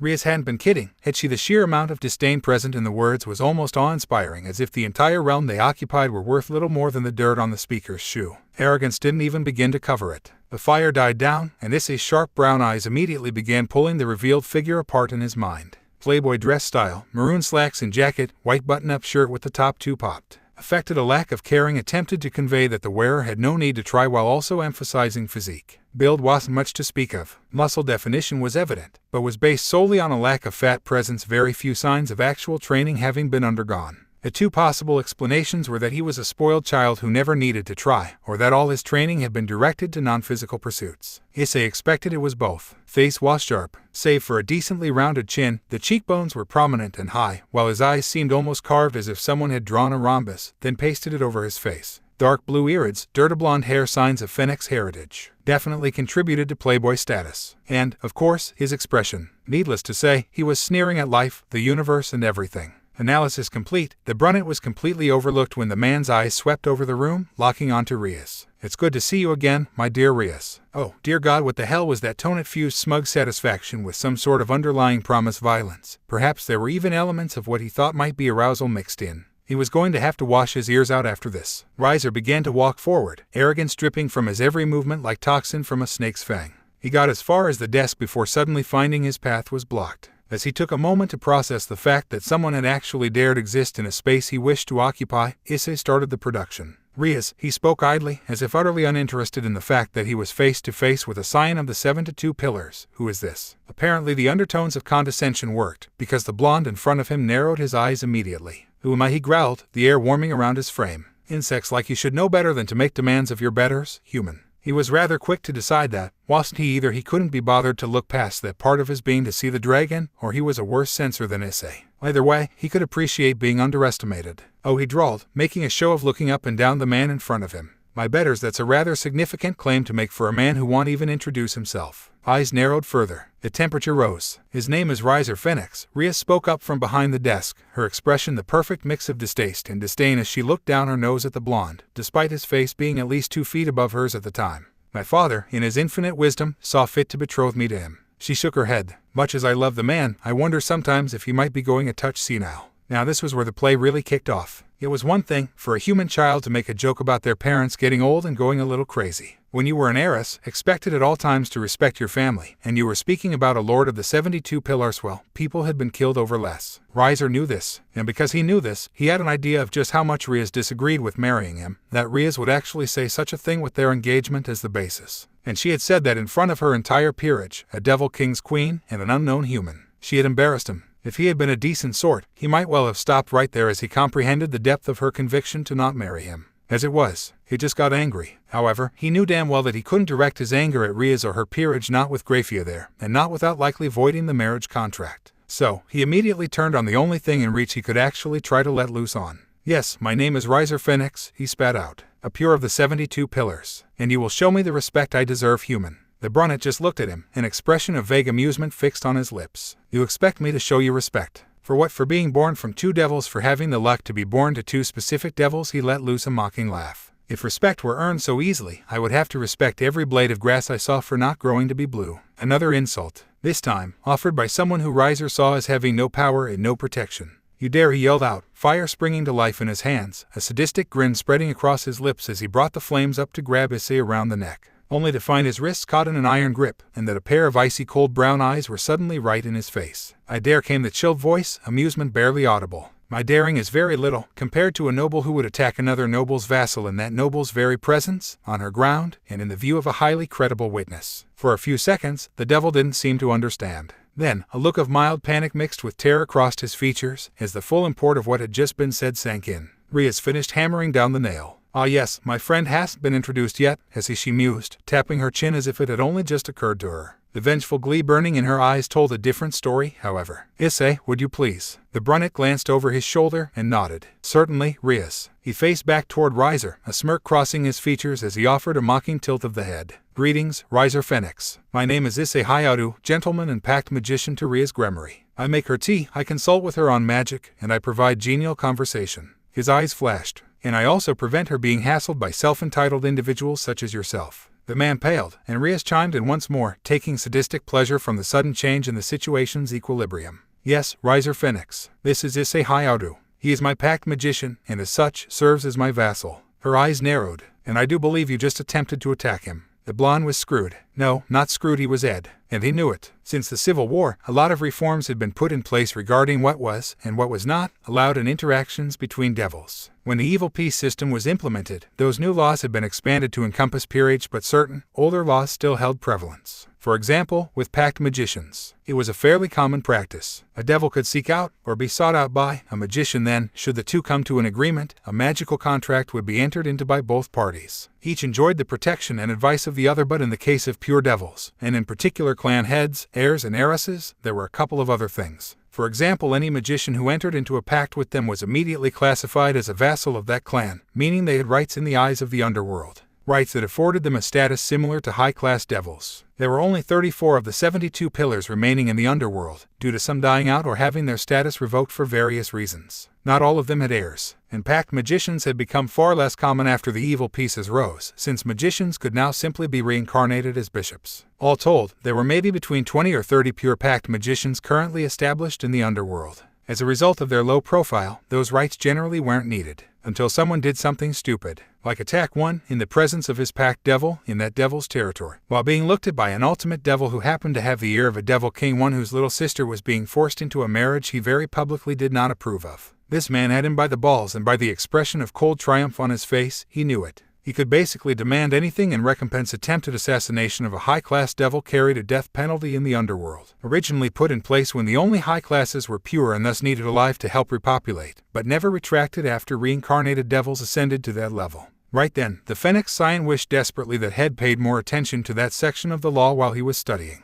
Issei released the man's wrists, and he immediately backed off several steps. The amalgamation of frustration, fear, and panic in his expression was an interesting one, and the brunet could honestly say he'd never seen something like it before. Was this how politicians and celebrities looked when they walked out of the red light district and found a camera in their faces? A rating game, Rias blurted, choosing the one and only possibility he had of getting out of this relatively unscathed. His reputation would fall no matter what. He had walked right into this, and he knew for a fact that the rumors would probably have spread across half the underworld by the time he returned. He'll agree to a rating game. You set the terms. Rias breathed a mental sigh of relief, while Issei's grin turned feral. Excellent, he hissed. If you wish for my advice as your magician, Rias, then I would wager the marriage between yourself and this devil. Rias growled low in his throat. That was his insult from earlier being thrown back at him, and the thing was, since he took so much pride in his species, he couldn't even do anything about it.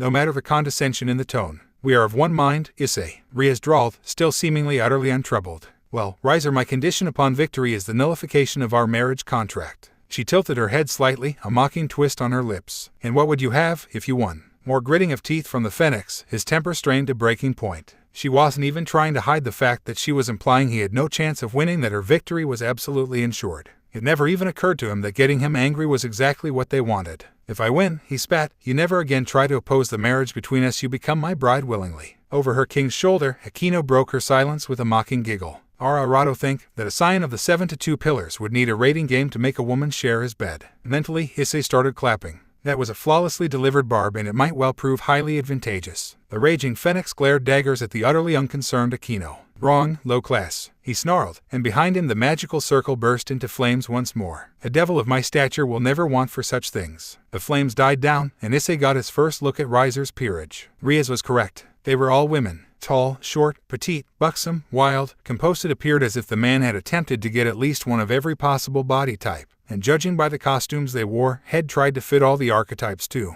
It was a full group, 15 women, one of whom Rias reached back and dragged forward. She was tall, with a largely exposed bust that might well have exceeded even Graphia's. Both her hair and eyes were a royal purple, several shades darker than the lilac skirt that fell around her legs, bearing a large slit up the left leg. An indigo corset wrapped around her abdomen, but left a massive cleavage window, only concealing enough to keep her decent. A golden choker, set with gemstones, was around her neck in a style reminiscent of Egypt that was continued by the plates on her shoulders, that wouldn't have been out of place on a sarcophagus. They served as pauldrons of a sort on her white robes, which were trimmed with a darker indigo. This, Issei surmised, must be Yubaluna Riser's queen, known as the Bomb Queen, and his strongest piece. And the expression of adoring submission on her face, that she wore as the phoenix roughly stuck his tongue down her throat, was absolutely fake. Scott's outraged roar was joined by a molten fury from D-Drag, Issei struggling to keep himself and his tenants under control as the air in the room suddenly closed around its occupants like a blanket. Though Rias, Aquino, Kaneko, and Kiba were spared the worst, even the gasped Graphia didn't seem to notice beyond blinking once but Riser. He drew back from his queen as if burned, grabbing at his throat and choking, falling to his knees as his eyes widened in panic. Hugh, dark blue eyes shot upwards, finding a formerly cold face that bore all the fury of the great Welsh who resided in his fist.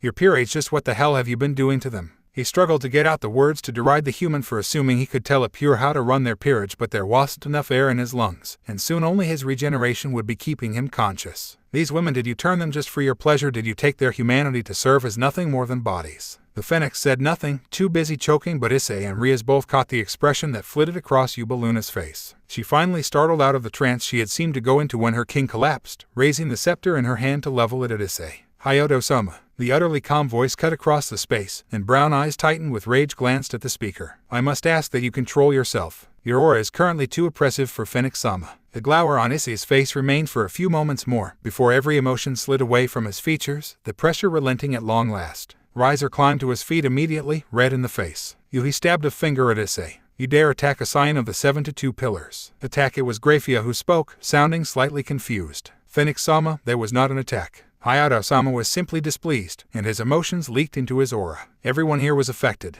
The red face got redder. The strongest queen had just basically slapped him in the face with the fact that his peerage, Rias and her peerage, had barely been affected by that force, but it had brought him to his knees. If he didn't kill something right now, he was going to explode. It was the first and last time Riser Phoenix and Issei Hyoudou would ever think the same thing. Issei-Fujisama. Though his face was without expression, Issei's voice was still tight with barely repressed violence. When can this raiding game begin? All the preparations have been made, Hyoudou-sama. The seemingly calm woman replied. We can hold it today, if that is Rias-Hyoudou-sama's wish. Nodding jerkily, Issei turned to the redhead. He met her eyes, then bowed his head and collapsed to one knee, much as he had won with Asia. Lady Rias, he began, making use of all his self-control to keep his voice from shaking, I beg you to listen to my request. Ria's expression was stony, carved from rock, and Issei knew she was enraged too. Speak your request, Issei. Please, allow me to be your representative in this rating game. And there it was, the crux of their plan, the one they had conceived after hours of studying the law of the underworld, the one that they were perfectly situated to make use of. By becoming a packed magician for a pure air, Issei was a high-class devil in all but species. And as such, he could take part in unofficial rating games like this one, even without being a devil. The redhead had argued about it. So had her peerage, and Rainier, and even Asia had chipped in, timidly voicing her concern for the emperor. He had just smiled at all of them, and begged that they allow him to fulfill the promise he had made to Rias. They'd basically been forced to let him do it after that.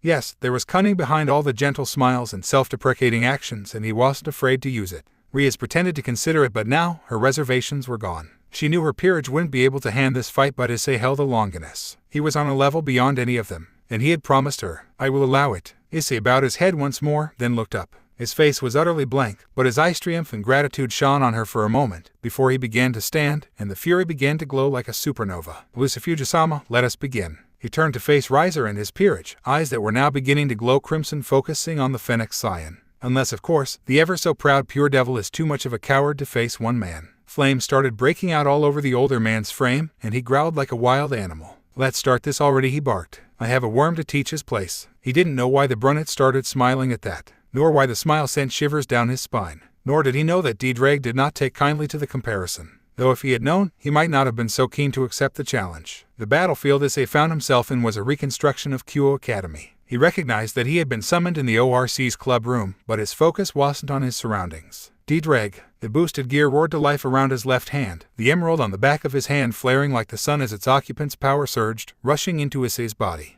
His plan, as it went, was simple. Stage 1, track down all the female members of Riser's peerage. Stage 2, ask pointed questions about their experiences with the man. Accumulate data. Stage 3, render all female members unconscious and thus have them ejected from the rating game largely unharmed. Stage 4, find Riser. Stage 5, well, he was still planning Stage 5 really. All he had so far was extreme prejudice. 6 boosts, 64 times his standard abilities. Roughly 196 times the abilities of a standard human. A queen piece such as Yubaluna's afforded its user attributes which raised them up to 20 or 30 times the human norm. Rook, knight and bishop pieces afforded boost of roughly 40 times in their categories. Pawns got about a 10 times boost before promotion. A pure devil generally clocked in at between 15 and 20 physically, 50 magically. That meant he was facing the equivalent of roughly 370 humans, about twice his current power level. It's been a while since we needed this, Dreg Issei mused, beginning to walk toward the wall of the room, taking little notice of how the air shook in his presence. His hair rose as if in a gale, or the wood around him splintered as he walked. That it has, partner. Are you prepared? A hum of agreement from Issei. Let's do this. The wall ceased to exist. It didn't take much, just a swift wave of his hand, and the pressure wave was enough to blow a hole straight to the outside. Well, it was about par for the course. He was operating at 128 times standard power, which was round about 384 times human norm. In other words, at the moment, he was just about breaking even with Riser's entire peerage in terms of pure power without factoring in his skill or techniques. He was going to pay for this later. 7 boosts put a hell of a strain on him, although far less these days after constant practice. But Asia would probably have to take a look at him. Still, he could hold it more than long enough for this. Now he mused, cracking his neck. Let us attend to the women. None of them fought for real. That was the thing Issei noticed most as the girls came to him, or went to them. Sure, they threw spells, leapt at him, brandished weapons, but not one of them exhibited the level of power he would have expected. He could see it in their eyes, the reason why. When he asked about their king, when he asked about the outfits they wore, he saw the flashes of hatred, of despair, of fear and disgust. From one or two, he gleaned stories as he ignored blows that could have felled trees, which he chose to take head-on to prolong the fight and keep them talking.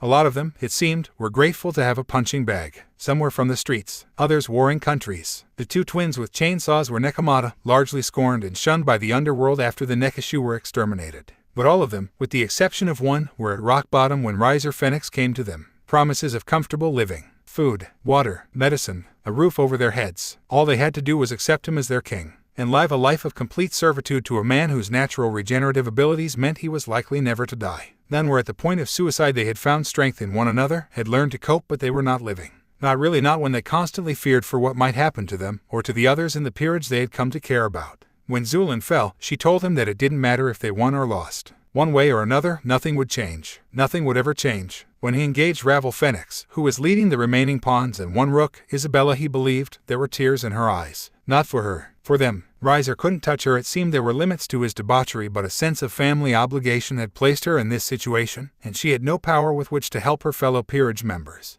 After he had put her troops to sleep, she simply crumpled to her knees, crying quietly. He stood over her for a long moment. Then, he had offered her his hand. "Come with me," he had said. "If you come, they will follow. It is you they look to, not him. So, for their sake and yours, will you please let me help?" Her tiny fingers were warm in his larger palm, and he kept that contact until they reached Ubeluna, the last piece on the board, save for Ravel herself. She had taken one look at them, at the girl who dared to hope, standing by a man whose physical form strained to contain his power, and she had smiled. Landed beside them, passed Issei a small vial of Phoenix tears. Then she had pressed a single kiss to his cheek. "For luck," she said. He knew she understood what the consequences could be for this, but he also knew that she didn't care. She had made a positive impression if he won. She had made herself a target instead of the other peerage members if he didn't. But she was helping her sisters no matter what. She went to sleep willingly, and Issei pressed on. Riser was standing atop the main school building, his form ablaze, his eyes proclaiming his fury to the world. He had heard his pieces being retired, one by one, but he didn't care. They were never meant to do anything. They tested the waters, allowed him to look better when he took the stage for the grand finale. He was all about him. No one gave two shits about the low-class devil had taken as peerage. They were former humans, two, or even yokai. They were worth nothing more than what they could provide him.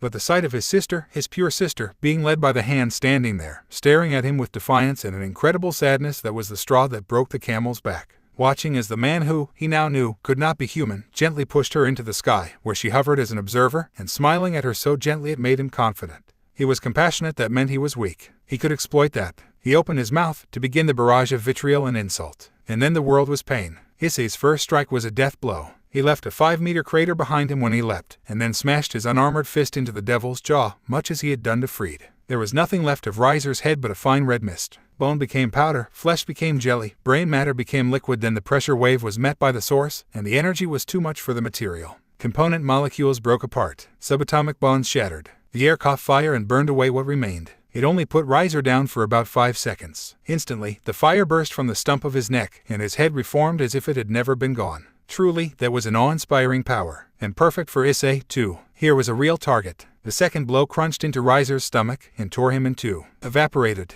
Organs pulsated and tore apart. Bone shattered like glass. The two halves fell apart, but the flames anchored them, pulled them together, replaced the destroyed matter. 7 seconds to make a single living creature from two dead halves. Magic was a beautiful thing. His axe kick to the newly recovered stomach destroyed pretty much everything except the head, lower legs, and hands. It also destroyed the main school building. In the part of his mind not currently occupied by retribution, Issei wondered what Citri would think if she could see this. Then, Riser's flames had pulled him back together and rebuilt his form, and it was time to get back to work. He killed him approximately 60 times before his boosted senses informed Issei that Riser was almost out of power. He had enough in him to recover once more before he began taking injuries for real. Time for the coup de grace. The devil was just barely conscious, rendered nearly catatonic from the pain of being torn apart on the molecular level over and over again. But when a hand gripped his shoulder, then tossed him into the sky so hard he crashed into the ceiling of the artificial dimension, he felt it. Then there was a presence beside him, falling at the same rate the Phoenix had neither the power nor the focus to conjure his wings. The man who developed this technique, the figure informed him, wasn't the best gentleman to ever exist. In fact, he was quite the pervert. Despite the amiable tone of voice, Riser could feel the almost infinite rage seething beside him, could feel the aura that tore at the air and his very soul, and the feral delight his opponent took in tearing him apart. But he was a great warrior, and I think he would forgive me for borrowing it. Issei tilted himself downward, kicking off the air. It was an easy trick, creating planes of magical force. The ability to form them in midair, while falling and holding a conversation, was not so much. He hit the ground hard enough to leave a fissure across the campus, then immediately pushed off again, incanting as he went. Anti-matter. Then Riser was directly above him. His leg moved fast enough to set itself in the atmosphere around it alight, and Drake made his announcement. Kick course. The universe held its breath for a moment when the technique connected. Physics processed the blow, just slowly enough for an eternally fleeting moment of pause, where all observers could very clearly see that. Yes, Issei Hyoudou had just channeled enough power to demolish a mountain top into a blow directly to Riser Fennec's crotch. Then reality caught up, and not only did the devil's lower half disappear, his upper half fractured the dimension's artificial ceiling. And as Issei fell back to the artificial earth, landing lightly and letting out a deep breath, Graphia's voice rang out, and the vindictive amusement there was just loud enough to be caught. The Brunet grinned to himself. Thanks for lending me your power, Drake. The dragon grunted. Think nothing of it, partner. He paid his due for insulting a heavenly dragon. Besides, the drake sounded almost amused. If you believed I had held back, dealing with you two would have been far too troublesome. Scott and Issei laughed vindictively together, even as the world began to fade away in white light. Well, why do you know you actually do know us that well, D-Drag? The dragon grumbled, the mage laughed, and the gentleman rolled his shoulders as his feet touched carpeted floor once again. A light moment before what came next. Even as running feet approached him, his thoughts turned to the future. 1 down, 4 to go. Rias burst into the room first, and immediately flung herself into the brunettes' arms, incoherent but incredibly joyful sounds echoing from her throat. Tears dripping from her eyes as her target put one arm around her and rubbed gentle circles into her back. The rest of her peerage entered on her heels. Kaneko walked up to him, looked into his eyes, and smiled, just a tiny expression, but the most had seen her emote yet. Thank you, he smiled right back. It was no trouble, Taojusen. The girl shook her head. Kaneko. The brunette blinked, but then smiled all the wider as one hand reached forward, resting on her shoulder. Tonkasen it is, then. Up next was Kiba, who looked between Issei and the girl, still alternating between crying, laughing, spewing thanks, and, apparently, highlights from the fight. He looked at the brunette, then bowed to almost 90 degrees. As my king's knight, I offer you my most sincere thanks for your aid. Issei opened his mouth to speak, but then the blonde rose and extended one arm. And as a gentleman, I acknowledge you as the better man. I hope we can work together for a long time now, Issei-senpai. The brunette blinked twice, then laughed as he clasped the proffered arm with his own. I always wanted a kohai, he told Kiba with a smile. Please take care of me. From the doorway, Akino chuckled. Yufufufuo, well, take good care of you, Shinshikan. She walked up, swaying from side to side, her cheeks flushed bright red while her breath came short. We are, after all, incredibly, she licked her lips, grateful for what you've done. She walked right into his personal space, looking him in the eye with a gaze that reminded him of an apex predator. You've certainly earned a reward. Trying desperately to maintain his composure, Issei went to try and head that off before anything happened, but Rias looked up from where she had buried her head in his chest, gaze locked on her queen. Mind, she hissed, and Akino's features grew playful. Rias, you're going to keep him to yourself, she pouted, but the laughter in her eyes offset the expression. That's just no fair. I want a hug too. The redhead growled, like a big cat defending its territory, her arms actually finding a way to tighten around the boy she was holding. Mind, going a bit red in the face from both the situation and a dwindling air supply, Issei managed to cough. Rias, though I have no issue with being here, he paused, trying to think of just what the hell kind of role he was filling in this situation. Stress relief, he finally decided on. In this situation, I do request that I be allowed to breathe. The redhead blinked, seemingly realizing she was holding Issei hard enough to lift his feet off the floor. Ah, sorry, Issei-kun. She set him back down gently, taking a half step back and starting to brush non-existent dust from his shirt, surreptitiously running her hands across the defined muscles it concealed as she did so. The brunette chuckled. Not at all, Rias. He looked over her shoulder. Well, Lucifuji-sama. The other 4 occupants of the room turned around, finding that Grafia stood in the doorway. Rias immediately began looking back and forth between the woman and Issei, biting her lip, before finally coming to some internal decision and sliding her arm through the brunettes. There was a flash of something in those silver blue eyes, but before Issei could identify it, the woman bowed her head. Phoenix-sama has been relegated to an underworld hospital for his injuries. However, his peerage have yet to return. Issei smiled. Good. I wanted to speak with them. He glanced sideways at the woman on his arm. Rias, will you please accompany me? I wish to make them an offer, but it requires your authority. The redhead nodded instantly. Of course, Issei-kun. As the two headed out, Kaneko and Kiba on their heels, Akino and Grafia hung back for a moment. Both were expressionless, and each glanced at the other for a moment, thinking along similar lines. Lucifuji-sama, the younger woman began, was this Sursich-sama's plan all along? The maid's eyes faced down the corridor, fixed on the adjacent backs of the young man and woman walking arm in arm, and a tiny smile twitched at the corners of her mouth. Who's to say, she answered, a careful trickle of happiness in her voice. My master has many plans. I'm sure I wouldn't know what goes on in his mind. Beside her, Akino chuckled. I see mischief, and something else made their way into violet eyes. In that case, maybe I should make some plans of my own. As one queen set off after her king, the other remained 2 steps behind, and allowed herself an unseen smile of satisfaction. All was going according to plan.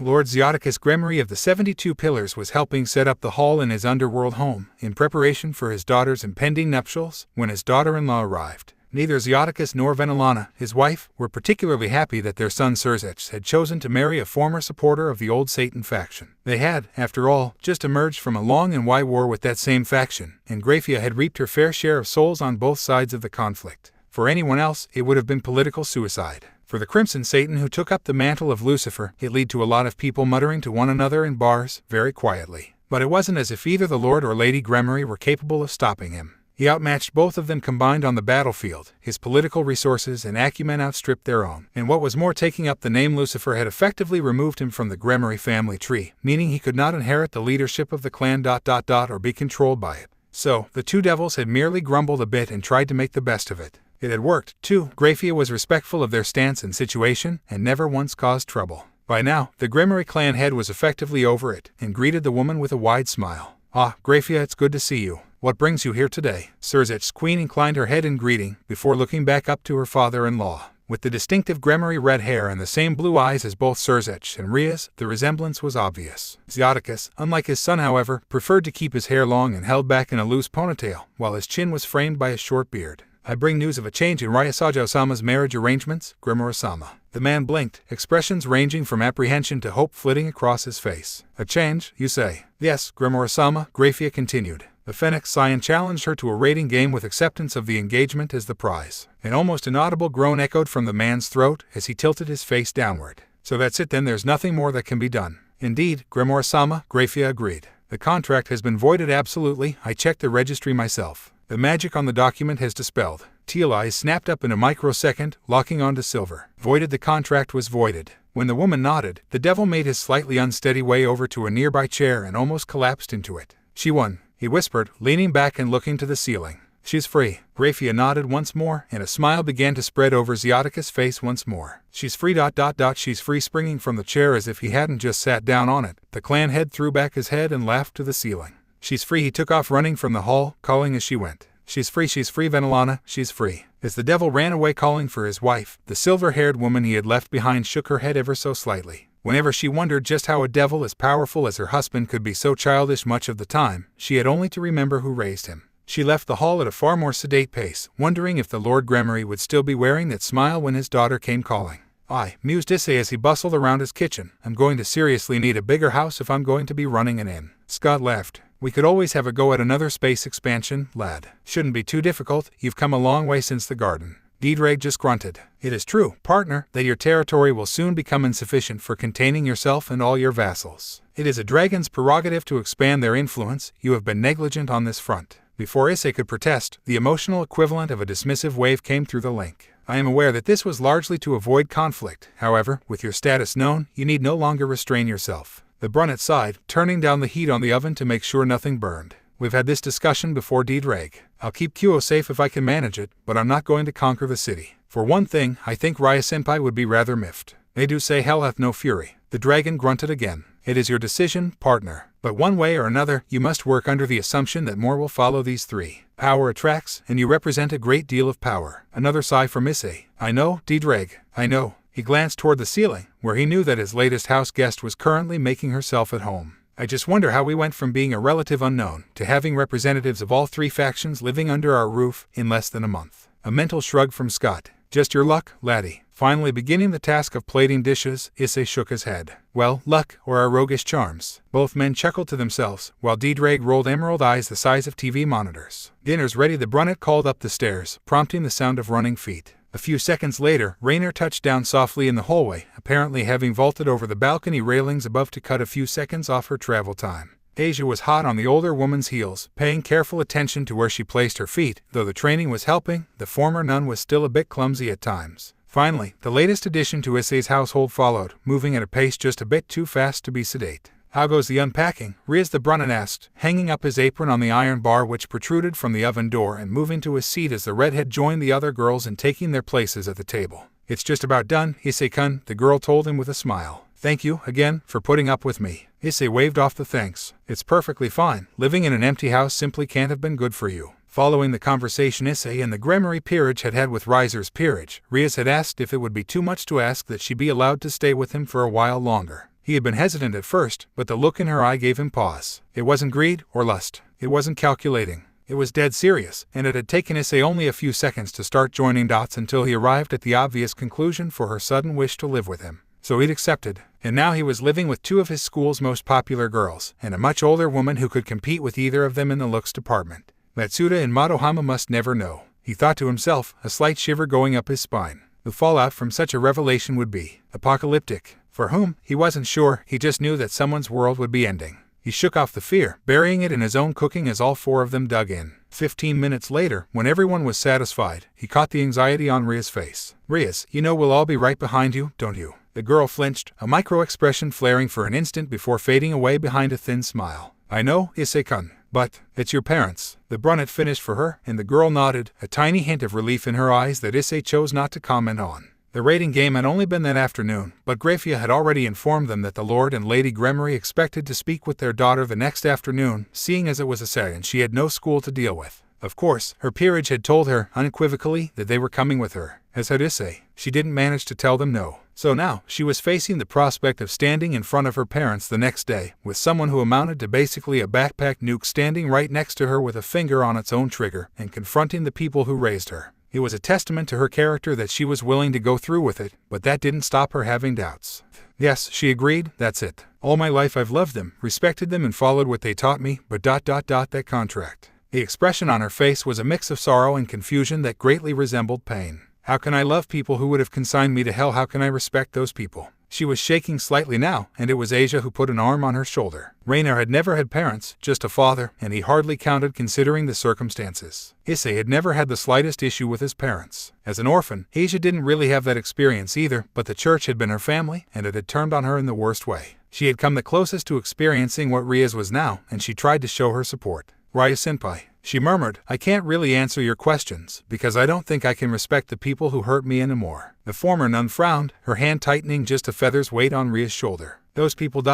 so many of them were acting in their own interests, thinking of themselves rather than God or their fellow man ... they weren't worth respecting in the first place." The calming touch and voice of the Twilight healing user had apparently pulled Rias from the worst of her slump, as she stopped shaking. "But Rias-senpai, if your parents could raise someone like you, then they must have some good points, right? So maybe, just try to think of those, and try to find where they made a mistake." The redhead stared up at the younger girl for a few long moments, then chuckled a bit and patted the hand on her shoulder. "Thank you, Issei-chan. I feel a lot better now." The smile on the former nun's face seemed to brighten the whole kitchen. "Not a problem, senpai, so long as you're better." Across the table, Issei hid his smile behind a raised hand and a faked yawn. He'd had more than one reason for taking Rias into his home, after all. "Rias and I should be going to sleep," he informed the others. "We'll need to be rested before the visit to the underworld tomorrow, and we're going to have to set out early so we can get through all the red tape." As it turned out, there was protocol to bringing humans into the underworld. Sure, Issei's status as a packed magician made things easier, but there were still some standard checks. Or, they would be standard if he didn't have a Longinus. The fact that he was the wielder of the boosted gear didn't help things, seeing as one of its devil wielders had gone stray a few centuries back and activated the Juggernaut drive in the middle of a city. The death toll didn't bear thinking about.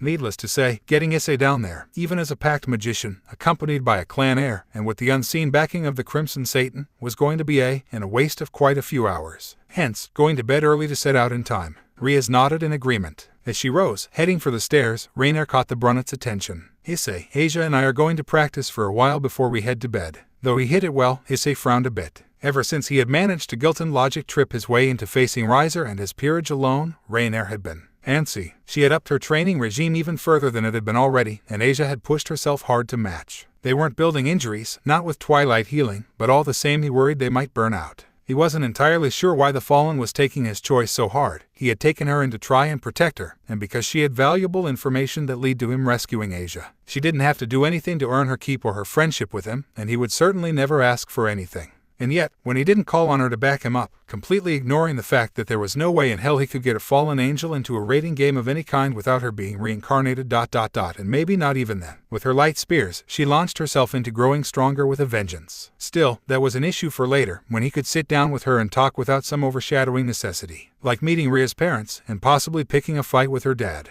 Oh, how he sometimes missed the days when it was just him, Irina, and that voice with the weird accent in his head. "All right then, Rainer." He smiled at her, laying a hand on her shoulder as he walked past while pulling Asia into a side hug with his other arm. It turned out that the girl was a very touch-feely kind of person, and he didn't want to seem aloof by trying to avoid contact with her. Hence, the occasional indulgence. "Just don't push yourselves too hard, okay?" He waved over his shoulder while following Ria's footsteps upstairs, missing the flickers of expression that ran across the fallen angel's face as he disappeared. This was it. Issei stood alongside Akino, shadowing Ria's right shoulder while the dark-haired girl took the left, Kaneko and Kiba following behind them. They were facing a pair of ornate wooden double doors, carved reliefs of what the brunette assumed were historical events winding their way around the frame and across the panels. It was all very fancy, much like the manor house which contained it, which Issei estimated probably used as much timber as the average small country in its construction. Truly, the Gremory home was a thing of magnificent extravagance. Nothing quite screamed old money like a house that had more cubic meters to its name than a football stadium. These were the doors that lead into the reception area for the Lord and Lady Gremory. Apparently it was protocol for a returning heir to meet her parents in a formal setting before they shifted to something more familiar. The dress style going on among the visitors certainly supported the atmosphere. Akino, Rias and Kaneko were all wearing dresses, done in black, scarlet and light blue respectively. Frills aplenty, none of the girls would have looked out of place on a ballroom somewhere. Truthfully, Issei had very nearly let his jaw drop upon seeing them in the club room that morning, as they prepared to teleport to the underworld's version of an airport terminal. He and Kiba, of course, were not to be outdone. The knight had chosen a white dress shirt and black slacks, with an equally dark waistcoat, much as might be found on a dealer at a casino, and had one of his demon swords buckled to his hip. As someone who had dabbled in anime from time to time, Issei found the teen's sword birth sacred gear to be downright awesome. To conjure demon swords in any shape with just about any magical property from thin air. He could almost hear the area in the back of his head as he watched the weapons form. The Brunet himself had donned the only thing that would ever have been suitable for this situation, in his mind at least. An outfit which he had updated over the years, as his body and his magecraft both grew, but which had remained the same at heart. A crisp, almost sharp black and white tuxedo, with a bow tie for the hell of it. It had brought him no small amount of pleasure to see how Rainier's, and even Asia's, eyes had remained locked on him from the moment he came down that morning, to say nothing of Rias. Akino had openly ogled him, giggling all the while, and if he wasn't mistaken Kaneko was sparing him more glances than normal that day. It didn't surprise him. This was, after all, his ultimate form. A gentleman's power knew no greater heights than when he donned his battle outfit.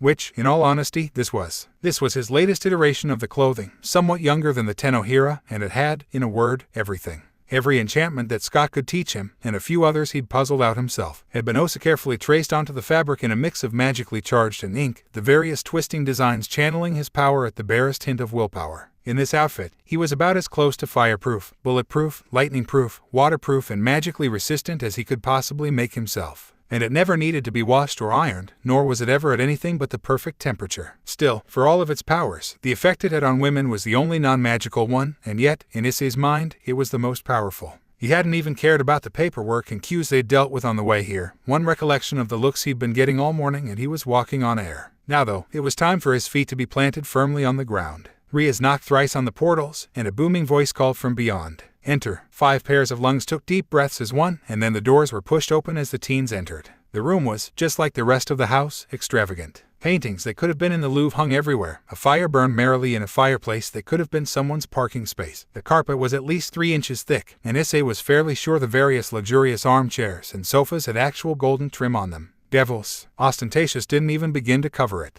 The little party advanced over a floor that felt more like sponge than anything else, approaching the massive desk set below a wall-sized window. Seated behind it were 2 figures, and Issei broke them down as he approached, much as he had done Riser. The man was tall, even sitting down, probably topped out at a few inches over 6 feet at full extension. His hair and eyes were the same shades as Rias, while his facial structure was quite long and thin, almost feminine but for its rugged edge. There was laughter in his eyes, the Brunet noted. He'd see how long that lasted. Beside him was a woman whose expression had been carefully schooled into strictness, but was twitching at the seams. She looked a lot like Rias, though her hair was chestnut brown, and her eyes a bright violet. Their facial structure and builds were very nearly identical. Yes, these were definitely her parents. The group came to a halt about 2 feet from the desk, and Rias curtsied. Lord Gremory, Lady Gremory. Behind her, both Akino and Kaneko followed suit, Kiba bowing instead. Issei inclined his head ... but nothing more. Both the devils behind the desk immediately trained their eyes on him, more so than they had done from the moment he entered the room, and Venelana turned to Rias while her husband kept fixing Issei with a look. Daughter, your peerage are known to us. However, your companion is not, nor is he a devil.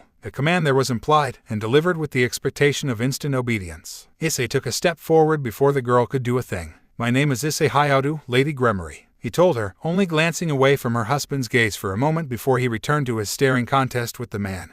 Both of them slowly ramping up the pressure as their wills clashed. You may know me better as the person who saved your daughter from effective slavery. Both Venelana and Zioticus looked like they had been slapped before they managed to reset their expressions, but the damage was done. Issei had the upper hand, and he pushed it. I begged Rias to be brought along on this expedition, because I wanted to see the kind of people who would confine their daughter to a very long life of suffering.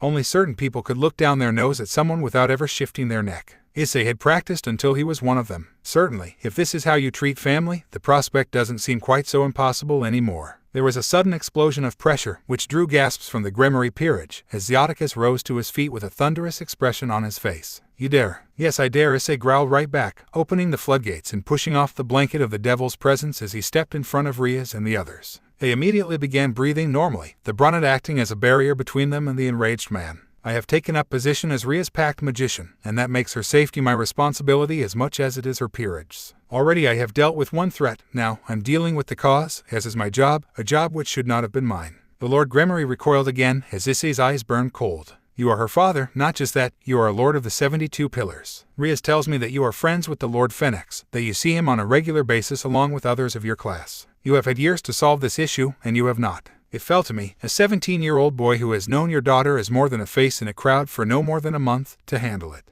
Zioticus sat down, posture slumped as Issei reeled in his own presence, the dragon coiling itself around his soul with a growl as it stared out through his eyes, just waiting for a chance to rise again. I understand perfectly how the Lord Gremory could have done such a thing. After all, politics is what it is. He resisted the urge to spit sideways at the word. What I don't understand is how the man who raised the Rias I know could possibly have done such a thing. There was a very tense silence. Rias had been subtly pulled behind her peerage, the three devils forming a wall between her and the elder devils, an attempt to buy her time for an escape, should the worst happen. Issei stood before even them, primed and ready for combat, but hoping that it wouldn't come to that. Finally, weary blue eyes lifted from the surface of the desk, meeting Brown as their owner sighed, aging beyond his physical appearance. How much do you know of devils, Issei Hyoudou? Well, it wasn't combat, and he could have patience with the man if he was willing to offer an explanation. Not much, he admitted. You're naturally magical, incredibly long-lived but not immortal, and operate under a system of hierarchy which goes from the 4 devil kings down to the low-class devils reincarnated by the evil pieces. Each echelon has its own rights and responsibilities, but that's about the extent of my knowledge. The man nodded.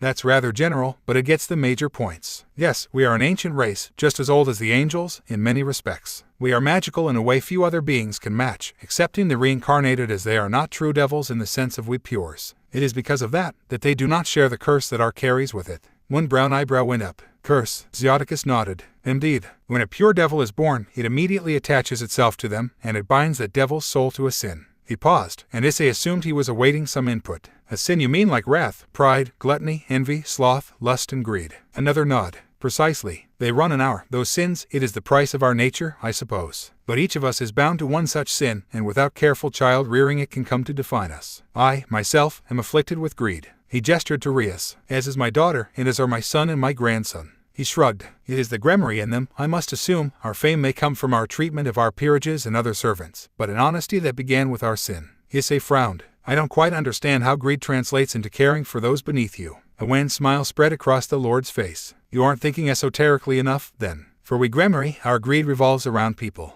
A light came on in Issei's eyes, and Zioticus' smile widened. You understand, then yes, we are greedy for servants, friends, lovers, and rivals. As such, we go to great lengths to find and keep them. It only makes sense to treat them well. That way, they will remain with us out of loyalty, respect, a sense of duty, and good health. He leaned back in his seat. This is what it means to be a pure devil. Our lives are defined at birth, and we have little to no choice in the matter. The weariness returned, casting shadows on his bright eyes. Little choice at all. It was my greed that consigned Rias to her fate. Mr. Hyoudou, how old do you think I am? The brunet frowned. You are the father of the Crimson Satan, who was known to be at least an adult during the Great War 2,000 years ago. Knowing that devils have a low birth rate, then I'd put you somewhere around 3,000. The man nodded, a hint of respect in his eyes. A logical deduction. I am, in fact, currently in the latter half of my 3rd millennium. And do you know how many children I have sired? Issei shook his head. 2. A hollow laugh from the man. 3,500 years, and I have only 1 son and 1 daughter. True, they have been the greatest joy of this life save for my wife, but it is my greed.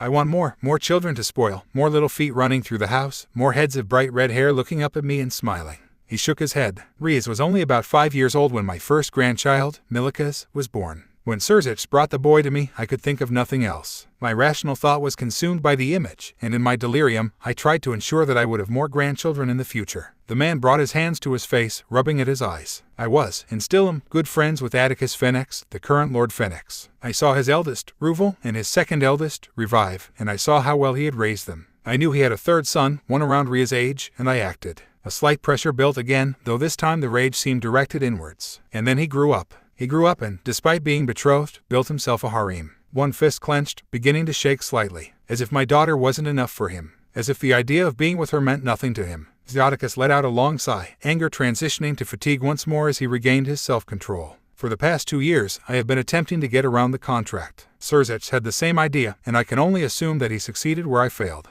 It was a shrewd expression on the ancient demon's face as he glanced once more at the brunette, who grunted. He'd figured as much. A lot of the circumstances surrounding Rias, her peerage, and his meeting with them felt too smooth. He didn't like the idea of being manipulated. But for Rias' sake, he was willing to let it slide. I believe I'm beginning to understand where you're going with this, Issei told Zioticus. The sins, your lack of overt action. His eyes took on a dangerous look once more, and he made his accusation. If I am understanding correctly, Lord Gremory, then you are trying to tell me that you very nearly cast Rias into hell for the sake of your pride and greed. Gods, the man looked old when he sat like that. For all his boyish good looks, every year of his true age burned in his eyes like a candle adrift on the ocean. Your understanding is correct, Mr. Hyoudou. It was easier than he'd expected to hold himself in check. To not reach across the desk, grab the man by his lapels, and break his nose on the polished wood. To not flip the furniture aside and throw him through the massive window. To not cram him into his own fireplace. It was easier because he understood now what this ancient and remorseful man was telling him. He'd known it all along, but he hadn't really applied it to this situation before now. Because he, like Rias, like Venelana, like Rainier, and like Surzech, was not human. He was thousands of years old, and had enough power in his being to level cities. There was no way to feed his actions through a human filter, because he simply didn't act like a human.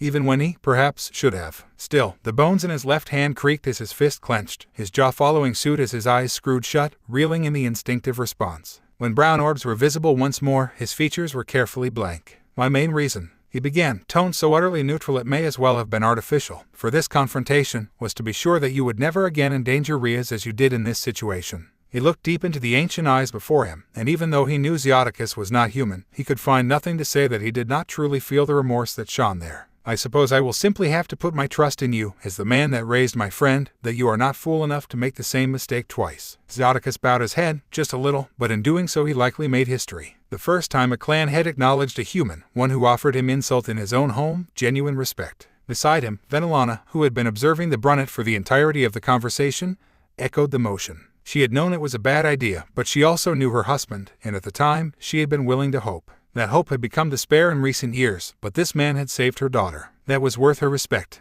With one final, stiff nod, Issei backed away from the desk, taking up his position beside Rias once more, who had been staring at him for the past several minutes with a range of expressions on her face. Her eyes, the same shade as Zioticus but so very different, managed to soften his own as she placed a gentle hand on the back of his. "Thank you," she whispered, before taking a deep breath and stepping forward. Zioticus looked up at his daughter, a tiny smile all he could conjure amid the guilt and the regret he felt. Her expression was almost identical. "Father," she began, and the man nearly winced at the formality. "You've always been good to me. Better than I deserved, in all likelihood." She shook her head. "No, definitely better than I deserved. I need to talk with Surzech about it too, but until you sold away my future for your own sake, and refused to take it back for the same reason, you were the best father I could have asked for." Another wince from the man before her. "I understand, father," she told him, eyes slightly damp as her smile went a little wider. "I understand, because it wasn't until I actually thought I might be better ending it all instead of living that I turned to someone for help, and I didn't even got to my family. I went to someone completely unaffiliated with them, because my pride wouldn't allow me anything else." She bowed, a far cry from the earlier curtsy. "I really do understand, father. But I think I need some time to think, before I come back home again." She rose, and there were definitely tears in her eyes now.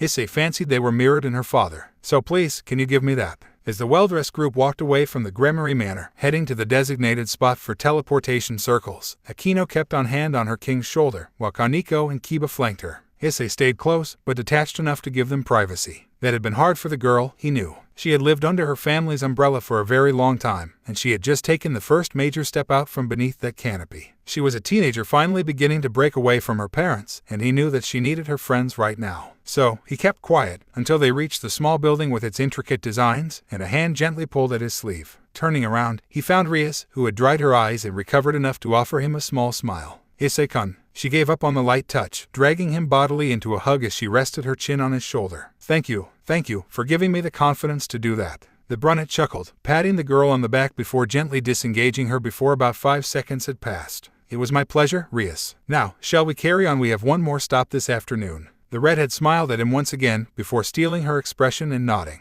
"Yes, all right everyone, gather in the circle. We're still about 20 minutes early, so we should have plenty of time to get there." The group followed her command, and they left in a flash of red light. 15 minutes later, they found themselves standing in front of another intricate door. This one, however, was carved with images of flames, painted in shades from white to red, with gold inlay in place of yellow. This was a family that took pride in its abilities. Rias knocked once more, and another strong voice called, "Come in." They did so, taking up the same formation as they had during the Gremory visit, and beheld a room that could have been the reception in Gremory Manor with a palette swap, emphasis on the white to crimson range. Issei supposed there were only so many ways to show you were rich, after all. In a repeat of earlier, they stopped roughly 2 feet from an ornate desk, though it was only a man behind it this time. He was similar enough to Zioticus for them to be brothers. A youthful face, aristocratic and without blemish, belied his millennia of life. His eyes were a deeper blue than the Gremory patriarch, closer to indigo. His hair was a dirty blonde, less outspoken than Asia's spun gold, more like dusty gold, if Issei had to put a name to it. This was the other man they had an appointment to meet that day, Atticus Phoenix, Riser's father, and the other affected party in the dissolved contract. His eyes were sharp, but there was a twinkle of humor and positivity in them as he glanced between Rias and Issei. "Ah, heiress Gremory, it's good to see you again, it's been a few years." The redhead curtsied, her peerage following suit as Issei just inclined his head again, almost feeling like he was experiencing déjà vu.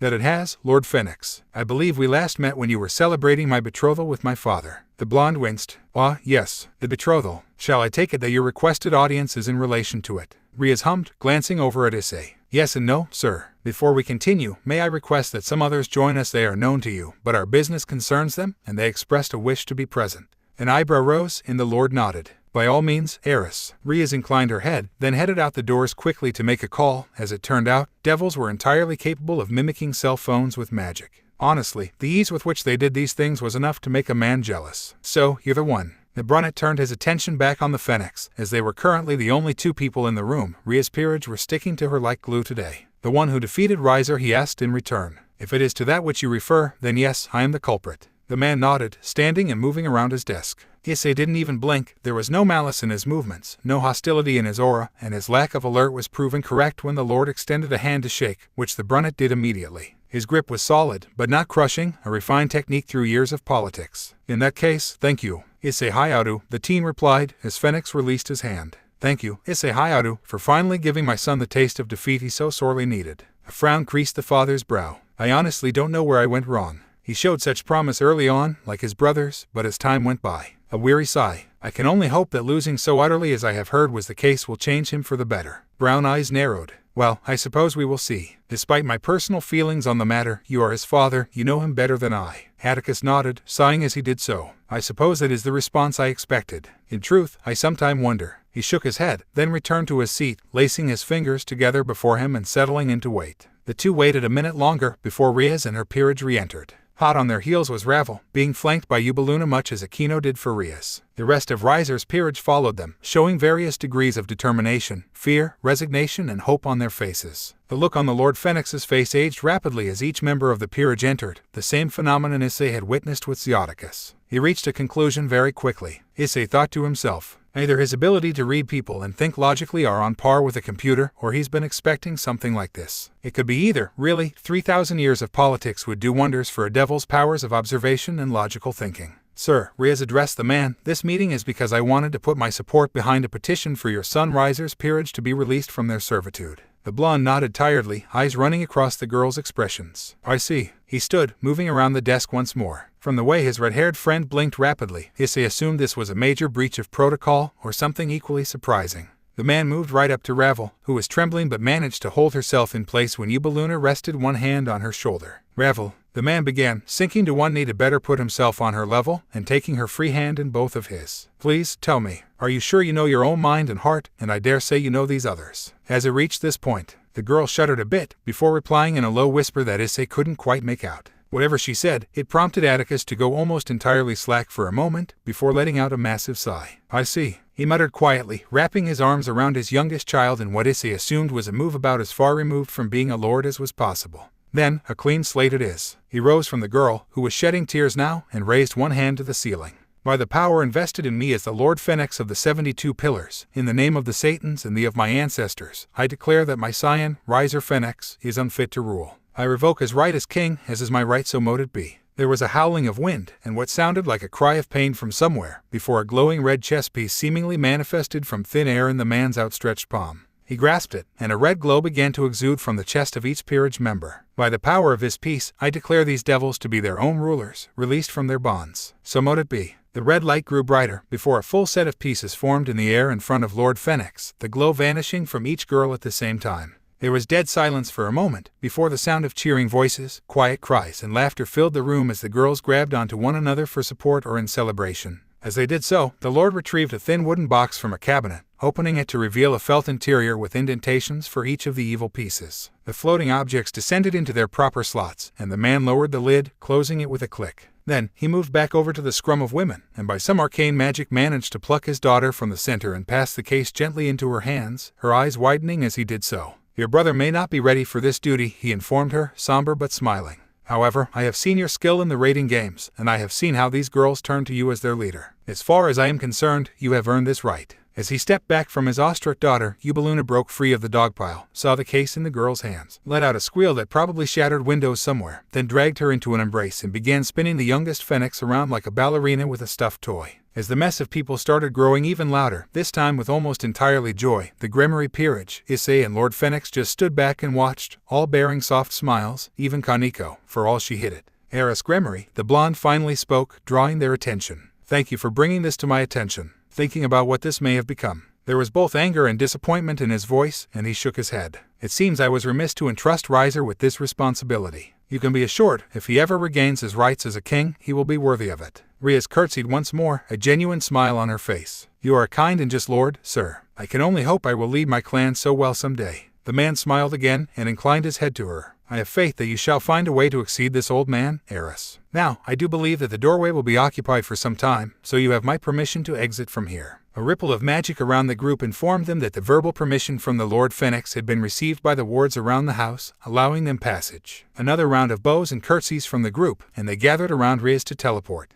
Issei and the Lord's eyes met for a moment, and both offered one another respectful nods, each acknowledging the part the other had played. And as the brunette vanished in a swirl of red light, a pair of deep blue eyes watched from the spacious haven of Eubeluna's chest as he disappeared. Having seen the respect her father offered, and remembered the feeling of absolute safety and unending hope that she had found in a strong hand and a kind smile, and she hoped once more. Issei and Rias arrived home after dropping off the other peerage members at their various abodes. They were all in good spirits, and Kiba had practically touched the floor with his forehead bowing to his senpai. Issei had taken it in stride, and promised to help the boy in assembling his own tuxedo, since while the bartender look worked well in many situations, sometimes the whole 9 yards were a necessity. "We're home," the brunette called, removing his shoes and unfastening his bow tie as he entered the hallway, Rias parting ways with the high heels she had been wearing. Since they'd been mostly teleporting everywhere, she had felt it was worth the discomfort. "Welcome back," came Asia's reply, from the kitchen. Issei noted. He headed down the hall, turning into the room and taking in the sight. Asia was in an apron. His apron. And she was also covered in flour and what might have been sugar or salt. On the counter in front of her were various ingredients that, if assembled properly, could theoretically make a cake. Unfortunately, that hadn't happened. The blonde looked at his face, which was rapidly losing all expression, then to the mess she had made of the normally pristine workplace. I thought you might like something sweet after dinner tonight," she murmured, poking her fingers together and blushing. That snapped the brunette out of his stupor, and he took a deep breath. "Right." He vanished upstairs, leaving Rias to try and comfort Asia, who had gone utterly despondent with his disappearance. Then, he turned up 2 minutes later, dressed in a simply t-shirt and sweatpants, rubbing his hands together. "All right, Asia," he told her, gently placing his hands on the girl's shoulders as Rias backed away. "I really appreciate the thought, and you've obviously done your best." She nodded, and he smiled encouragingly. "So, how about I walk you through it, so you can make a cake on your own if you ever want to?" The blonde looked up at him, and once again her smile radiated light like the sun. "Please, Issei-kun." So the brunette set about salvaging the various ingredients strewn about, pointing out to his student how to tell whether or not something could still be used, and generally cleaning the place up. That done, he lined up the required ingredients, explaining what each did in terms of structure and taste. Following that was a good hour's work as they set about combining everything, largely with Issei starting a task and then letting Asia finish it, the girl gathering confidence as they went. Finally, the magically-assisted oven came open, revealing a textbook Victoria sponge, or something approximating it, in any case. A bit of jam and cream later, the whole thing was put in a plastic tub to keep for later. One of the spells Issei had developed was a circle to create a vacuum in a container, basically by teleporting all the air inside outside. Vacuum packing all his crisps, baked goods and basically everything had been saving him and his unknowing parents on spoiled goods for years, and it was just another example of how magic had become routine to him. Until the incident with Rainier, he hadn't fought for real, so to speak. There had been one or two stray devils, and he'd matched fists with Scott in the boosted gear on occasion. He even had lessons with D-Drag once in a blue moon. His first training partner, too. But he was long past the point where he got all witty about magic and its many wonders. He appreciated it, loved to use it, had fun with it even, but he was experienced now. Not some bumpkin in a world of veterans, he had the knowledge and the memories to accompany it.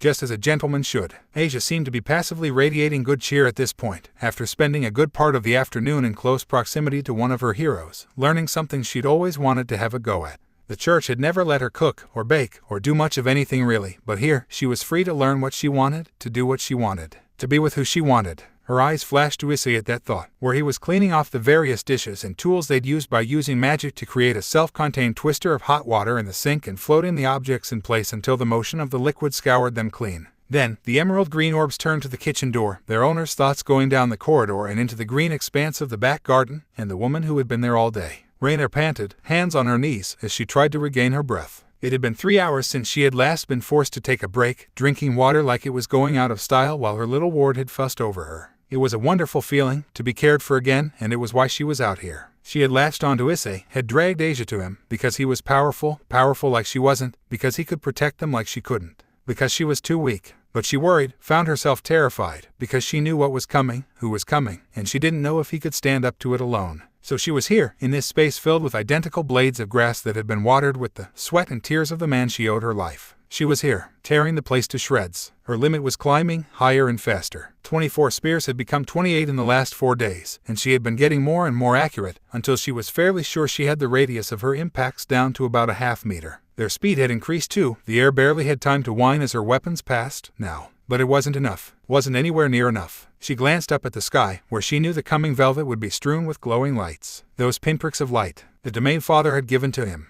To the monster she hated more than anything else in the universe. As she summoned her power once more, feeling the burn of effort in her soul as she did so, she growled his name to get through the pain with pure rage. Cockabeel,